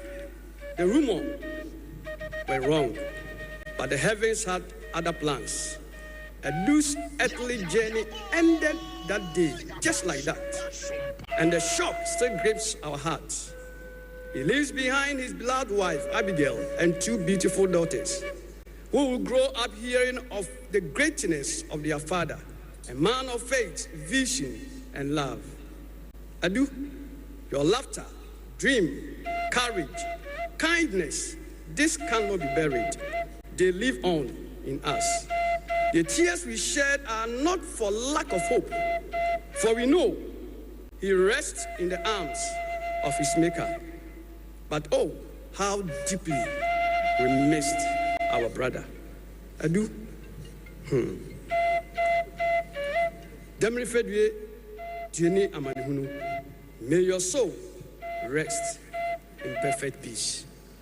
Thank you. Sompa FM. Abusianfo we Mr. Samuel Abuaje, the castle say he was a FIFA licensed agent engaging international sports management into Wabobill FIFA licensed agent. We mo dia na Safo Kantanka mo na tai no mo dele. Bafemi Anala. Inti ko na akwa kwetie squadron leader Anala Peter Bafemi ono so na busia ni ambeka e dia fa ne ho.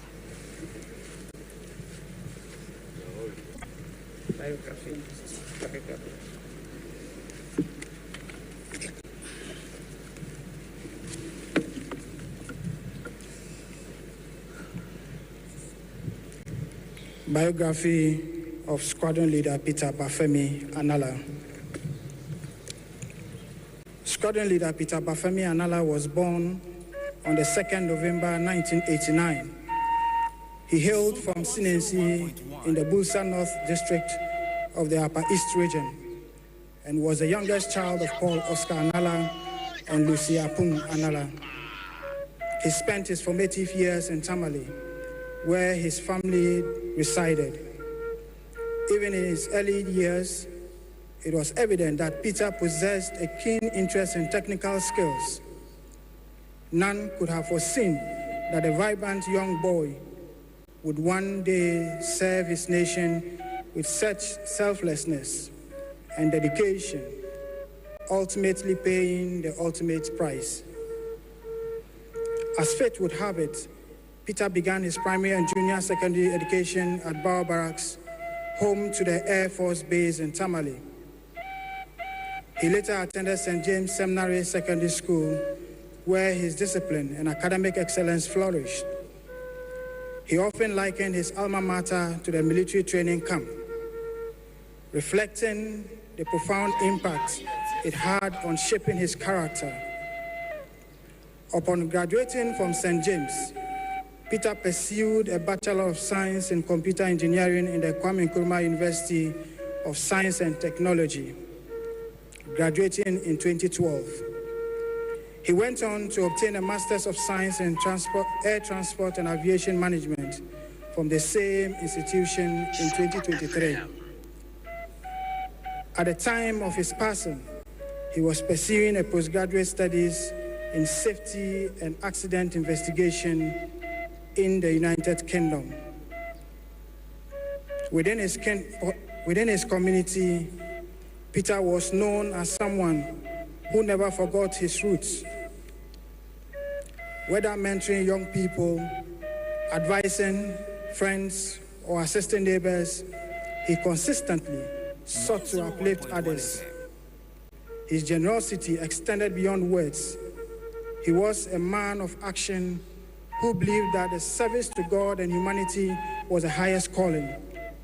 Though his career in the Ghana Air Force brought him recognition as a skilled pilot and dedicated officer, Peter's true legacy lies in the relationships he built and the lives he touched.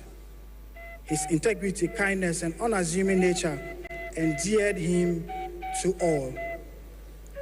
Peter is survived by his wife Esther and their daughter. Despite the demands of his career, family remained the cornerstone of his life. He loved them deeply and spoke of them with warmth and pride to all who listened to him. A baptized and confirmed Catholic, Peter held deep devotion to Blessed Virgin Mary. His faith guided his principles and approach to life, and he remained steadfast in it until the end.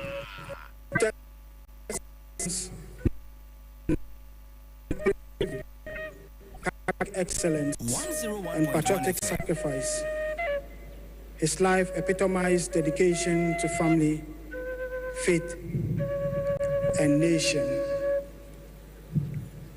We celebrate the life of a man who, though gone too soon, lived fully and left an indelible mark on every heart he encountered.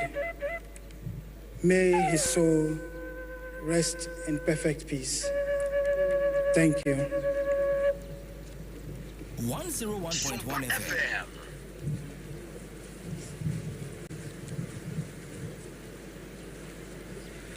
Thank you very much. We now. Enti ebusuafo we a continuous live coverage our state funeral in honor of enipa nwotwe a wohwere won kwa anano no yegusuada ehwe enche omampani bekasa omampani ekasa wi a na afei kwan mu atene sɛ wɔn bɛkɔ amusieyɛ ɛno na ze say flying officer Manen Twum Ampadu n'abusua ɛna akasɛi yɛbɛsɛn akɔ hɔ ebiem na yɛde tribute aka no abrɔ na yɛguso a yɛkaka wo sɛ ade akye bia ade bi akye mu nsɛm no na yɛde ma Friday edition no enie yɛnsan kɔɛ na yɛnkɔfa de aka no emra. On January 17, 1995 in Accra to Reverend McDouglas Emmanuel Ampadu of Aduamoa and Mrs. Patience Ajele Ampadu Ni Ablo of Teshi. Born into royal lineage from the Etina clan of Aduamoa, he was named after his paternal grandfather, Isaac Kojo Mensah Twum. He was raised in Abri, where his mother worked at the Presbyterian Women's College of Education, PWC. Manen was the elder of two siblings. He began his education at Chrisland International School, Abri, and later attended Dex International School, Tema, De Bright International, and Feedback International at Nungwa. He returned to Dex International School to complete his junior high education. Manen continued his education at Presbyterian Secondary Tarkwa, the PST Abri, where he developed a keen interest in geography. He proceeded to Kwame Nkrumah University of Science and Technology, KNUST, earning a Bachelor of Arts in Geography and Rural Development in 2017. During his studies, he interned at Ghana Aviation Authority and later completed his national service there. He was driven by his childhood dream of becoming a pilot. Driven by his childhood dream of becoming a pilot, Manen enlisted in the Ghana Military Academy in 2020. A devoted son, brother, and friend, Manen valued family above all. His marriage on April 27, 2024, to Naval Lieutenant Erajua Kumichiremi marked a new and joyful chapter in his life. He embraced his role as a husband with the same commitment and tenderness that characterized all his relationships. Faith was the cornerstone of Manen's life. He was led to the Lord by his father and was baptized by him in 2002. He was a devout fundamental Baptist and an active member of Satan Baptist Church, where he served as his father's armor bearer on evangelism missions. His leadership extended to serving as president of the Fundamental Baptist Students Fellowship, KNUST branch.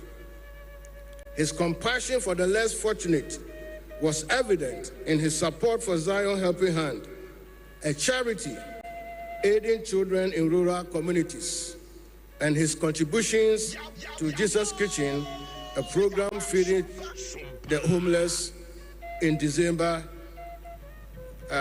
during Christmas.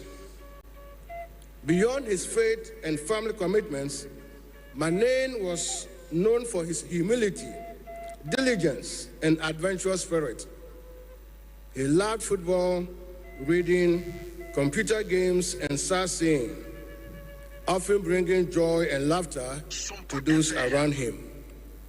Friends and colleagues remember his willingness to help, his encouraging words, and his unwavering moral compass. Although he fulfilled a childhood dream about joining the Ghana Air Force and training as a pilot, flying was only one aspect of his rich and purposeful life. Whether in the cockpit, at home, In church or among friends, Mane's life was defined by service, love, and integrity. His passing is a profound loss to his family, the Ghana Armed Forces, and the nation. But his influence lives on in the countless lives he touched.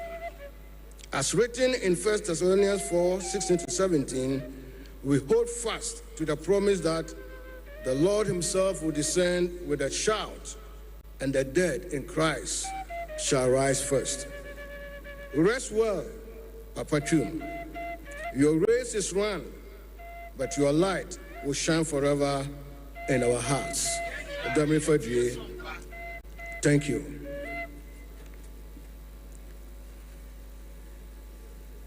Nti abusiafo we nso flying officer Chum Ampadu ono nso ne honsem Mane Chum Ampadu ne honsem Mensa Ernest na abusiafo de abanafe Sergeant Ernest Mensa Adu ono nso ne de na etwaso yi.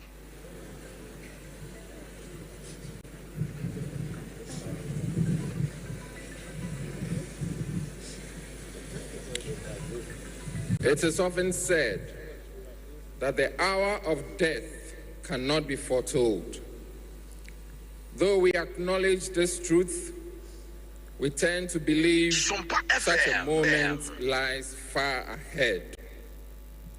Never did we imagine that we would gather today to remember and mourn Sergeant Ernest Ado Mensah, whose earthly remains lie before us, having fallen in line of duty while serving our beloved mother, Ghana.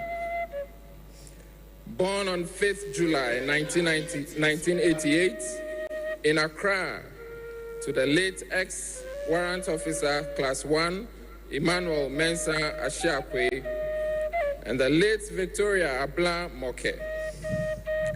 Ernest hailed from Ninyanyo Abintiawe in the La Abafum Kota in the Greater Accra region and Ehi in the Ketu North District of the Volta region. He was survived by 5 siblings: Laurentia Jele Mensah, Stella Jacob Mensah,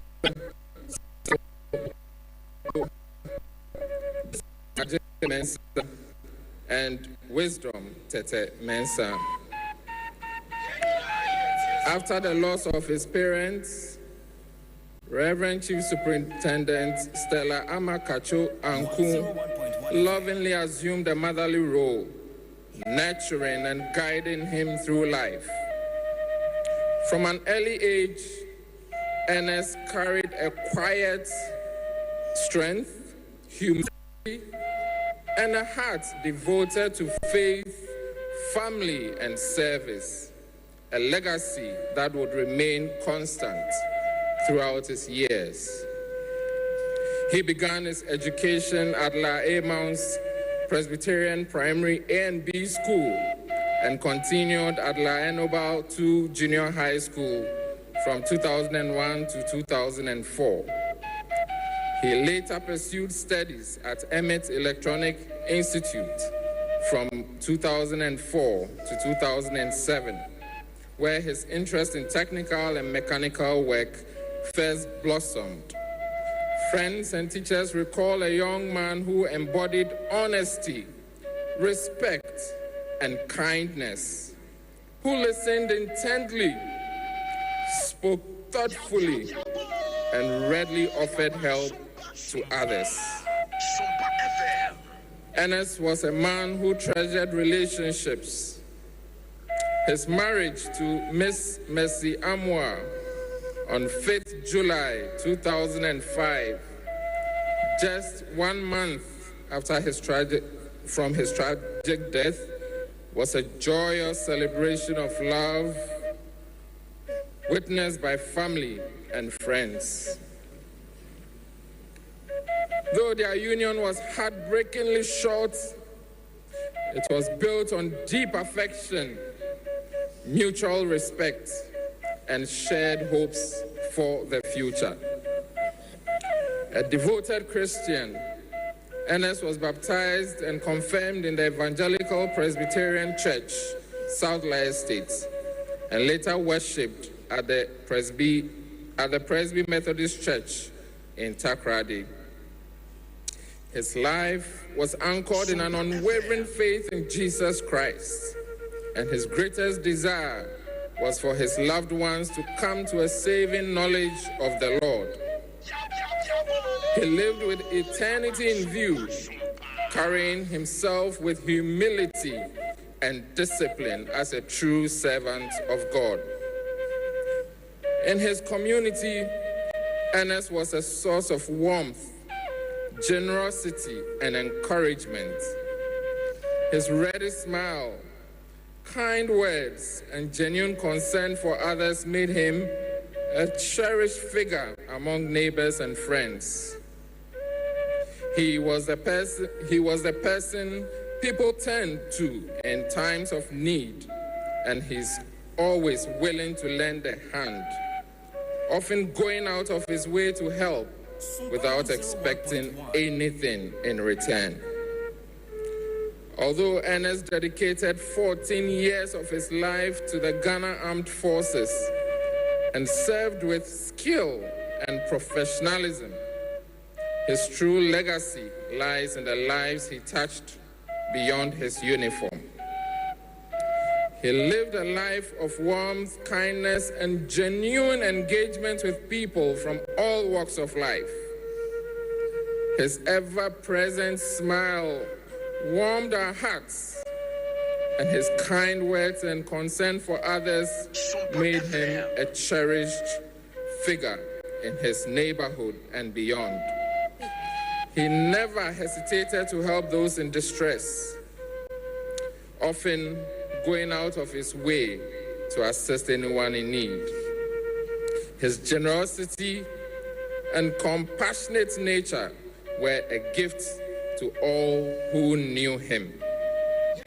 His love for God, devotion to family, and compassion for humanity remain the hallmark of his life. Rest in perfect peace, Sergeant Ernest Mensah Ado. Yahweh Ojogba, faithful servant, your work on earth is done, and your crown awaits in glory.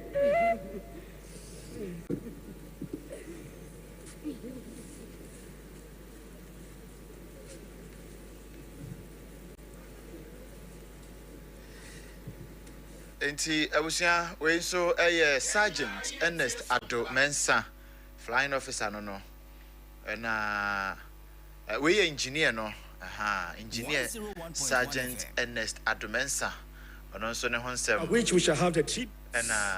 This is how the tributes it will follow the same format. The widows followed by the children, but we humbly request that when the various widows are coming, you come with the children simultaneously. Inti yebe kenkan womo so womo tribute we ye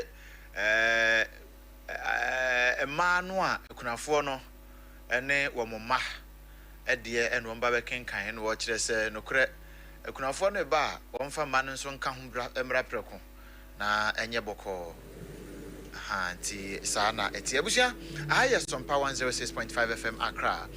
Facebook no Sompa 106.5 FM Accra, and afi YouTube no Sompa FM Live, and also so iregu one afi Sompa ye feed ahodo e wo Ghana ha ene amono ne nyina no so bia fa ne nyina live. There are one TV and so fa ne live e wo ho a e asemanti Black Star Square ena yigina sisi ya de ho amane and so some one afi na wa join ne ne a we a state funeral ediama the gallant 8 nipa memma kantina ngam wotwe a wono mo hwe wono mo nkwa ya na wotwe twa mu no mu ebra na wo mo oman ne ho adwuma ana ema ne koba sa na yen kan busuafo yaw eye yawdie ena oman ne nyina edie eno nti aba ne sei no na ewe so oman ne nyina no dia bombelet boy yem na yesu won a sunu oni hode e de ka ho eno ho adwuma ena yegusu a ewon konwa so a ye no na we no bi kan sa akoba ne sei na ya asedafo adwuma asedafo ayiye we di military for no wo ma yiye no ne ye nti o hwe sesi yi nia ekoso a yentie feed ni kakra e wo Black Star Square.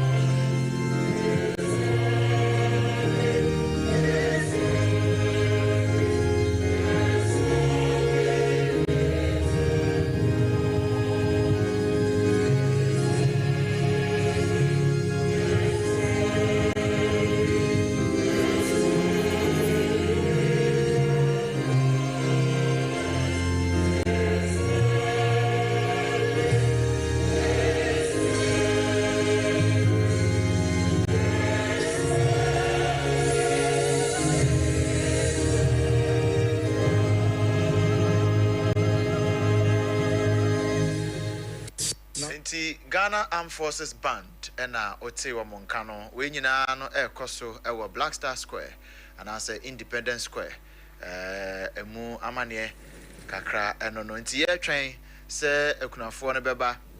Now, also Ababe Reedy, Womo by a tribute, no, and I am a man so do the Akahono. Now, my friend say joining our Facebook and so Sompa 105 FM Accra, Sompa 106.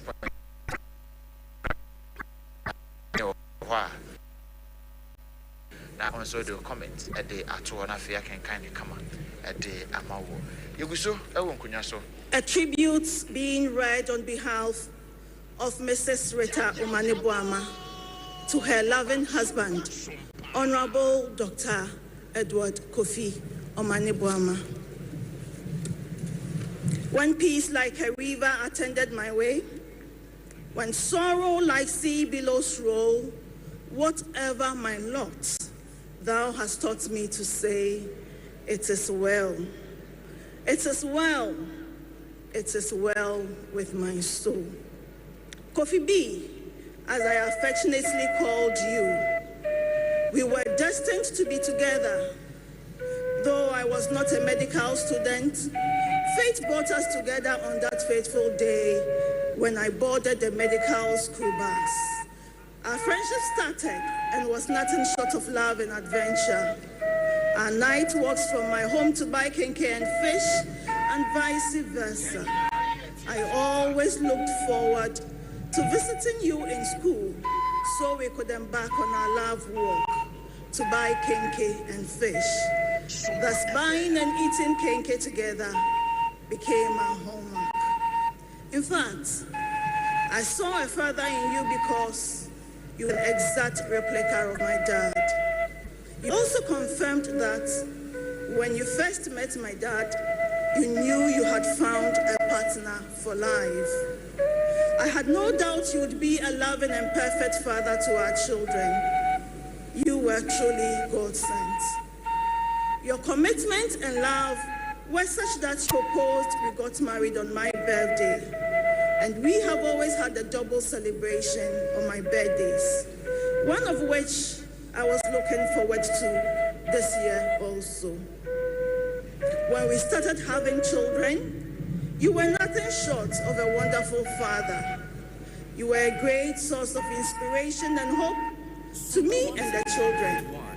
Despite your busy schedule as a medical doctor and later in your political roles, you either bathed the children every morning or dressed them up whilst I bathed them. You were their favorite teacher because you knew their syllabus back to back. You also had a strict timetable for their private study, yet made room for play and adventure. You were truly a family man, a definition of a genuine person with a pure heart of gold. In our years of marriage, you would ask, Rita, what will you do when I am not around? I never answered you until today. I do not have an answer. I will, with God's help, take care of mommy and the 3 kids. Knowing who you are, I believe you'll be looking down on us to guide us through from the heavens. Kofi B, thank you for loving me. Thank you for loving the children. Thank you for loving my family and all who came to know you. God be with you till we meet again. Rest in power, my love. Love always. From your one and only, Abna Rita.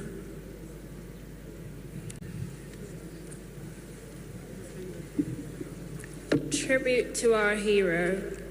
Daddy, we never imagined we would have to say goodbye so soon. You are more than a father to us.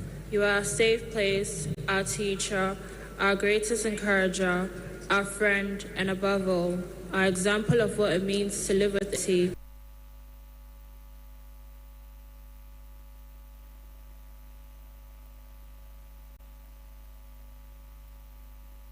.1 FM.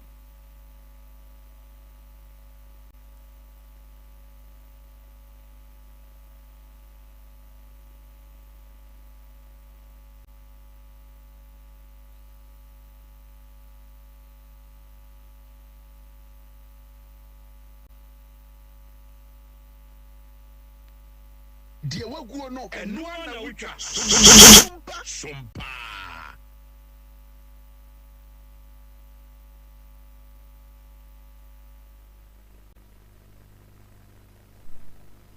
Dear Waguo no, and no one which are Sompa. Ya boy, ya back Sompa. Teu puno enwa naucha Sompa ema akutia pa. Mama was a testament to his leadership and service. Then came a day we will never, never forget. Wednesday, 6 August 2020, helicopter crash. We prayed. The rumor were wrong, but the heavens.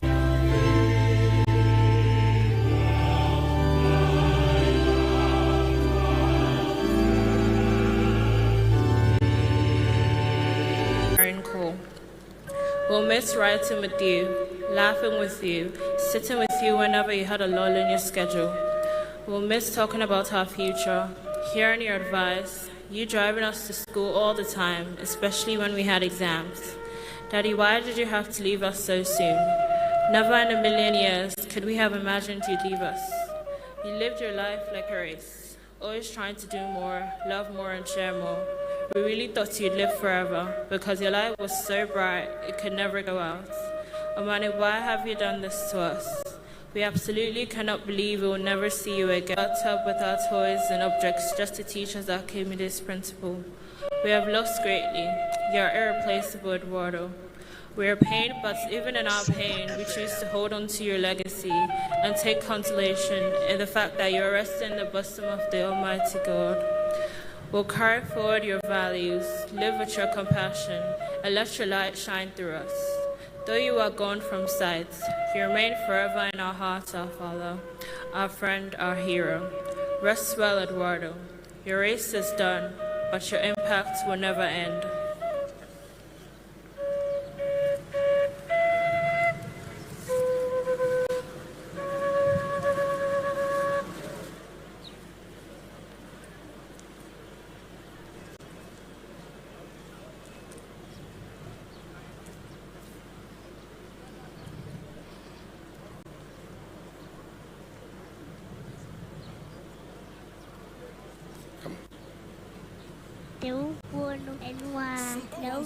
Sompa, Akye Abia.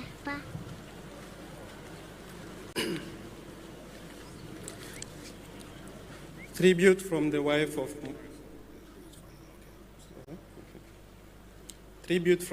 of Dr. Ibrahim Murtala Muhammad. Bismillahir Rahmanir Rahim. Allahu Akbar, Allahu Akbar, Allahu Akbar. To Allah we belong, and to Him is our return. Today, we gather with heavy hearts to honor the life of a man whose presence was a gift to all who knew him, my beloved husband, Dr. Ibrahim Murtala Muhammad. For almost a decade, I had the privilege of walking through life by his side. Together, we raised our beautiful children, and in every step of that journey, he showed me and everyone around him what it means to be kind, patient, and full of love. Muhammad was more than a husband and father. He was a man of deep faith, God-fearing and humble. He lived his life with integrity, always choosing the right path, even when it was not the easy one. He was trustworthy and dependable, the kind of person you could call at any hour knowing he would answer. I remember once an incident on the road. Of course, he was the first person I called. He picked up right away, and I told him my situation, expecting him to come rushing to my rescue. He listened patiently, sympathized, and then said, my dear, the president has called me. At that moment, I realized I wasn't just sharing my husband with friends, family, or the community. I was sharing him with the president of Ghana as well. That was Muhammad, always in demand, always important to someone, but still finding the time to care for his family. His daughters will comb his hair, or perhaps I should say his head, because he had no hair. He loved to play horse with the children. These were the moments I smiled, because then he was not wearing the hat of the Minister of State, but that of a dad instead. He had a wonderful sense of humor that could light up a room, and a heart that was always ready to help. More often than not, he put others before himself. Hardworking and determined, he gave his best in everything he did, not for recognition, but because it was in his nature to serve and to care. Muhammad's life was a blessing to us, and his memory will forever be a treasure. He has left us far too soon, but his love, his laughter, and his example will live on in our children, in our heart, and in the countless lives he touched. Rest well, my husband. May Allah grant you Jannatul Firdaus and surround you with eternal peace. We love you, we miss you, and we will carry your light with us always, inshallah. Daddy, we love you and miss you so much, forever in our hearts. Hadiyatu.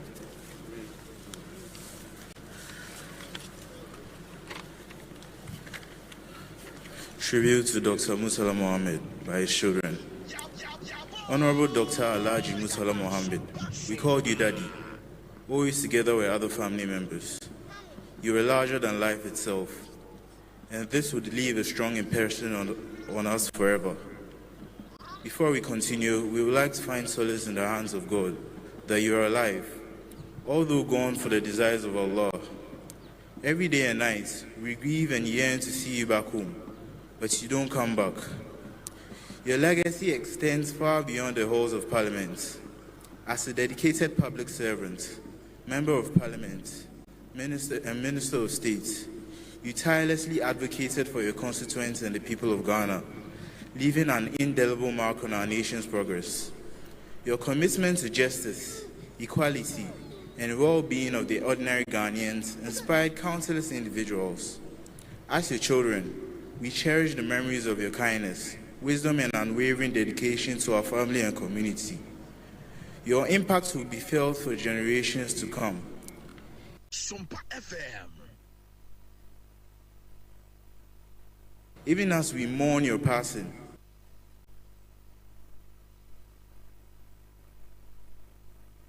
you keep giving us fresh memories of your moments with us.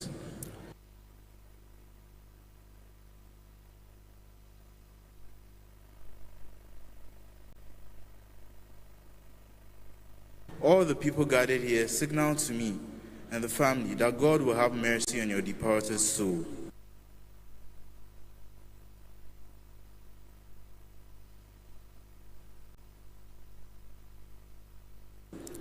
If words, admonitions, testimonies,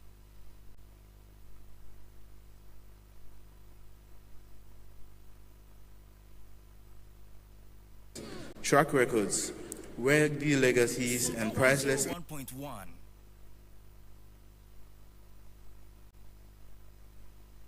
impacts were to be the givers of life, we wouldn't be here to read this painful tribute of your departure.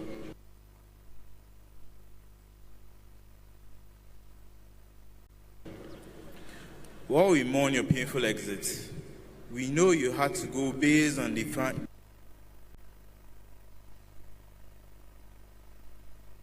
divine rule of God, because we remain mere mortals to his desires and commands.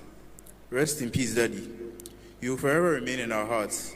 May Allah Almighty grant you Jannatul Firdaus. Till we meet again, fare thee well, Daddy, from us, your children, Sudo, Ruhaina, Hajara, and Amadou.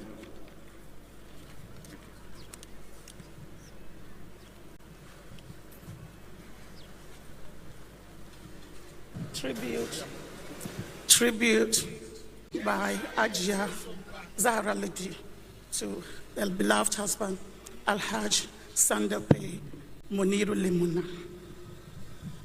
My beloved husband, for the 28 years we walked this journey together, you were my partner in life, my confidant, my counselor, and my trust friend. You were the person I could lean on in my weakest moments, and the one I could laugh with in my happiest days. You gave me love that was constant and deep, and you made our home a place of warm love, mutual respect, and faith. I saw the man behind the public figure. I saw the discipline that guided your actions, the compassion that touched those around you, and the strength that carried not only our family, but the responsibilities of the nation. You bore the demands of public service with patience, diligence, and dignity. Yet, You never allowed that overshadow the love and attention you gave to us as for home. Your gift was not only leadership, it was the ability to make family whatever you want. In every region of this country, your presence was felt and your absence will be deeply mourned. You opened our doors and your heart.